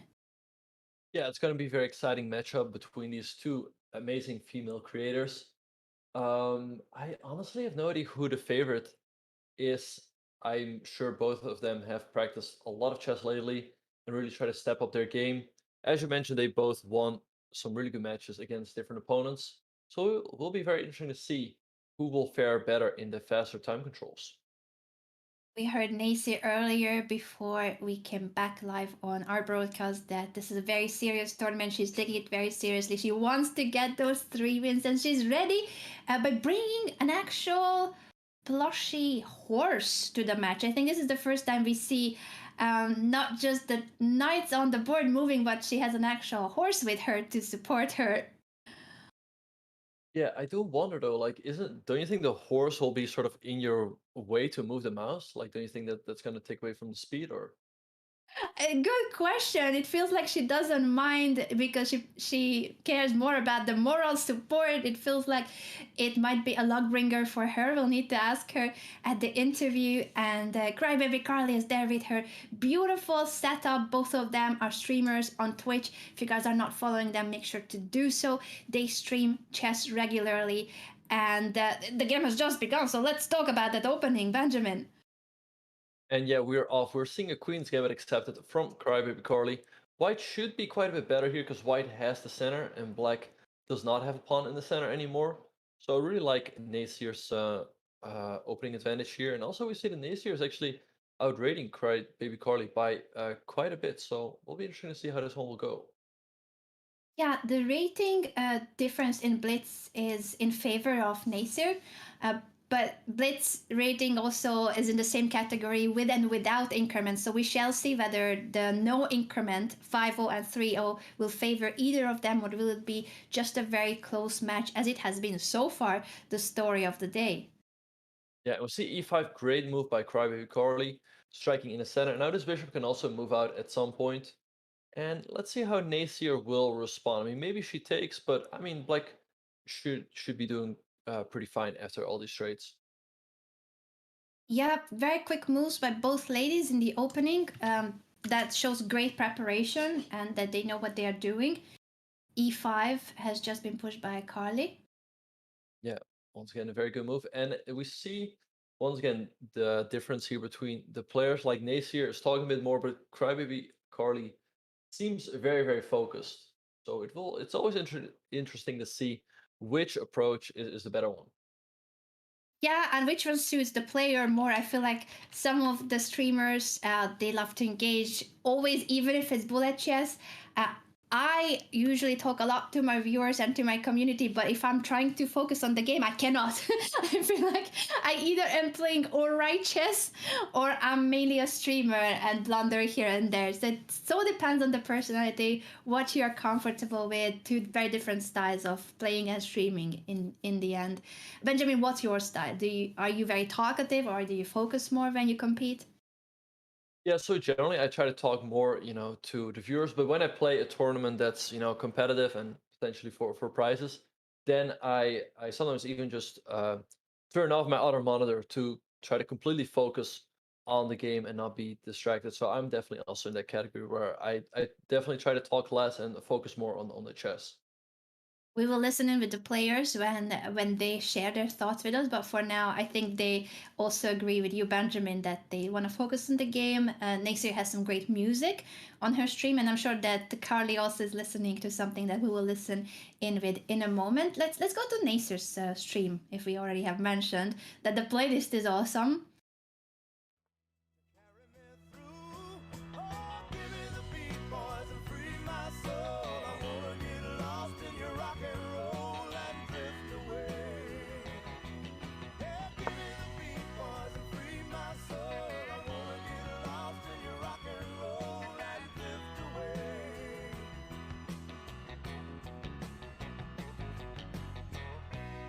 Oh, posture check. Okay.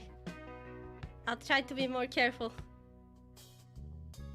And when my mind is free, you know a melody can move me. And when I'm feeling blue, the guitar's coming through to soothe me. Thanks for the joy that you've given me. I want you to know I believe in your song, in rhythm and rhyme and harmony. You've helped me along, making me strong. Oh, give me the beat, boys, and free my soul. I wanna get lost in your rock and roll and drift away.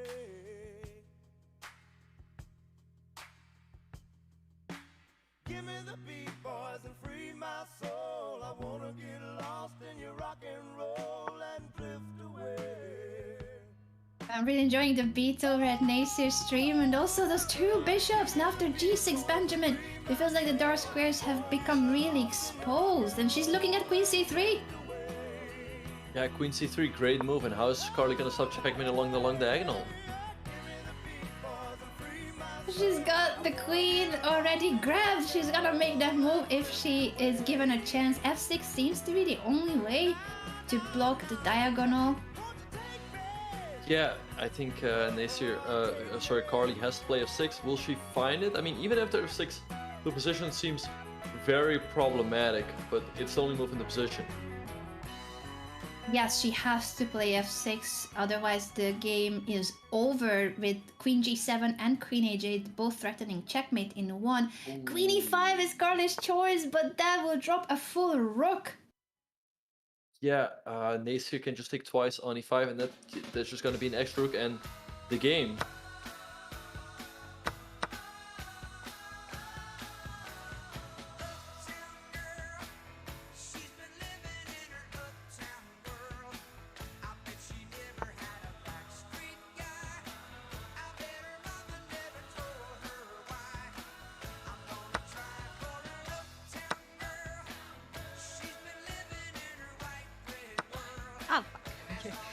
Okay. Oh, she thought that pawn was free. Okay, that's what I was talking about. Okay. Okay. Nasir was up I have like rook 2 minutes. What is the excuse? I don't understand. Okay. She's a bit nervous feasible. still. That's not good. She'll see I'm not so tough just because I'm in love with an uptown girl. She also gets some free concert thanks to Nasir and her playlist. Yeah.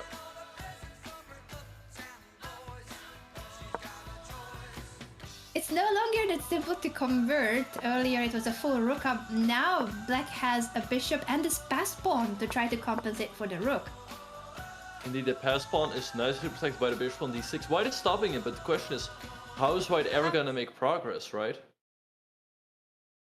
Yeah, it's tough. It's tough to figure out the right choice, especially in a blitz game with no increment. A reminder on the format that it's 5-0, then 3-0, 1-0. None of the segments have any increment. So this is still a great practical chance for Carly, considering she started out with a rook then. Oh, but actually, Rook am I jinxing b6, it? Rook b6. I mean, no, that's gonna hang the bishop because Rook d8, there's Rook d2. It's just Rook b6 is a game over. Does Nasir find it? Yeah. Nasir has spotted it. Just when I was praising Carly's chances, she has stabbed onto the 6th rank and will be dropping the bishop. Yeah, Rook d8 is the only move. I mean, after Rook d2, you just lose the bishop, right? There's no tricks. White could also take on a3, but Rook d2 might just win easier. I think Carly sees that there is no escape. She's trying to figure out whether there's any lost tricks or traps. She plays king h5, but now after the bishop is taken, she still cannot push her pass pawn because of the a2 rook. Maybe she can somehow manufacture a stalemate here, but I don't see it. Like maybe f6, then push the h-pawn up, but Nasir should be able to avoid it. Rook g8. Yeah, this game is gonna be for Nacier. Now the rook captures that dangerous pass pawn, and as you said, the only chance here would be a stalemate. Now, black still has a rook and a couple of pawns as well, so it's not so easy to just wish for stalemate. But nevertheless, I think since this is the first game, both of the players are still just tuning into the match. It sometimes takes longer to even get used to the idea that, oh, I'm playing a match. Oh, this is the time controls. Even if you know it in advance, it's not the same to actually sit down and make the first couple of moves. True, yeah, it's always different when you actually sit down and play the match. I mean, maybe I'm trying to figure out like how Carly could try to stalemate herself, but I don't see it. And Nacier could pick up the rook here, which is what she does, and rook h7 checkmate. So Nacier wins the first game. And celebrates that first win as well, but there's no time to even celebrate further because the game will begin now with Carly having the white pieces. Game after game, we're gonna be going until that overall timer shows some time left for our 5-0 segment. Yep, and here we see a French opening. It's looking pretty good for black. Let's see how Carly will try to strike back from this. I think maybe her best chances are in the bullet portion. I don't know how. I guess the one of the main things she can hope for is that maybe she's a bit faster than Nacier. Time certainly matters here with no increment. We have seen so many games being decided by time. Even when your material down, there's chance. With big material disadvantage, 2 games have been saved thanks to the time. So that's a great point, Benjamin, that if she keeps speeding up, the time pressure will eventually be a big factor too. This position seems very balanced at the same time with the pins. Now this f3 knight is the one that was holding onto the h2 pawn. She realizes that she had to push the pawn to not lose it. Yeah, and the position looks pretty symmetrical, but black is a little bit better because of the placement of the bishop and the knight over here. The knight on c3 can't really go anywhere, and the bishop on b3 is just stuck looking at this pawn on d5. So let's see what Carly will do here. She goes knight e2, but this would allow bishop takes f3 from Nacier, which would ruin the pawn structure. She goes rook a e8 instead. Not a good move. Interesting that she didn't take it. Felt like it was very tempting to capture on f3 to destroy the pawn structure in front of the white king. Carly is not afraid of it either. She still keeps that option alive for Nacier. She pushes c4. Yeah, c4 also a nice move, opening up the bishop again. So let's see what how Nacier will respond to that. I mean, I felt like last game it was pretty even until that blunder. So if Carly can avoid major blunders like that, she has a fighting chance. Yes, certainly. And the game started very poorly for Carly because of that incredible Queen Bishop battery for Nacier. But now it could be a different story if she doesn't get herself into trouble in the attack. At the same time, the c takes d5 invites a tactical pattern. The g5 bishop is guarded by the f3 knight. So if we eliminate first the knight, if we take on f3, then the bishop should be dropping. Is she seeing it? I would like to see Nacier's perspective, if it's possible to bring her stream back for a moment. I'm curious if she's calculating that. Yeah, I'm sure she's looking at something like that. Let's see whether she'll find it. I take this. I take this and then take that. Oh, she saw it, but she saw it one move too late. She didn't need to take on d5. Wait, now bishop takes f3 is a move again, yes, and white is lost because you lose the bishop on That's g5. actually foolish. Yeah, Carly had a chance to not take on d5 but avoid the drop of the bishop. Instead, she took on d5, and now it's the same tactical pattern.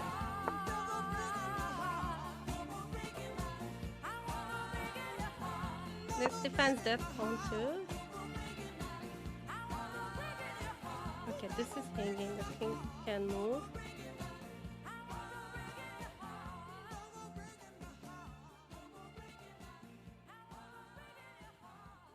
Okay, guys. Chill. Please, s'il vous plaît. Okay, Oh, that's a good move? Question mark? Is that a good move? Oh no, that's a boom, boom, boom, boom. Oh yeah. I guess that's not a good move, but we can go here.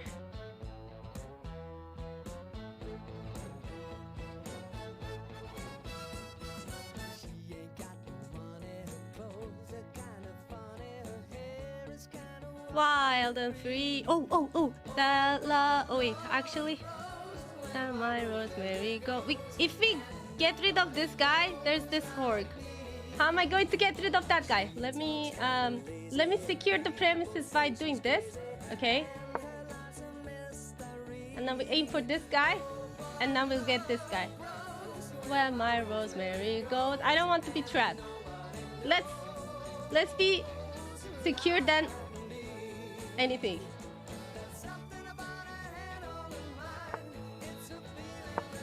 I like her thinking that she wants to make sure she doesn't give unnecessary chances. So she defended the g5 knight and then wants to set up this attack against the d5 bishop, which is guarding the f3 pawn.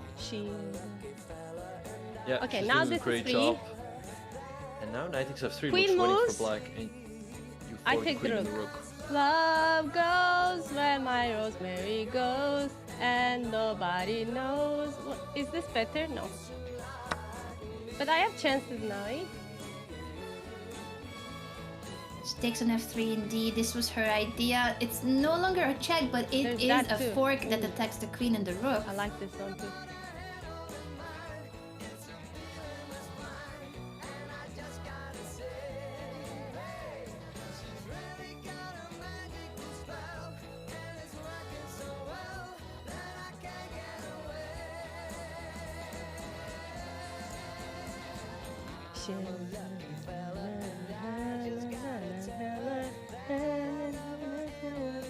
All my pieces are directed to the It's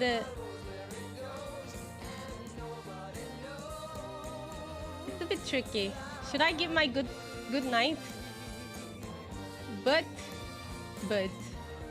and now we can go here. Actually that's not preferable. I want to add one more attacker, but I'll take what is guaranteed first, and then we'll go here, and we'll aim for this pushy. I can still do that, and there will be a death kiss. I think. I don't know. Oh wait, actually no, I didn't blunder. Okay, I thought I blundered that terribly. Okay. You know when blunders happen, you feel like a rush of blood.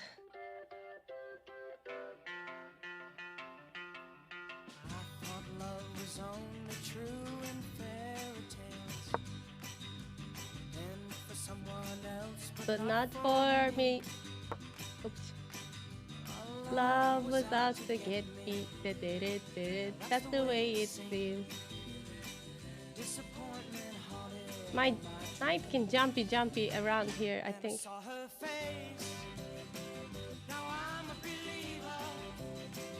I'm sure it was. I could have even gone here. Look, this looks good. It's okay. Oh, now queen takes, right? Yeah. I take it because I have material things.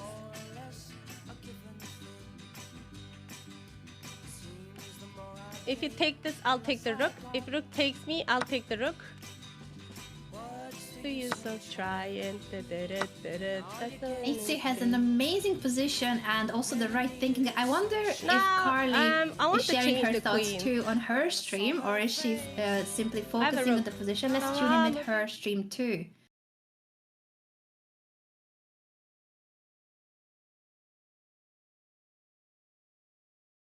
She's very focused. It's a tough position now with the rook down. Tough position for Carly indeed, but she's trying to fight on here. Maybe this could come down to a time scramble, and then anything can happen. She just has to try to hang on here. I mean, both sides have around 44 seconds. I feel like Nasir might be relaxing a little bit too early, perhaps, because Carly is finding the speed here. Nasir down to 37 seconds. At some point, she is going to realize, like, oh, I don't have much time. I have to move. Yeah, it's true that Carly is the one that's making the faster moves here, even though she's down a rook. There's no increment, so flagging skills certainly come into play a lot at this stage of the game. Yeah, queen takes a7. Okay, now the black queen could swing in, and also checkmate starts rising. With only 24 seconds for Nasir. Queen c1 on the board. King g2, I guess. All right, Nasir's got to move faster. 20 seconds. Can Carly try to flag her? Queen d2, queen, king f3. All right. How does black checkmate? How does black checkmate? The queen on a7 is still defending the e3 square. 11 seconds. Nasir's got to move. King takes f4. King takes f4. Carly's got to go. Queen takes d5. Okay. If Carly hangs on here, she will flag Nasir. But question is whether 8 seconds. 8 seconds. 7, 6, 5. Move the king. King e4. Rook e3, 2. Wait, what? You just Such a flagged? brave king, but in the end, Nasir didn't move. She couldn't find the right way to continue and lost on time. So it's 1-1, even though Nasir has been the one with the better moves. She is being outplayed on the clock. Well done on Carly for speeding up and realizing that the time factor was going to be decisive in the second game. Yeah, and that just shows you guys at the lower levels, you don't resign, you play on, because there's always a chance that you can flag your opponent, or that maybe you get stalemated, and the score's even. And that definitely gives Carly some chances for, the 3-minute and definitely the 1-minute portion. Because I don't know what happened there. Nasir just didn't move. You said, Benjamin, earlier that maybe she's a bit too relaxed. She has a great playlist on and she was winning. She knew that she's winning, but it might have made her slow down a bit too much and take it easy, because the position was completely winning from Nasir's perspective. But with no increment on the clock, it doesn't matter how winning the position is if you don't have checkmate on the board. Indeed, yeah, if you don't have checkmate on the board and you don't have time on the clock, you lose the game. All right, so here we see a queen's gambit accepted once again.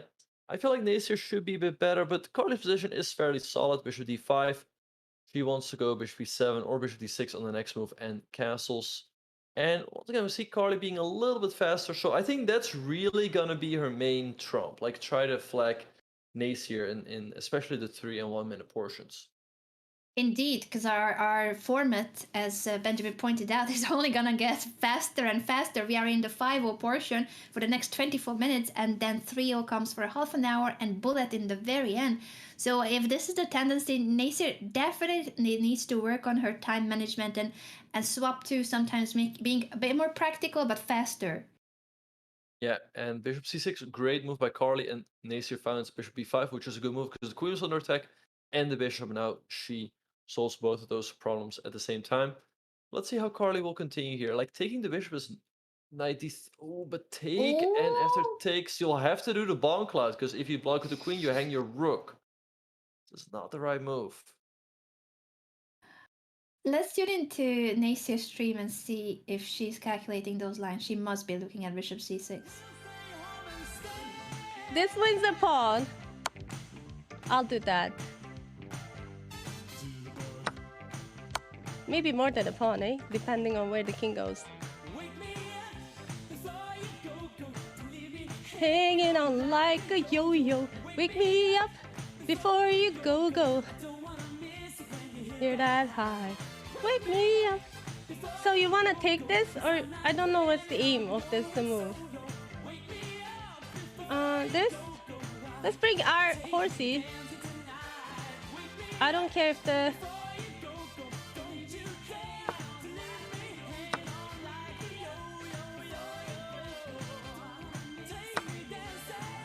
Now this is dangerous. Boop. Boop, boop, boop. Check goes here. No. To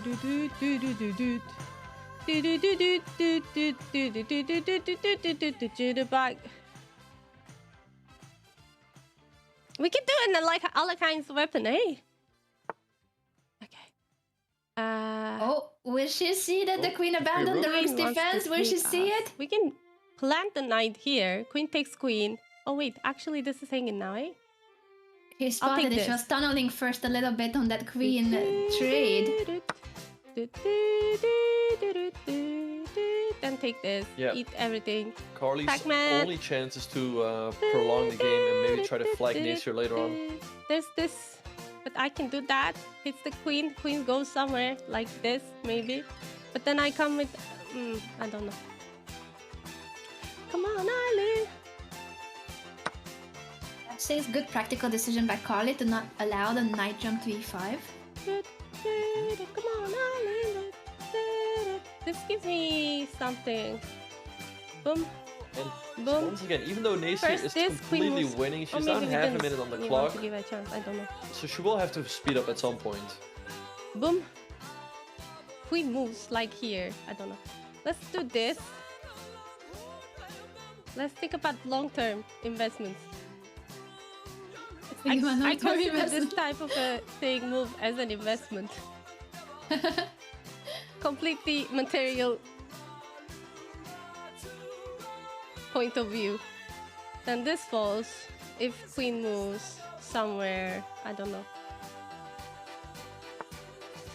Come on, Eileen. At this moment, everything.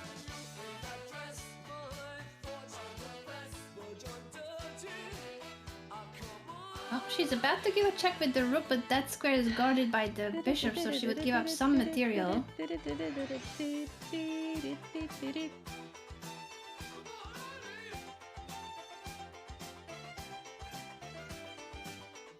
We can do this. Check. Where do you go? You go up. I need to stay on the light squares. Okay, this is a different game, Niger. Keep it in mind that you need to really stay in the dark squares. I mean, light squares.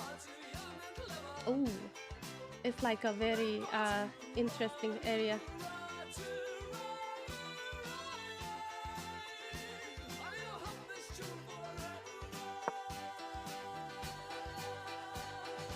Come on, Eileen. At this moment, everything. Let's check in with Carly as well, if she has swapped to any music or is still mainly in silence and hyper focused on the position.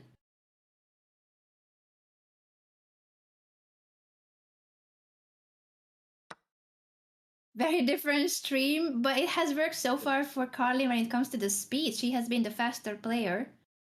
Indeed, yeah, she's quite lost here. I mean, she's down a rook and 4 pawns. But I mean, maybe if she can hang in there, we saw that Nasir did not speed up there in the last game. So once again, sometimes if you're lost, it's all about prolonging the game, and then at some point your opponent only has 20 seconds, and they could panic or they could just flag. So let's see. But I think overall Nasir's doing a really good job in this game, so I think she should be able to win this one. Yes, it seems like in this one she will have enough time to convert, and there can also still be checkmate patterns since that Black King will not have much mobility if a pawn comes to f4, for instance. Yeah, bishop d6. White picks up the rooks. Now f4 wins, and with 1 minute on the clock, this should be an easy win for Nasir.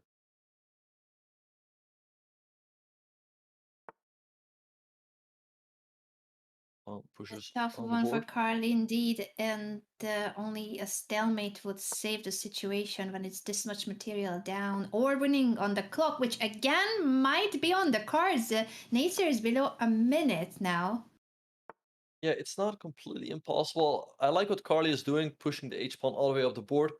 So if somehow magically she manages to give away all of her pieces, maybe she can get herself in a stalemating net, if you will. But to do that, you first need to give up your pawns, right? So I like what she's doing. It's her choice now to where to move the bishop. Should be 40 seconds though for Nasir. She's completely winning, and I think she will, but More time. You can go down, but then I have this, and then there's this. Okay. Calculating where's the checkmate pattern. It's not that simple though, and only 27 seconds left on the clock. So hoping that the dancing queen will help her.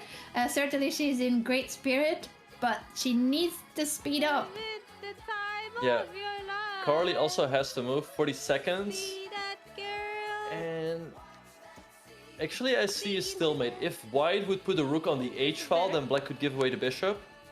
But the bishop is now gone. Oh, get 28 seconds for Carly. I mean, it's so close to checkmate at this point that Yeah, rook h7. c7 was a great move, doubling rooks on the c file and on the 7th rank, sorry, and there was no defense. So Nasir takes the lead. It's only a 1-point lead. It's been Nasir who has dominated the games when it comes to what's on the board, but Carly has been the faster player, and with our time control getting only shorter and shorter, this is the 5-0 portion, then we're gonna move on to 3-0 and 1-0. I think Nasir definitely will need to try to hurry up, at least in some of the more practical decisions, to not always want to find the best moves, but be somewhat more practical, especially in 3-0. Yeah, true. So let's see how she'll try to do so. I like her position once again in this opening. Her pieces are slightly more active. And yeah, I think the 5-minute portion will be quite tough for Carly. But yeah, like you said, in the 3-minute portion, in the 1-minute portion, Nasir will have to speed up a lot, because we don't really see her speeding up when she gets down to, let's say, a minute or 40 seconds. Last game she was just 2 winning, but that other game, right, you remember, she was completely winning and eventually she flagged. So that's something she'll have to work on.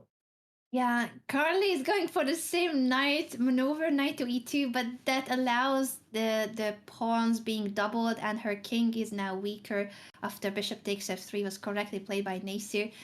Bishop f4, I like to try to trade the dark square bishop and help the king a little bit feel safer.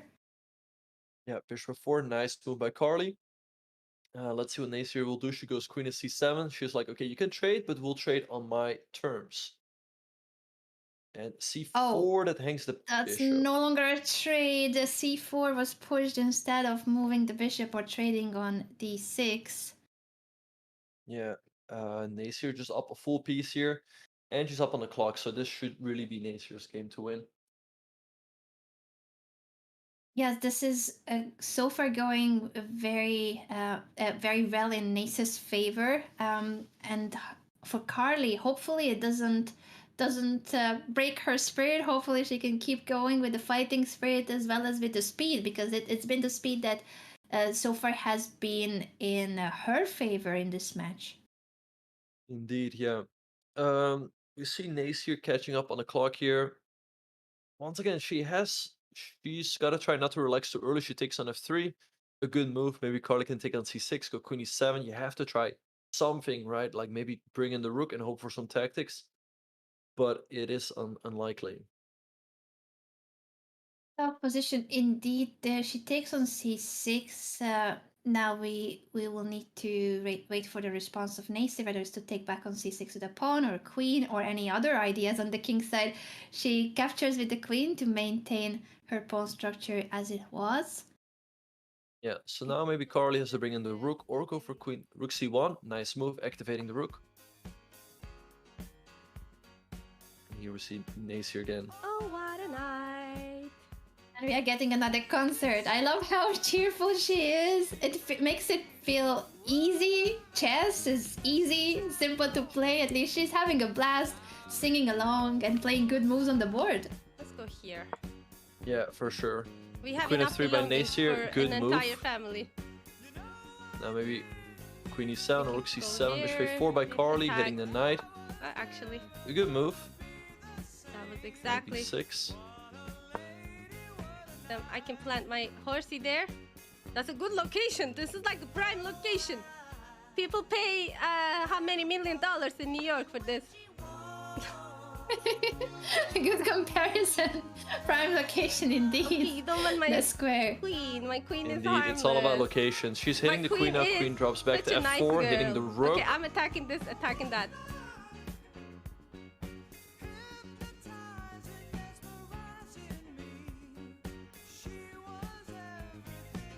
At the queen here defends everything. That's it. I'm also suggesting moves, eh? But I take the queen and simplify the situation. So yeah, that's the thing. Okay, Carly is this? spotted I the don't hanging rook understand. but moves it Is to a this hanging fleeting, square. or am I not going to die? Oh, she's laughing. If we swap back to I need to her view or forget- our I need to angle, the remember four that- cameras, she is having a laugh about the rook blunder. Obviously, she noticed it when it was already unfortunately late for Carly. Yeah, tough for Carly. Bishop e3. I mean, she needs a miracle to win this game. I mean, a rook and a knight just seems way too much material. But I mean, maybe if it comes down to a time scramble, there might be a chance. Let's see how she'll try to fight on here.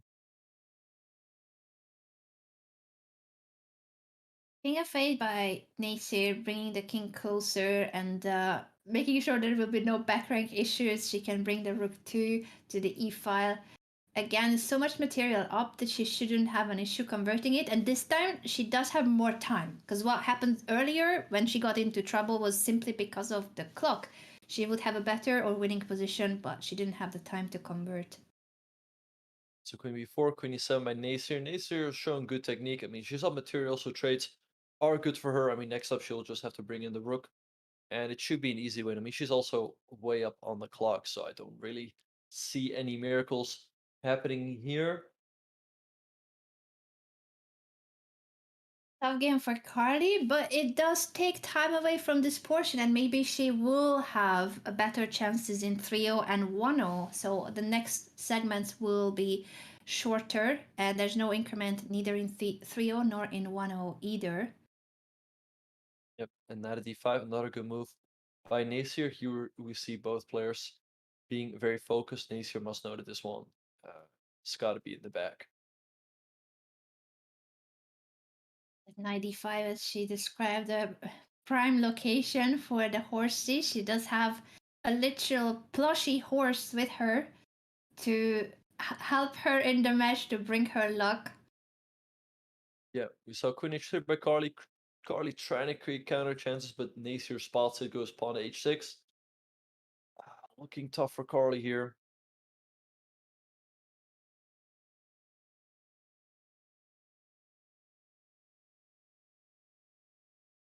Queen g5 by Carly, putting pressure on the d5 knight, and also it might be with the intention of queen h7, but Nasir finds a way to immediate over a queen trade. A Bottas gambit! The Bottas gambit is way too popular. It strikes again. Yeah, tough loss for Carly. She forgot that she was not only in check, but the queen was also attacked. So Nasir takes a 2-point lead. It's only still 2 points. That's not too bad just yet. I thought it was already maybe more. So let's see how Carly will try to come back. So e5, nice move. She's giving Nasir now the isolated pawn on d4. Yes, and she could go for the queen trade to get that isolated pawn, or if she wants to keep the queens on the board, bishop d6 is a developing move. Bishop e7 is her choice. Allowing queen takes d8. I guess she wants to take back on d8 with the bishop. Yeah, bishop e7, also good move. And I think maybe what Carly should try to go for our positions that are a bit more simplified.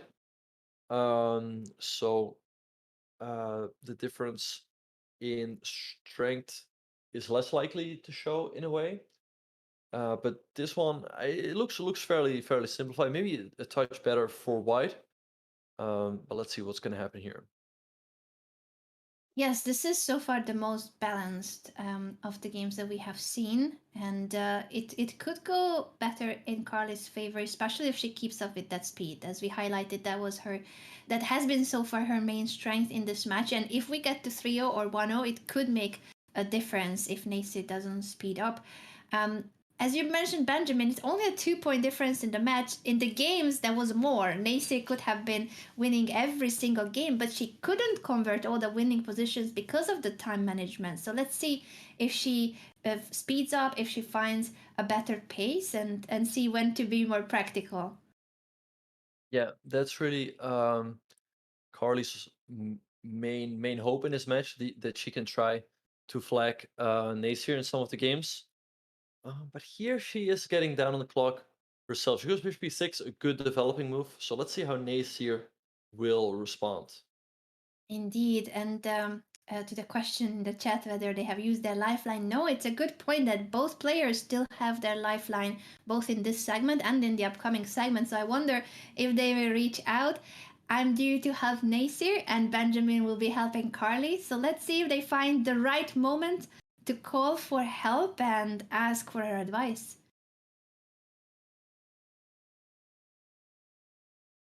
What do you think, Benjamin? Will we be called soon in this game, next game? I mean, this might be the final game of the 5 minute portion, so I think there's a good chance we'll get called this game. I mean, there's only 6.5 minutes on the clock, and if you add up the times of the players, it's over 7 minutes. So this could easily be the final game. So I think they should take advantage of it. Yeah, good point. Now Carly is going for a knight maneuver. I think she's trying to regroup her pieces. Maybe this knight will land on g6 or f5. I'm not exactly sure about where she's heading, or if it's also to help the c pawn to be pushed, and then the bishop can go to c7 or b6. She's trying to regroup her pieces overall, I feel like. Yeah, that's a good plan indeed. We see Nasir going rook to d2, a nice move. And now Carly needs to be careful. If rook 81 comes, the bishop on d8 will be difficult to protect. So I like c5, the move that she just played. So the bishop can now come into a5, and it's everything is nicely protected. The double rooks do put a lot of pressure on Carly. On the only open file, she has to move the bishop away. Bishop a5 to pin the c3 knight seems the most promising to also counterattack and potentially threaten knight e4. And she should be very careful about the back rank in the future to make sure that the da square is always guarded. True, but she has to be careful here. I mean, she's getting a bit too low on the clock. She's falling behind by more than a minute, so she's got to move here. I wonder if she's considering the knight jump to c6 if it's not the bishop move. She chooses a c7 square in the end for the bishop, a bit less active than bishop a5, but nevertheless it prevents the main threat, rook takes d8, and also the d7 square is guarded, which is very important that there's no rook d7 for Nasir here. Right, yeah, all the entry squares are guarded, so let's see how Nasir will continue from here. Maybe move like knight b5 makes sense, hitting the bishop. She has that 1 minute time advantage, so let's see whether she can keep up the pace. I mean, if she does, she should be in good shape to win this game. But if it comes down to time scramble, once again, everything can happen.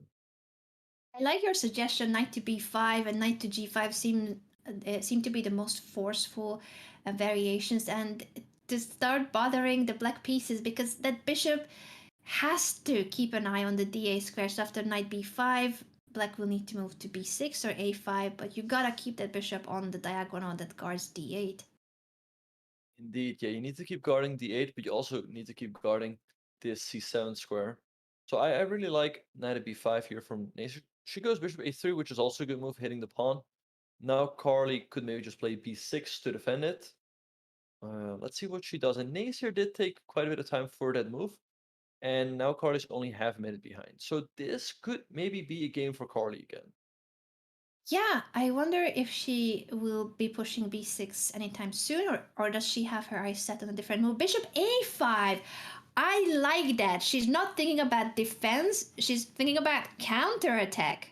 Look at that pin and the hanging knight, so there's no time to capture the pawn. Bishop a5, great move indeed, hitting the knight. Let's see how Nasir will respond. Maybe rook d3 to guard it. I mean, White doesn't have an easy way to defend the knight here. And Carly is playing great this game. She's putting up a really good fight. And once again, we saw that she's faster when it comes down to time scramble. So maybe she can fight here for the win. I like knight c6 too. It may not have been the most precise because the pawn will be dropping on c5, but it does guard d8. The only issue with this bishop a5 and bishop c3 idea was that rook d8 could have always been a counterattack and back rank checkmate. So knight c6 guards d8, which is very important here. Indeed. But Nasir can probably just take the pawn here. But look at the time. The time has completely evened up. And we saw earlier, like, Nasir is... It feels like she's lacking that sense of urgency a little bit, right? Like, if you have 30 or 20 seconds, you have to move. And that was lacking in an earlier game. So maybe Carly can pull off a win here.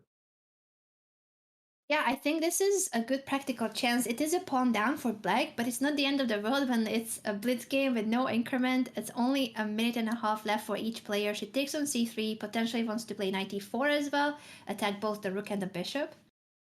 Indeed, yeah, but the rook can just move, let's say, to c4, c2, or c1 to keep guarding the bishop. So let's see where Nasir is gonna go. Once again, time's evening up. Both players have around 1 minute and 20 seconds. This is Carly's chance. If she will have games like this, and she will have to try to strike if she wants to have a chance in the match.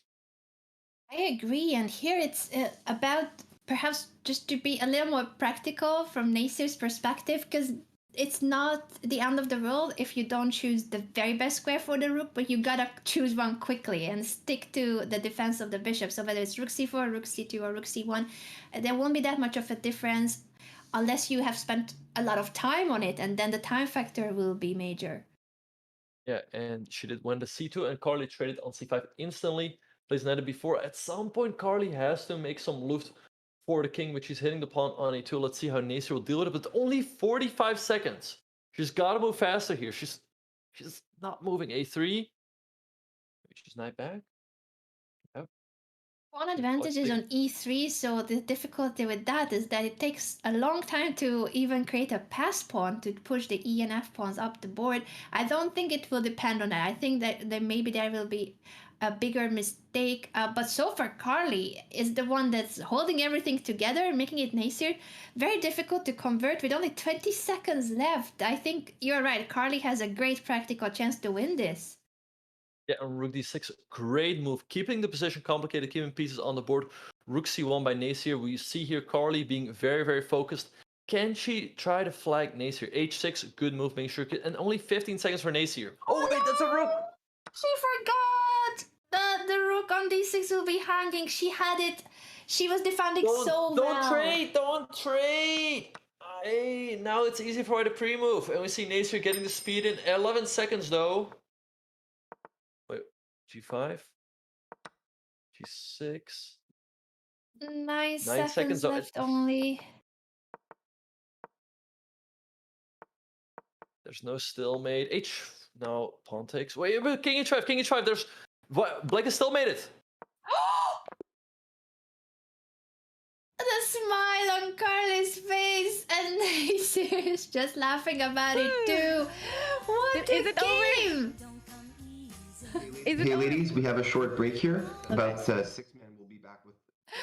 This was the last game of the 5-minute Blitz games. We will now move on to the 3-0 and then Bullet. But what an escape by Carly, or shall I say what an escape by Nasir, because earlier it felt like it was Carly who was defending really precisely, even gave some luft to the king with h6. If only it wasn't for blundering her rook, I think she would have had a chance to flag her opponent in that endgame, because it was only an extra pawn for Nasir, but with just 20 seconds to go.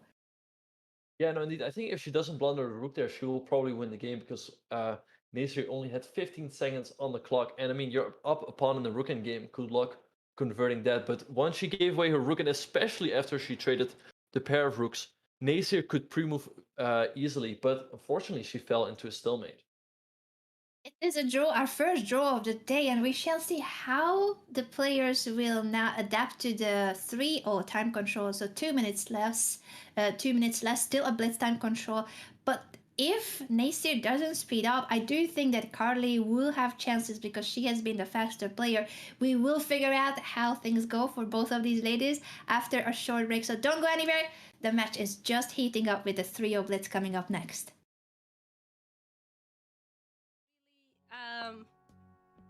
Yeah, this is a good move. Threatening checkmate. But I think f6 would be a good one here. Could be good defense, eh? Yeah, that loses just a piece, yeah. Yeah, that was horrible, but yeah, okay, it's fine. I still have a, exchange. Faster in the next section, okay. I'm putting my bots on. I mean, not the cheating bots.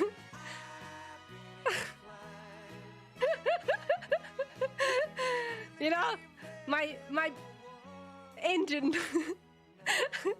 Internal engine, okay? I wanna do the speed demon. The speed demon, okay. The only game I lost was on time.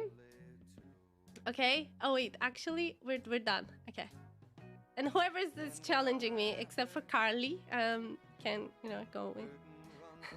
Hi, Ashid.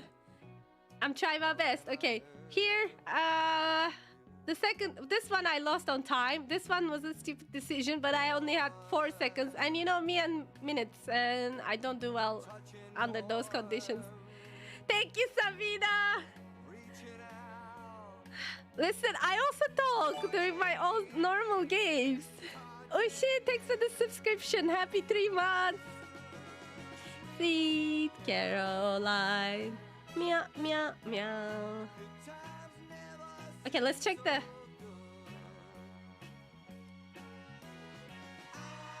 Beating Clyde. Go away, I'm hurt. Well, I'm doing serious competition right here, right?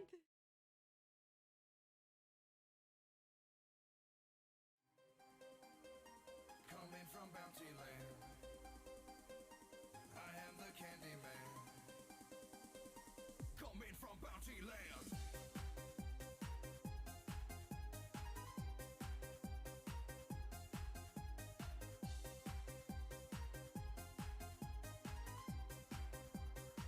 Coming from Bounty Land.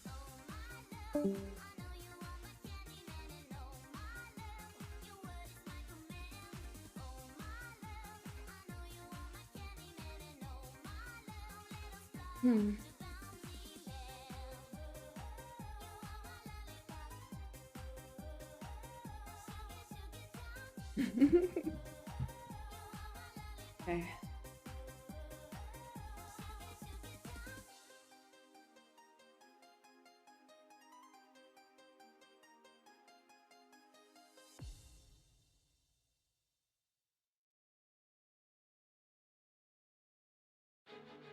Okay, we're good. Got this. That's a great emote. Boss babe. I haven't seen this one before. I love that. We need a boss babe emote too.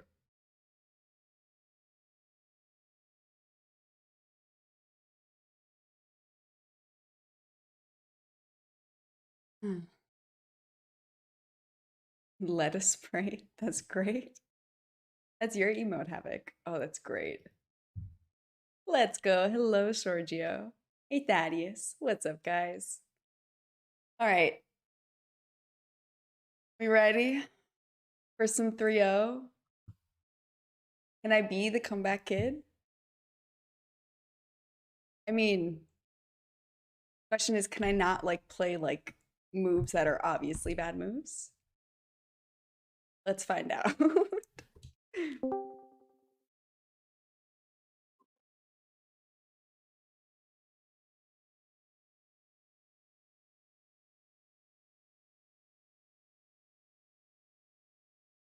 Welcome back, everyone, to our winner stays coverage. This is the final match of the day. The Poggers group with Nasir facing Crybaby Carly. For now, it seems that Nasir has had the better chess moves, but Carly has been faster, and we are now getting into the faster time controls 3-0 and later bullet chess as well. Benjamin, what do you think? What will happen? What's your prediction for the 3-0? Yeah, I think it's good for Carly that the score is still fairly close. I mean, there's only a 2-point gap. It could have been more, especially given the fact that Carly has proven to be, faster. So in the 3-minute time control, she should have more chances. So let's see what's going to happen here. And we've got a French defense on the board with this bishop c4 sideline. Both of them blitzing out, or even, I guess, bullet mode, playing the opening moves. The theory, c4 to put pressure on the d5 pawn, and Nasir takes back with the knight. Yeah, and it's good for Nasir that she's playing a lot faster, coming into the game. Carly is playing a good opening so far. So let's see whether she can keep it up. Nasir already has a slight time advantage. I don't know, I guess the position should be approximately even. Yeah, I like Carly's position so far. I think this is the best position she has had from all the games in this match. And if anyone, she could try to play for having more advantage. C5, in the end, it's And not a bad idea, but the execution here, unfortunately, with the pin on the f3 knight, she is dropping the h2 pawn. Shall we tune it? Oh, I was gonna say if we should tune in with Nasir and see if she sees that the pawn is hanging, but she didn't. He missed it indeed, and now Carly can take an f6, and that would give her a big advantage because Black is forced to recapture the pawn, and then all of a sudden the Black king is very weak. So let's see whether Carly sees it. I mean, generally this trade is good. So does she see, or does she not see it, or does she not evaluate it correctly? What do you think? Let's go to her stream as well and see Yeah. if she's drawing any arrows to that Mhm. square. Is she looking at the capture on f6? Yeah. Very Right. focused, Carly here with the white pieces. Bishop takes f6 is the move that we think she should be considering. She plays g3 instead. She's very focused on bothering that dark squared bishop. Still is a potentially good capture. Bishop takes f6. Yeah, bishop takes f6, still a good move, but look at the time. Carly is now down a minute on the clock. So that's very good for Nasir, that she's definitely speeding up here. Rook e1, rook a8 by Nasir, that's a good move. Let's see how Carly will play here. Position is fairly balanced, but in terms of the time management, you're right, Benjamin, that now it's Carly who is slower and there is no increment. So, of course, it is very important how you use your time in Blitz and Bullet. Indeed, and Carly already getting down to a minute. She trades on e8, Nasir captures with the rook. And I like Black's position here. Black's pieces are all pretty active. There's always this pin here on the knight that's pretty annoying to deal with. Carly has to move here. I mean, Nasir still has 2 minutes and 20 seconds on the clock. Yeah, only 47 seconds and she drops the knight. Oh no, Yeah. Carly wanted to step out of the pin, but there hangs the knight on f3. Right, and this is what makes pins so annoying. Like, you cannot move the pin piece, but you also cannot move the piece that's defending it because, well, then you're no longer defending the piece. So Nasir takes it, she's up a piece here, and a lot of time. Queen c3 hitting the bishop. Maybe Carly can hope for a miracle, like if actually g7 is protected. So Yeah, it even would if take the knight to move away, and then the bishop has to move. So if she keeps the queen bishop battery on the long diagonal, she has now moved away the queen. indeed, queen c2, bishop f6, d3 by Carly, but that hangs the rook. Nasir doesn't see it. She plays king to h8, queen b3. Now she does, and there's also rook e1 in the end, picking up the bishop as well. Yeah, all the pieces will be hanging. Nasir just simply goes back to g8 with the king. Now the bishop will no longer be captured, but it's still an extra rook for Nasir and so much more time. She has been very fast. I think she did take a conscious decision to be faster. Both is gambit. A popular opening and middle game, end game technique. In whichever phase you wanna choose to play the Botus Gambit, I think it always strikes. Indeed, yeah. Carly's only hope now is stalemate, but queen e7 would be checkmate already. Let's see if maybe she can pull off a miracle here. She's also very low on the clock. Queen c7 is checkmate. So Nasir takes a 3-point lead now, and she's speeding up a lot. She wins that game with 1 minute and 39 seconds on the clock. So yeah, it's looking tough for Carly. That was a very convincing win for Nasir, yet it was Carly who had the upper hand out of the opening, so maybe she just needs to believe a little bit more that she has chances in this match. I know it's hard to be the underdog when it comes to their blitz ratings. Nasir is the clear favorite, but Carly has had her chances in practice because of being faster in 5-0, and now in the previous 3-0 game, she actually was better on the board too. All right. So we see bishop a6 by Carly going for some trades. She should be more or less fine here. Knight takes c6 is forced now. Maybe c5 to try to attack the white center. But once again, Nasir is playing very, very fast, so she definitely addressed that. Oh, suddenly again it's Carly who can cash in here. That b4 pawn is hanging. She should have taken with the knight. No, but Nasir doesn't see that the knight is hanging on a6, so the evaluation board dances back and forth. It's now an extra pawn for Carly because Nasir missed that the horsey on a6 was hanging. Yeah, and we see Carly trading on d1. Now she can move the bishop or move in the rook, and she's up a pawn here, so maybe she can try to win this game. The one thing though is that she's down half a minute on the clock, so she has to speed up here. Knight g4. White is a tactic here. You can take and rook Oh, I d4 think Nasir and you sees hit. it. She senses. Oh, she goes for the But now pin. She might have a5. been. Yeah, she a5. might You have been defend worried about the everything. knight fork, or she thought that the pin is stronger because if rook d4, maybe she saw knight to c2. It is chaotic, and after a5, we are yet to see whether Nasir finds a way to have something going for her. The trade will mean that she picks up the pawn, but she could have won more material, not just the pawn Yeah. earlier. Yeah, so this endgame is Oh, equal, tiny I was piece! gonna say, but It was equal. not anymore. Oh, that was unfortunate, hanging the knight. I don't know if it was a mouse slip or a blunder if Carly didn't see that the e5 square was guarded.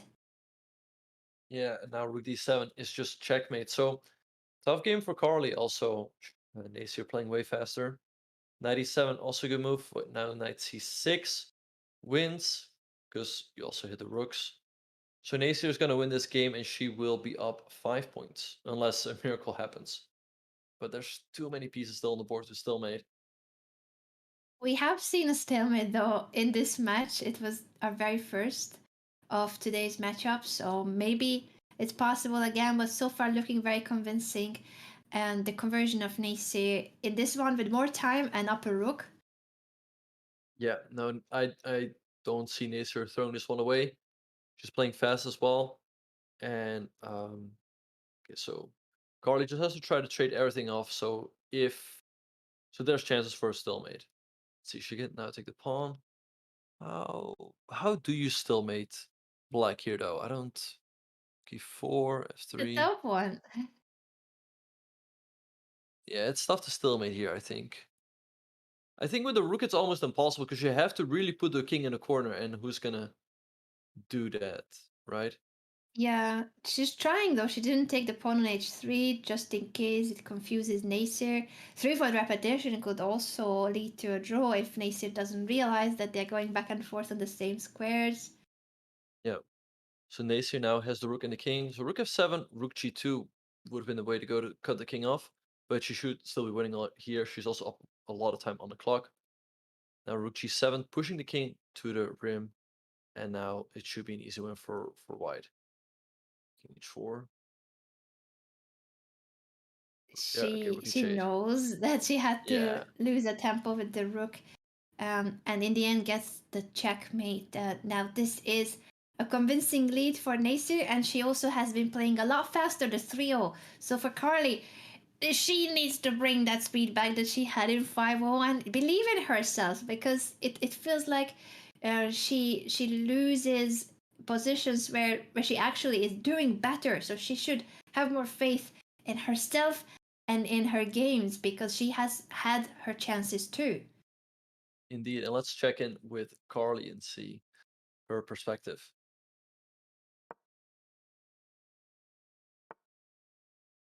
Very focused. We can only hear the moves of the pieces, no music and no commentary, but it's what we have said. Some of the streamers prefer to focus fully on the game when they are competing. Others are always engaging with the viewers. The chat has to be in emote mode only on both channels. If you guys want to check out Crybaby Carly and Nasir, they're both live right now on their Twitch channels, and they stream regularly chess and variety content too sometimes.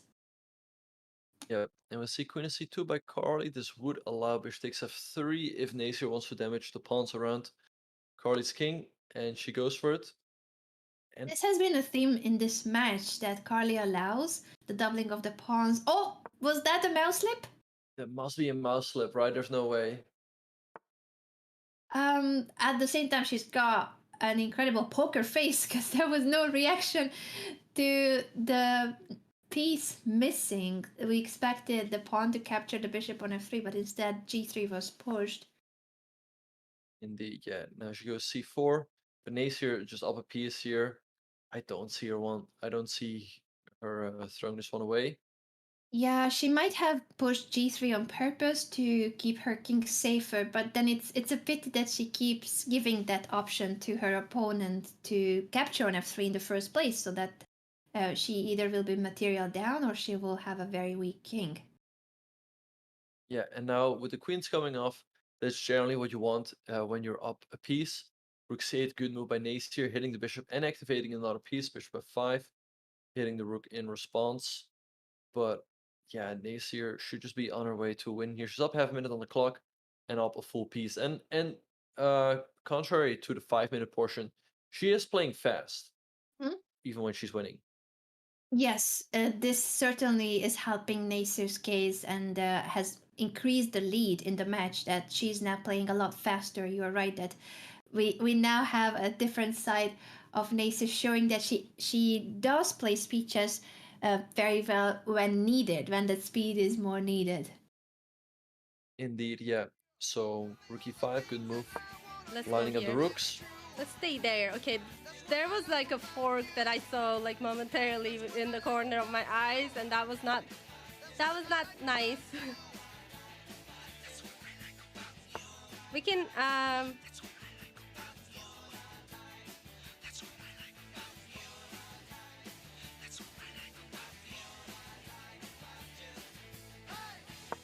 I'm taking this, that, and after this takes it, I will activate my thing.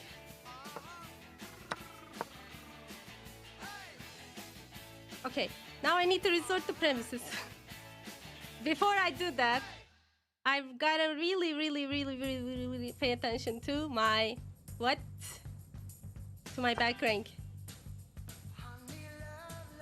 Back rank, back rank is really important.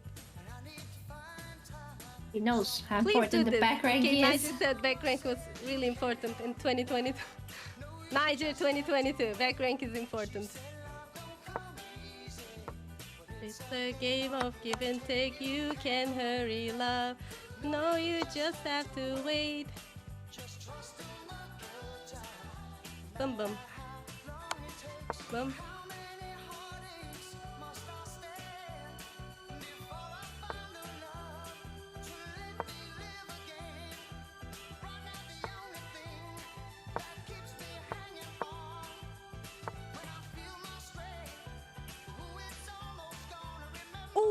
Oh, that's a brilliant move.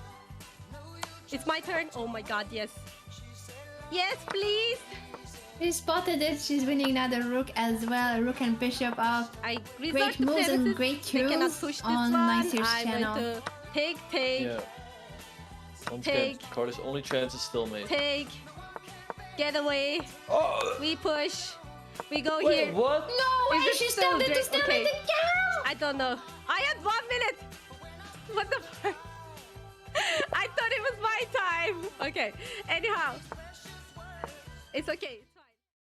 She stalemated in the end. You mentioned, Benjamin, that Carly's only hope in that game was stalemate. And Nasir, with 1 minute on the clock, kept being speedy. We were praising her speed, but sometimes you need to find a balance, when to think. And she went to the one square that she should have avoided with the king, and it's stalemate. All right, second stalemate of the match. Yeah, so Carly gets away with a draw there. And yeah, like you mentioned, if you're winning, you do have to take a little bit of time, avoid these kind of stalemates, especially if you have a minute on the clock. Don't just pre-move everything, because before you know it, your opponent is stalemated. Yeah, it felt like she thought she was in big time pressure and didn't realize that she still had a minute left on the clock. Now she's got the white pieces again, and her position is very promising. Let's see if she will manage to exploit the weaknesses that Carly has created in her position. Will there be an e4 and the e file opening up? I wonder if that's what Nasir will be thinking about. We could tune in with both of these ladies. Let's check in first with Carly and her stream.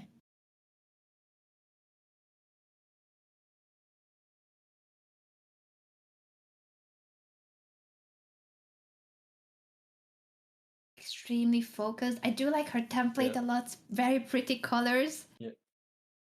Yeah, she's got a nice template indeed. So let's see. She just has to develop her pieces, I think. So maybe e5. That does hang the f5 pawn, though. Nasir could take it. Same time, if she doesn't take it, then e4 is a big threat. The baby fork, picking up a knight or the bishop. Well, there still will be a check. Once the pawn survives, I think Carly would be happy with that position after e4. Let's see if Nasir is thinking about... Oh, just before we tuned in, I think she has made her choice. She does take the pawn. Indeed, and she has taken a pawn. Yeah, it felt like Carly just recap for a second on what has happened there. She missed that the pawn was gonna be hanging. Right, so Nasir up a pawn here with a good position. Maybe we can check in with her and see how she feels about her chances to win this game. Knight g5 maybe. Threatening Czechamatica. Knight g5 is our friend. Those who remember Knight g5 are, you know, nice people.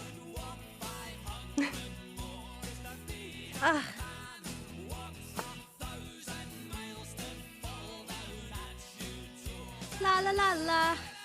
La la la la. Okay, I'll take it. No need to no time for thinking. Let's do this. Let's double up the rooks. Why not? And also we need to, you know, really pay attention to the back rank.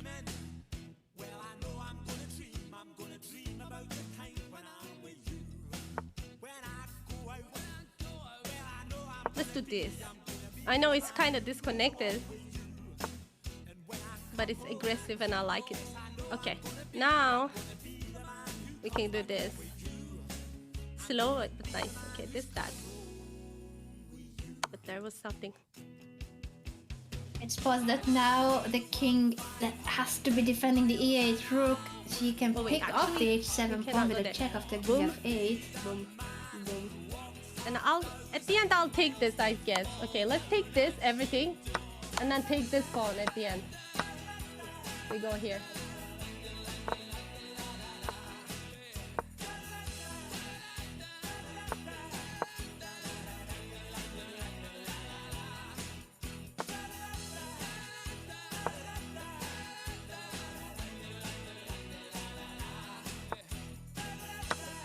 Go on, Horsey, you're such a good girl and boy and whatever you want to be.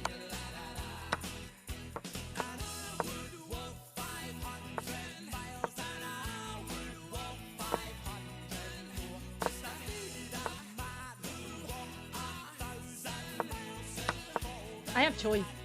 I have all the expenditure in the world. Whew. I like Nasir wins on time. In the end, of course, she was winning. She was up a queen. I was curious, will we see another stalemate? We could not figure it out. She won on time in the end, but I think she was a lot more cautious about the previous games leading to stalemate. She will be more careful converting the very end. Yeah, for sure. Carly tried to manufacture a stalemate there, but Nasir avoided it. And once again, we have a French exchange. Nasir, by the way, opening up the score to 5 points. So let's see whether Carly can pull off a comeback one way or another, or maybe she just has to hope for a miracle in the bullet portion. Yeah, again, she has played knight e2, but now she has a chance to move that knight away from f3 before the pawn structure gets destroyed. It really feels like she has a problem with this variation or this attack, the pin, and then black capturing on f3. She's now down a piece because she took on d5. It has happened in multiple games, and maybe she should try to play a different line if she doesn't know how to face this, because she keeps getting bad positions and piece down now again. True, yeah, she's down a piece, and yeah, its position is already lost. So maybe Nasir can get another win here. It's looking very tough for Carly. Like we were talking earlier, like how her one chance would probably be the speed, but since Nasir managed to work on that, the question becomes like, okay, how can Carly create chances here? It's a tough one. Now the match with a 5-point lead to Nasir, who is the rating favorite in Blitz, obviously, but she wasn't that fast in the 5-0, so we did think that Carly had the upper hand when it comes to the time management, but now she has slowed down and Nasir has managed to speed up. It's the opposite story with the clocks. Indeed, yeah. She also picked up the pawn on h2 and now bishop e5. Once again, if you're up material, you want to trade pieces, and that's what Nasir is going for. So this should not a win. Just have indeed been traded. There's a potential rook trade 2 through the e file. I wonder if Nasir will go for that or h6. She has been talking about the back rank. h6 though is not a bulletproof way of stopping any issues in the future on the back rank, because the bishop of white is targeting the h7 square. There's nothing going on the back rank, but Nasir has been very aware of back rank patterns. Indeed, yeah. But it will be very difficult to ever back rank checkmate black, because this knight is always covering this square. Even if you do land a rook on e8, the other knight could still go to f8 to block, and this rook is still, you know, all of black's pieces are still stopping back rank checkmate. So knight c5 by Nasir, good move hitting the bishop. Let's see where Carly is gonna go. Let's go to her stream and see if she's thinking of maybe a rook c2 to try to be tricky and pin that knight if it's possible. Bishop e5, also a good move hitting the rook.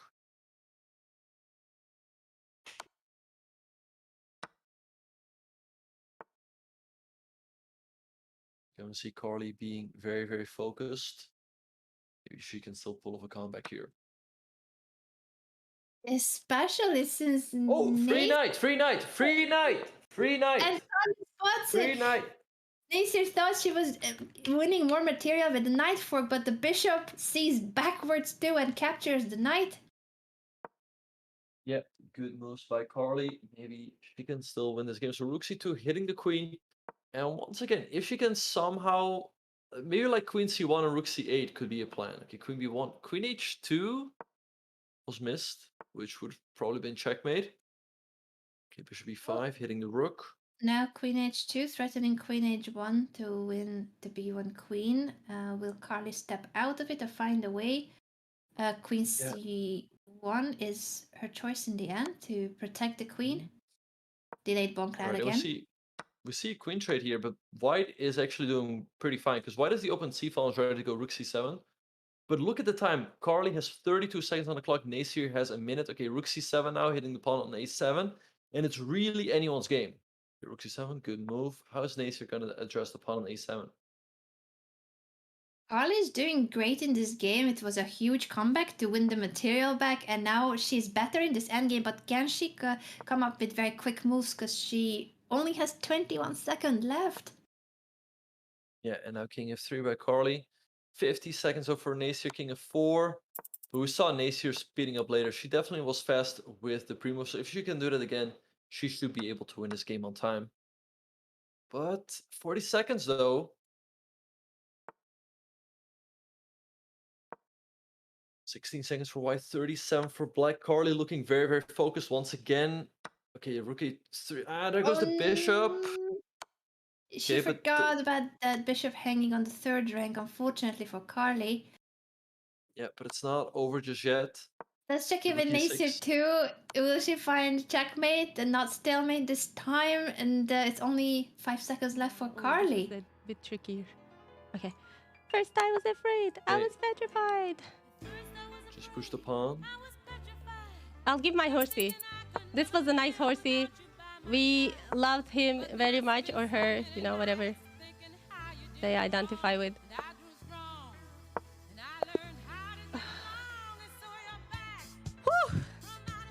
Oh, my little heart. Jumpy, jumpy. I did such a bad move. Oh. 3-0 is not my forte, guys. I'm sorry. She says it's not her forte, but she has been doing very well. I would say, you know, others are not also my forte.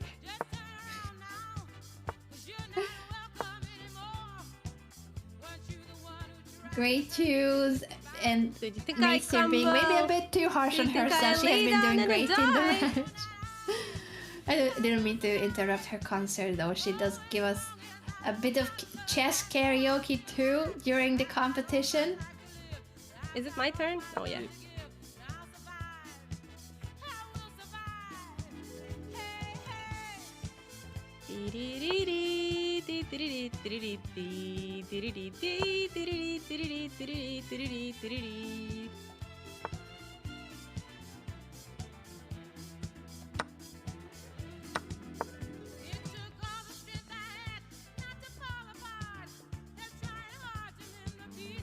Oh, my broken heart.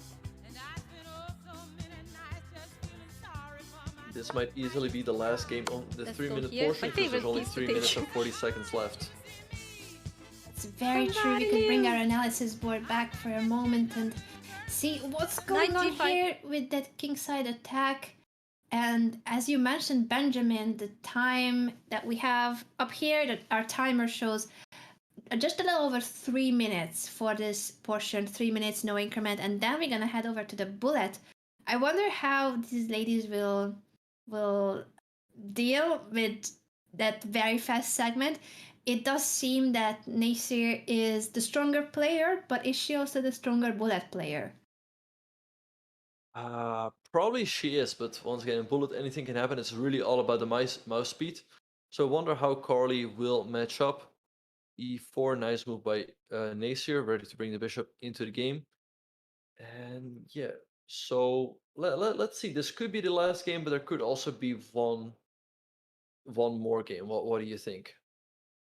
It's true that it's gonna be very close. 2.5 minutes left. Depends on this attack. Will this be a crushing kingside attack with checkmate soon, or will we head to an endgame phase where it will mean that this is the final game of the 3-0?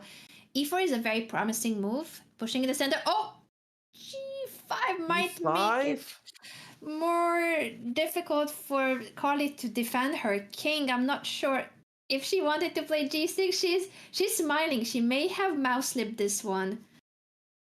Yeah, and now it's lost for Carly because Queen H7 is a threat. Also, Knight F7 would fork the king and the queen, so I don't see defense for her here. So Let's check in Nasir with is- her oh, and and see Queen if H- she's still talking. Oh, too late to check in. It's checkmate on the board. Carla's laughing, but that means there will be one more 3-0.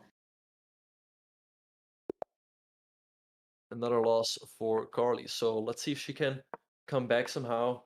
She's down 7 points, but it's good to see that she can have a laugh.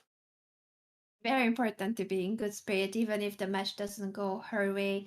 It was the same in Erik's case. He said that, well, he has had a good time, so that's already the most important, obviously, to have a good time playing.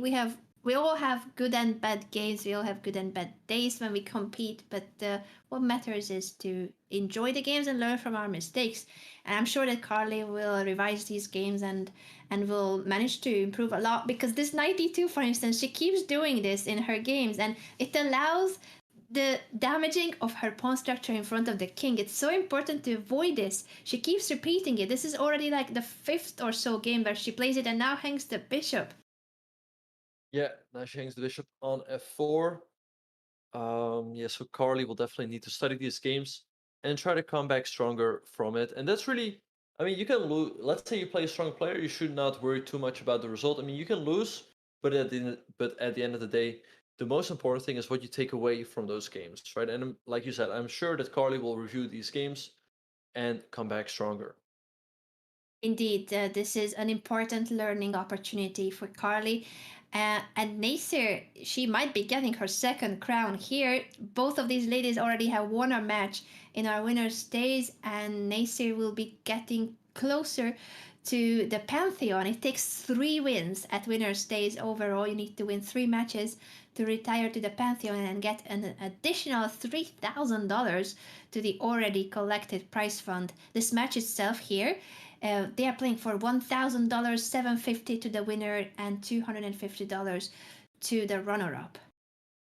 Indeed, and as we see, the time has just run out, so this will be the last game in the 3-minute portion. So then Carly's only chance will be the bullet. Okay, so we see Nasir here offering the trade, the knight for the bishop.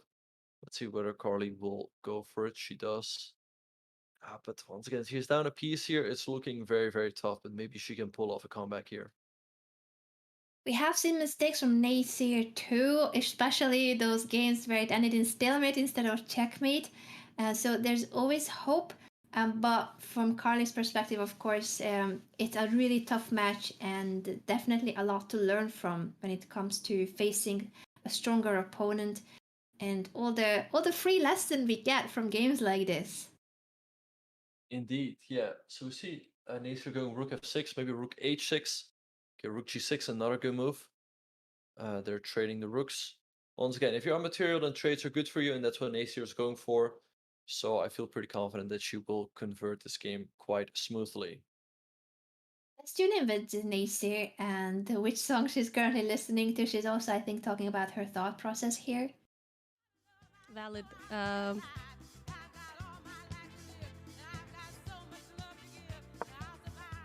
Okay, this is hanging, but do we care? This is... Oh, wait, actually, maybe we do care. I don't know. And also, like, it's kind of shaky, okay? Very sus, okay. Oh, yeah, it's very sus, okay. Walk out the door. Just turn around now, because you're not welcome anymore. So she dropped her rook and then doesn't take the rook of Carly. Okay. There was this and that. Checkmatica. Clutch win there. That wasn't perhaps the smoothest, but it in the end worked out. Dropping the rook for Naysir. Indeed, she gets a checkmate. So Naysir takes an 8-point lead going into the bullet portion. We're gonna take a quick break, and that will also give a quick break to the players before we return with the final segment of today's show, the bullet between Naysir and Carly. Don't go anywhere, because this segment will bring even more exciting and evaluation but dancing moments potentially. It all comes down to the wire when it comes to bullet. We'll be back in a moment.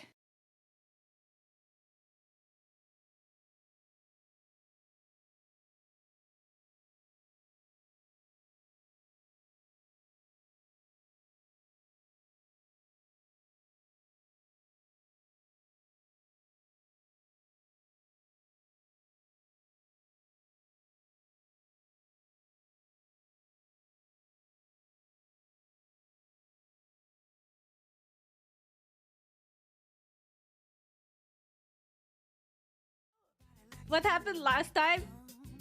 Go check out my YouTube video, okay?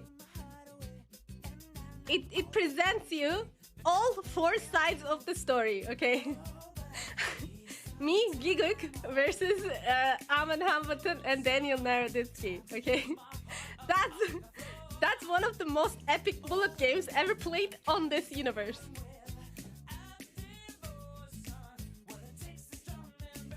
Oh my god, my arm hurts. Cause I gotta have faith. I gotta have faith. Cause I gotta have faith. Listen, there are like top guesses in the chat, okay? They couldn't guess anything because, you know, it's such a bad game. Yay, fair.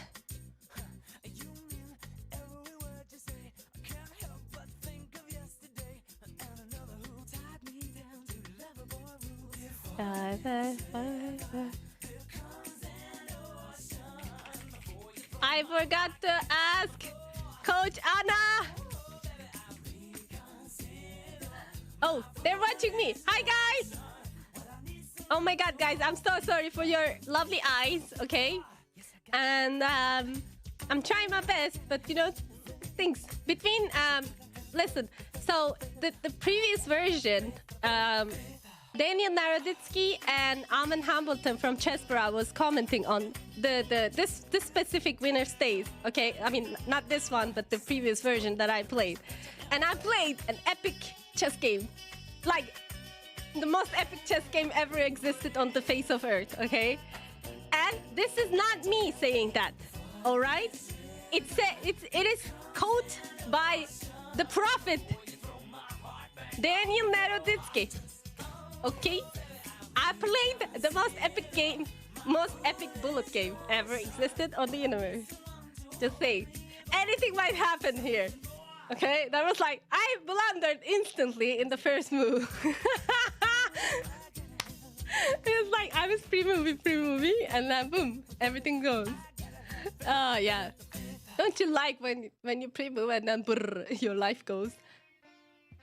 Yeah. Oh my god, my arm hurts from all this tension, okay? My arm really hurts. Yeah, did she also forget to call the coach? Oh, thank you, Anna! I'm so sorry I forgot. I was like, oh my god. Working on the chest muscles. It's like working on the mouse muscles. I'm more like... Oh, but the bullet section is where the magic happens. I'm glad. Okay, I can only wish. Okay, everybody in the chat, on chess.com, on my chat. I'm so sorry. It's about what's going to happen next. Okay, but on the bright side, because I'm a person that always focuses on the bright side, it's only 15 minutes, so your suffering will be quick. You will see the horrible things and then you will immediately forget, okay? A new horrible thing will happen. And that's how bullet is for us, you know, poker's, it's the most amazing, the most fighting poker. Short prediction, okay, they're predicting. Thanks for the bright side. Always look on the bright side. You know what they say? Some things in life are bad. They can only make you sad. If you know this quotation, you're probably old, so... Why are you on Twitch? Yeah, children under 18 or 13 should not watch the bullet portion of this competition. I do not suggest. It might be harmful for your development. It might bear some unfortunate consequences on your development in chess. No, that's not. Oh yeah, actually, technically, Anta Caesar. But if you know, there's a movie called Monty Python. It's one of my favorite movies. It's a British movie, so if you're American, it's highly likely that you never saw that. But you know what they say? Some things in life are bad. They can only make you sad. Other things are, you know, whatever. I forgot. It's not Gora. Yeah, it's not Gora. And also, again, shout out to Sante, who's amazing, one of my guardian angels. Okay, guys, I know that you want to play, but I'm in a serious competition right now. Holy Grail. No, it's not the Holy Grail. It's the Monty Python.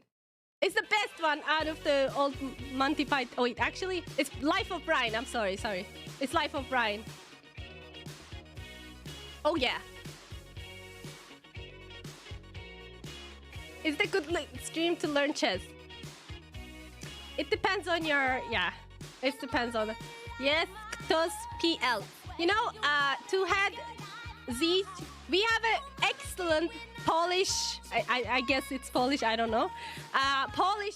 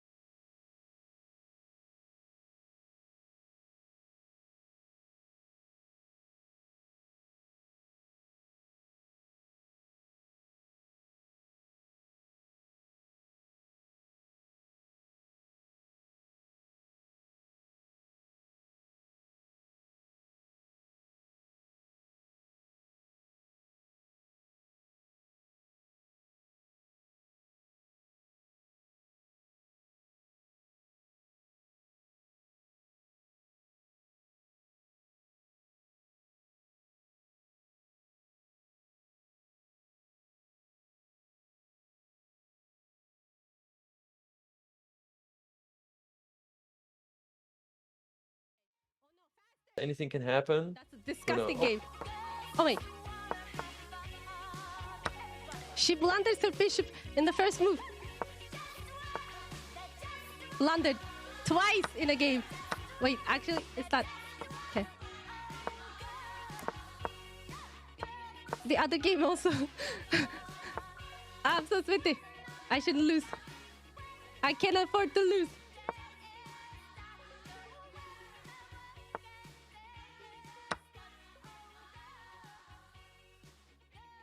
Oh no, something happened. Thank you for whatever it is. And I'll get back to you whenever I can. Okay, here. Boom, boom.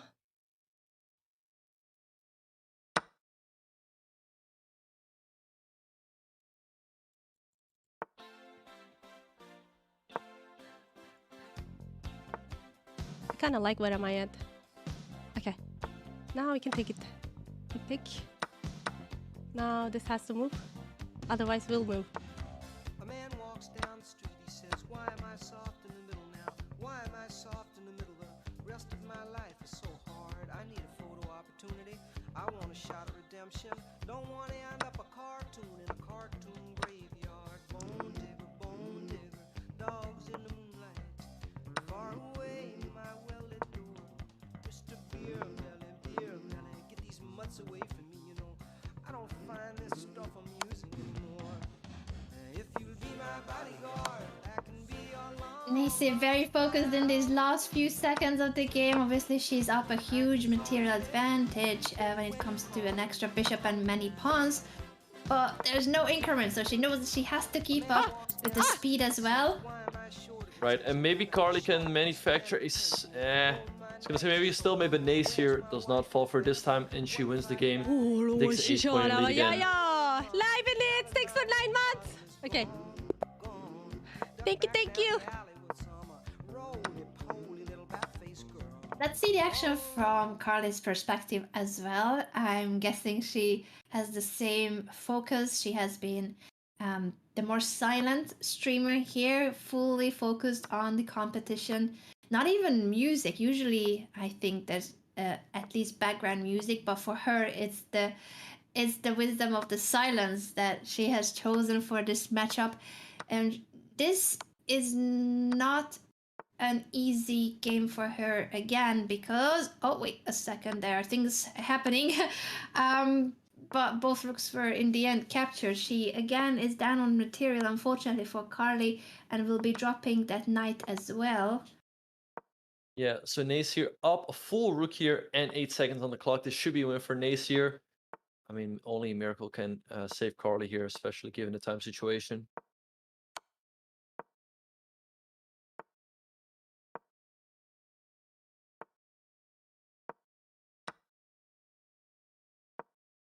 Will we see a checkmate on the board? We have seen 2 stalemates before, but there's still quite a few pieces on the board for black. Yeah, stalemate is still very far off here, because as you mentioned, black still has a lot of pieces. But maybe this can turn into a time scramble. Okay, 94, good job. She has to keep pieces on the board, especially the knight, so she can jump around. But 20 seconds to 13, though, that should be an easy win for Nace here.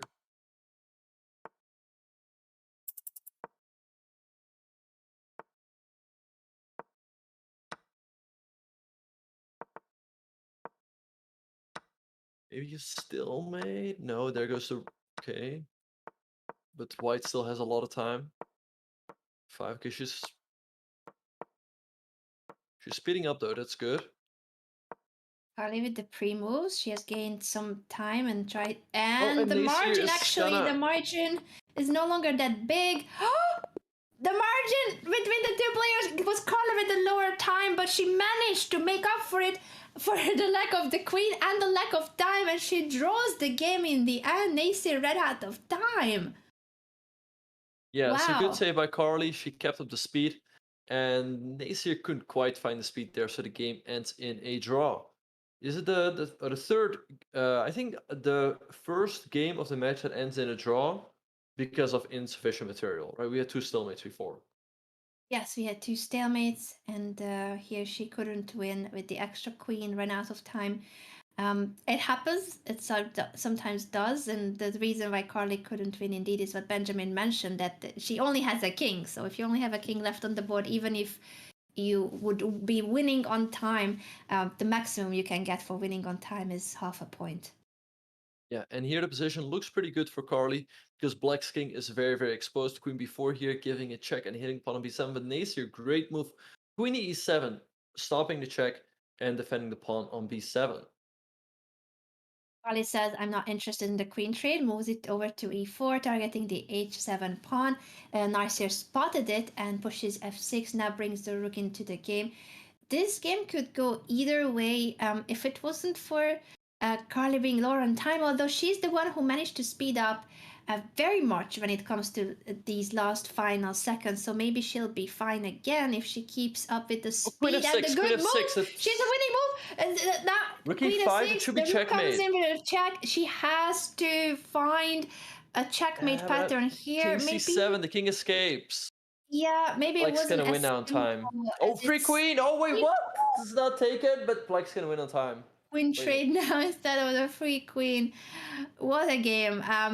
That's very common in bullet chess though. In the heat of the huge time pressure, both of them made mistakes, but Nasir was the one with more time on the clock in the end. Yeah, so and Nasir already has gotten a great position because the double pawns on e7 and e6. Those are always going to be very weak. Carly going for queenside castles. Maybe knight e4. It's a free knight. It's not looking good. Nasir leading by a huge margin, 9 points. And Yeah, maybe Carly laughed about the blunder. I think she is still in good spirits regardless of the position and the mistakes. She's offering a Yep. queen trade. Yep. At the end of the day, that is the most important. So let's see here. She's down a piece and a couple seconds on the clock. So it's looking pretty good for Nasir, but maybe Carly once again. If she finds that speed, she is very tough to beat in the time scrambles. Very true. Let's check in with Nasir and see how is she feeling about this position. Obviously extra piece, but there's not much time. I should have taken this. Girl, why are you sleeping? Okay, let's go here.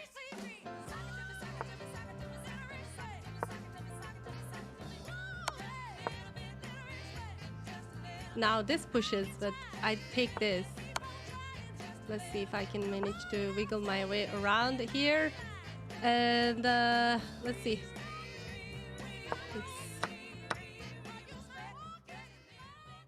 Oh yeah, that is there, that is this.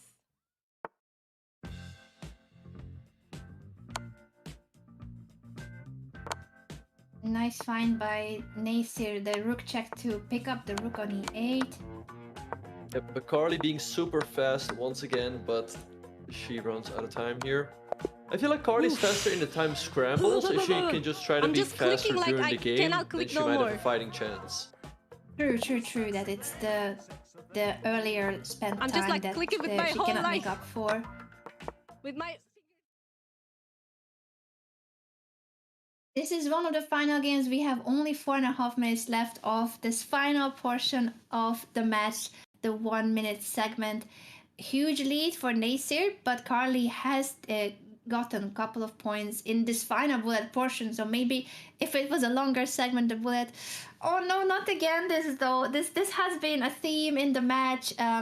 The hanging knight on f3, either because of the pawn structure getting damaged or dropping a piece, and the bishop on f4 hanging too often. So I hope that Carly will revise those games, especially because it has been repeated a couple of times in this game already, 5-6 times if not more.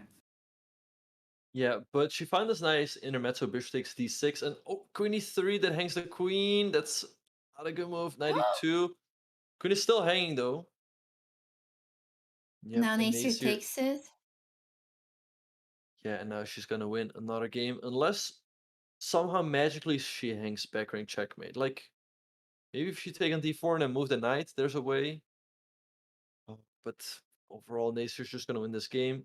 Wait, the rook also disappeared somehow. Rook d. Oh, There goes another rook. Lots of stuff disappearing. Nacer also up a little bit time on the clock, but maybe Carly. Okay, now 97 will be checkmate on the next move. It's also good. 9 seconds for Carly. We have seen a few stalemates in this match, so Nacer needs to be precise with the conversion, and she's down to 10 seconds too. Indeed, but with the 2 queens on the board, it should be an easy ladder checkmate, also given the fact that white does have those pawns on the king side, so there's never a chance for a stalemate. Very true, very true. That was a very smooth conversion. And it's still 2.5 minutes left. I wonder if we'll get to see 1 or 2 more games in this final bullet portion, depending on how fast this next game ends.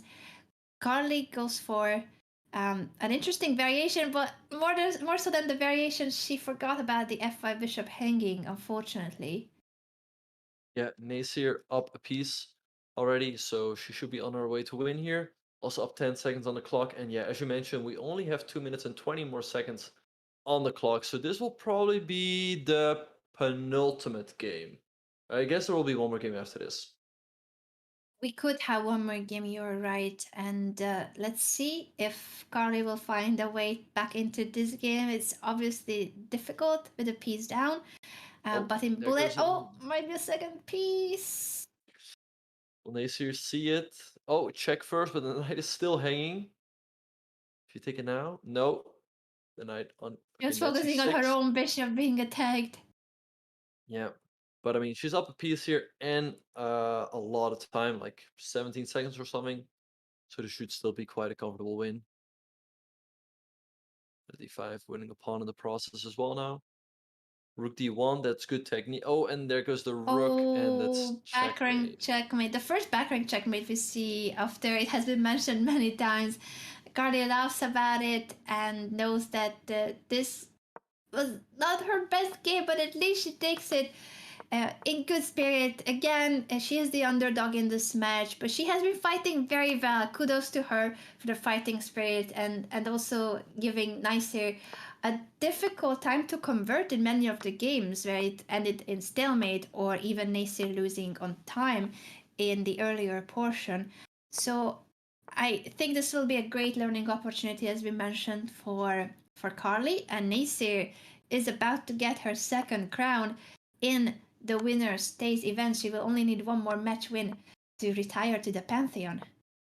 Oh! And actually, that was not the last game, because Carly back rank checkmate. So there will be 1 more game. But as you mentioned, Carly fought really hard, but at the end of the day, Nacer was just the better player, so she fully deserves to win this one. Indeed, it's a tough matchup for Carly, but she has proven that her fighting spirit will definitely take her to higher levels too. I think her rating is not fair when it comes to how close some of the games could have been, and especially that opening line. She needs to look into that one line where she kept playing 92 and dropping a piece or damaging her own king side, because it kept repeating itself. So she kept getting bad positions in the same way with the white pieces. Indeed, yeah, she definitely has to look something up against the French. And oh, there goes the bishop. Like, maybe she just has to do more. Bishop was not taken. Maybe she just has to do more. Bishop is hanging once again. Both ladies are tunneling here a little bit and not realizing that the bishop on d6 is no longer guarded by the c pawn. Bishop gambit declined. Will Carly spot that the bishop is in danger? Bishop she moves hanging the once other again. bishop? Nacer takes, and now she does. But after queen f6, actually here it's not so clear because the knight is under attack. Yeah. Oh, but the knight on c3 was not taken, and white is just off a piece here. Yeah, she didn't spot the knight on c3 hanging. Yep, so Nacer up a piece here, but only 20 seconds a piece. This can still go either way due to the time situation. 17 seconds for Nacer, 17 for Carly. Who is the faster player here? White's position should be easier to play with, which is very important in a time scramble. Knight at d5. Nacer really speeding up here. So she should be on. Oh, there goes that knight. Oh, but because she dropped the knight, she actually is able to take that very dangerous pass pawn. The knight was not taken. 7 seconds a piece now. Free rook. Move. Throw the check. Such a terrible person pre-move. I am. Pre-move. Go here. Take this, take that. There. Let's go here. Throw the And line. it's gonna be a ladder checkmate again. You're shaking my confidence. Is this it? Girl on fire. Naysir knows she has finished on a high note That was the last game. with the ladder checkmate. We are going to bring on to the show both of these amazing streamers, our competitors. So we will just take a very quick technical break to set up the final interview of the day. Don't go anywhere. We're gonna listen to Naysir's and Carly's thoughts on the matchup and how they felt about facing each other in such an intense game. For Naysir, this is her second win, so she will have a chance to return in March and fight for the spot in the Pantheon. Don't go anywhere. We'll take a very short break and bring the players back for a final interview.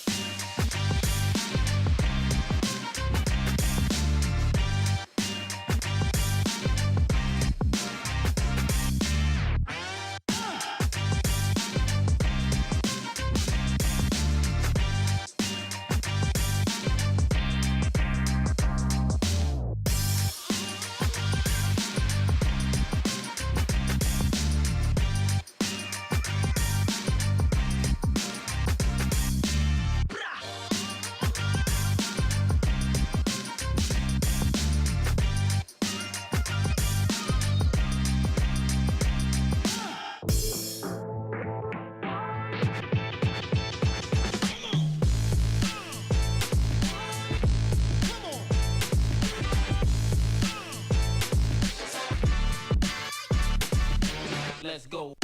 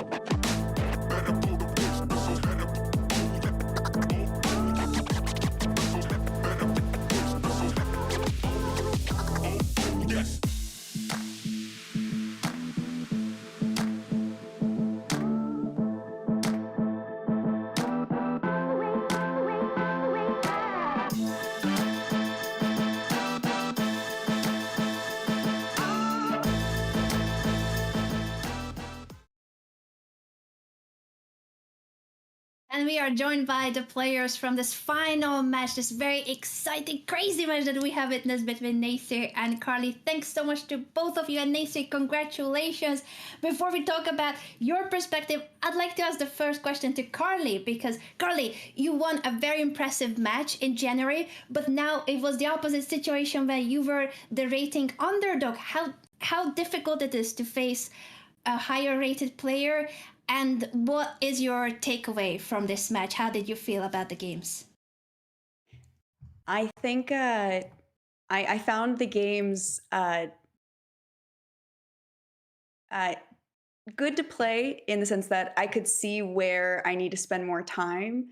And I think that's something that going away from today, I know that with more experience, I'd be able to pick up slack. But I noticed as I was flagging more and more, and this wasn't an issue for me last month, that there are definitely some areas where I could spend more time practicing. So it was definitely a really great learning experience for me. I'm very excited that I had the pleasure of playing you. It was great to see that you kept being in great spirits. Sorry, Benjamin, I didn't mean to cut you off. That the fighting spirit was there, the great spirit too. And Nasir, the great spirit on your end too. With all the great tunes as well. You need to pass your playlist on to us, because you have been listening to some gems there. Yeah. It's a Spotify list. It's not even mine. It's like one of the generic ones there, and I like it. And I like every song there. So it really boosts my mood up when I'm playing chess, and helps me out. Yeah. So that was it. Benjamin, sorry I stole your question. Please go ahead. Yeah, so Nasir, we really enjoy your tunes, and we were wondering, like, what is there a story behind the horsey? Like, does it give you extra power, or? So this is Professor Chestnut, and it's my support animal, emotional support animal. I rescued the chestnut from Goodwill, so it's a very funny story. But yeah, it's a part of my channel now, so I think whenever I'm streaming, it makes appearances. Okay, it's awesome. Great to have a companion. Carly, do you have a luck bringer, or did you bring someone or something special to this match? I have my cat, but I had to put him in my bedroom because he would be interfering too much. But through the wall, I can feel his support for me too. Oh, it's adorable as well. The horsey and the cat supporting. Benjamin, let me not steal the floor. I didn't mean to interrupt again. I'm just too excited to be in the company of these ladies. Oh, no worries at all. Yeah, I just wanted to ask Nasir, like, in the 5-minute portion, you lost that one game on time. Did that make you speed up more in the 3-minute portion? Because I felt like you played a lot faster there. I think it takes a time to adjust the time controls. If this portion was starting with the bullet portion, and I would be much faster in the 5-0, but I think it takes time. There's a curve that I can adjust to. Like, I'm not a professional chess player. I don't ever play. I don't think I do play 5-0, but I think it takes the time, and also time management is one of my weakest parts. So that's why I was convinced that I should play bad chess, but still be on time. Fortunately, it didn't happen for some games, but it's fine. You've proved to be the stronger player today, Nasir, and you're moving on to the next stage to be back in March to try to get your 3rd crown. How do you feel about that? You're just 1 crown away from retiring to the Pantheon. It's a really pleasant feeling. I really want to get the 3rd one and go to the Pantheon, and I really think I can make it, but I'm also scared because you never know what's going to happen. And I really want it. I really want 3 crowns. I think you deserve it, and Carly, so do you. We hope to see you at the future event. All the best to both of you ladies with the future tournaments. Great companions, great vibes. The playlist we're gonna try to find on Spotify. Thank you so much for that, Nathan. Thank you, Carly, for joining us. It has been a pleasure, and really such an exciting match to follow. That we had fun as commentators, Benjamin and me, and I'm sure that the viewers can only say the same. Thank you for bringing on a great show. Thank you so much for having us. Yes. Yeah, thanks you guys for the great match.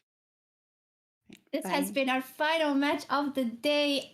huge shout out to both ladies, Crybaby Carly and Naysir on Twitch. Both of them stream regularly. Make sure to check out their channels. And we might be going over with the raid. I don't know. Maybe I shouldn't speak on behalf of the team, but I'm just rooting for the raid to go in either way. But check out the ladies' channels. Both of them are live in this very moment too. So you can go and say hi to them right now on Twitch and spam your favorite emotes. I always like to spam. Benjamin, are you a spammer when it comes to emotes? I encouraged to spam when I was doing commentary for Hikaru. I said spam that flower to give Hikaru power. So it's nice to spam emotes. Yeah. So make sure to head over there and spam some energy, show them some support. At least drop a follow or something, because both of them really deserve it. Absolutely, I couldn't have said it better. I do see your microwave right there. Am I seeing that correctly? Is that the microwave that has been channeling Hikaru? All the great vibes and positive energy, all the Hikaru fans turning it on in the right moment of the Grand Prix?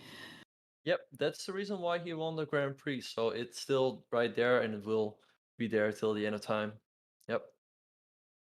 Excellent, excellent. It's been leaked though, and if you're facing Hikaru, I don't know what's gonna happen, because you said you might be playing in the RCC this weekend. We have the Rapid Chess Championship coming up, Bullet Chess Championship, so much action with the double title Tuesday as well. So make sure to follow the chess.com channel if you're already not following. You do not want to miss the upcoming events. And thank you for tuning in on any of our platforms where we are live in this very moment, Twitch, YouTube, and all the rest of the channels you might be following. Thank you so much to all the viewers. And Benjamin, thank you for your great commentary. It's always just an honor to be hosting the show with a grandmaster like yourself. Excellent commentary, but also great sense of humor and meme culture when it comes to Twitch emotes as well. I've seen you spamming the cat gems and all the rest while we were listening in on Naysir's channel. Yeah, thank you, Anna, as well, for being such a great co-host, and thanks also from my behalf to everyone for tuning in on Twitch, on YouTube. You all have been amazing, and yeah, as Anna said, there are many more awesome events coming up. So make sure to keep an eye out for that, and we look forward to seeing you all in those events. See you guys soon in the future, and thank you so much for tuning in again.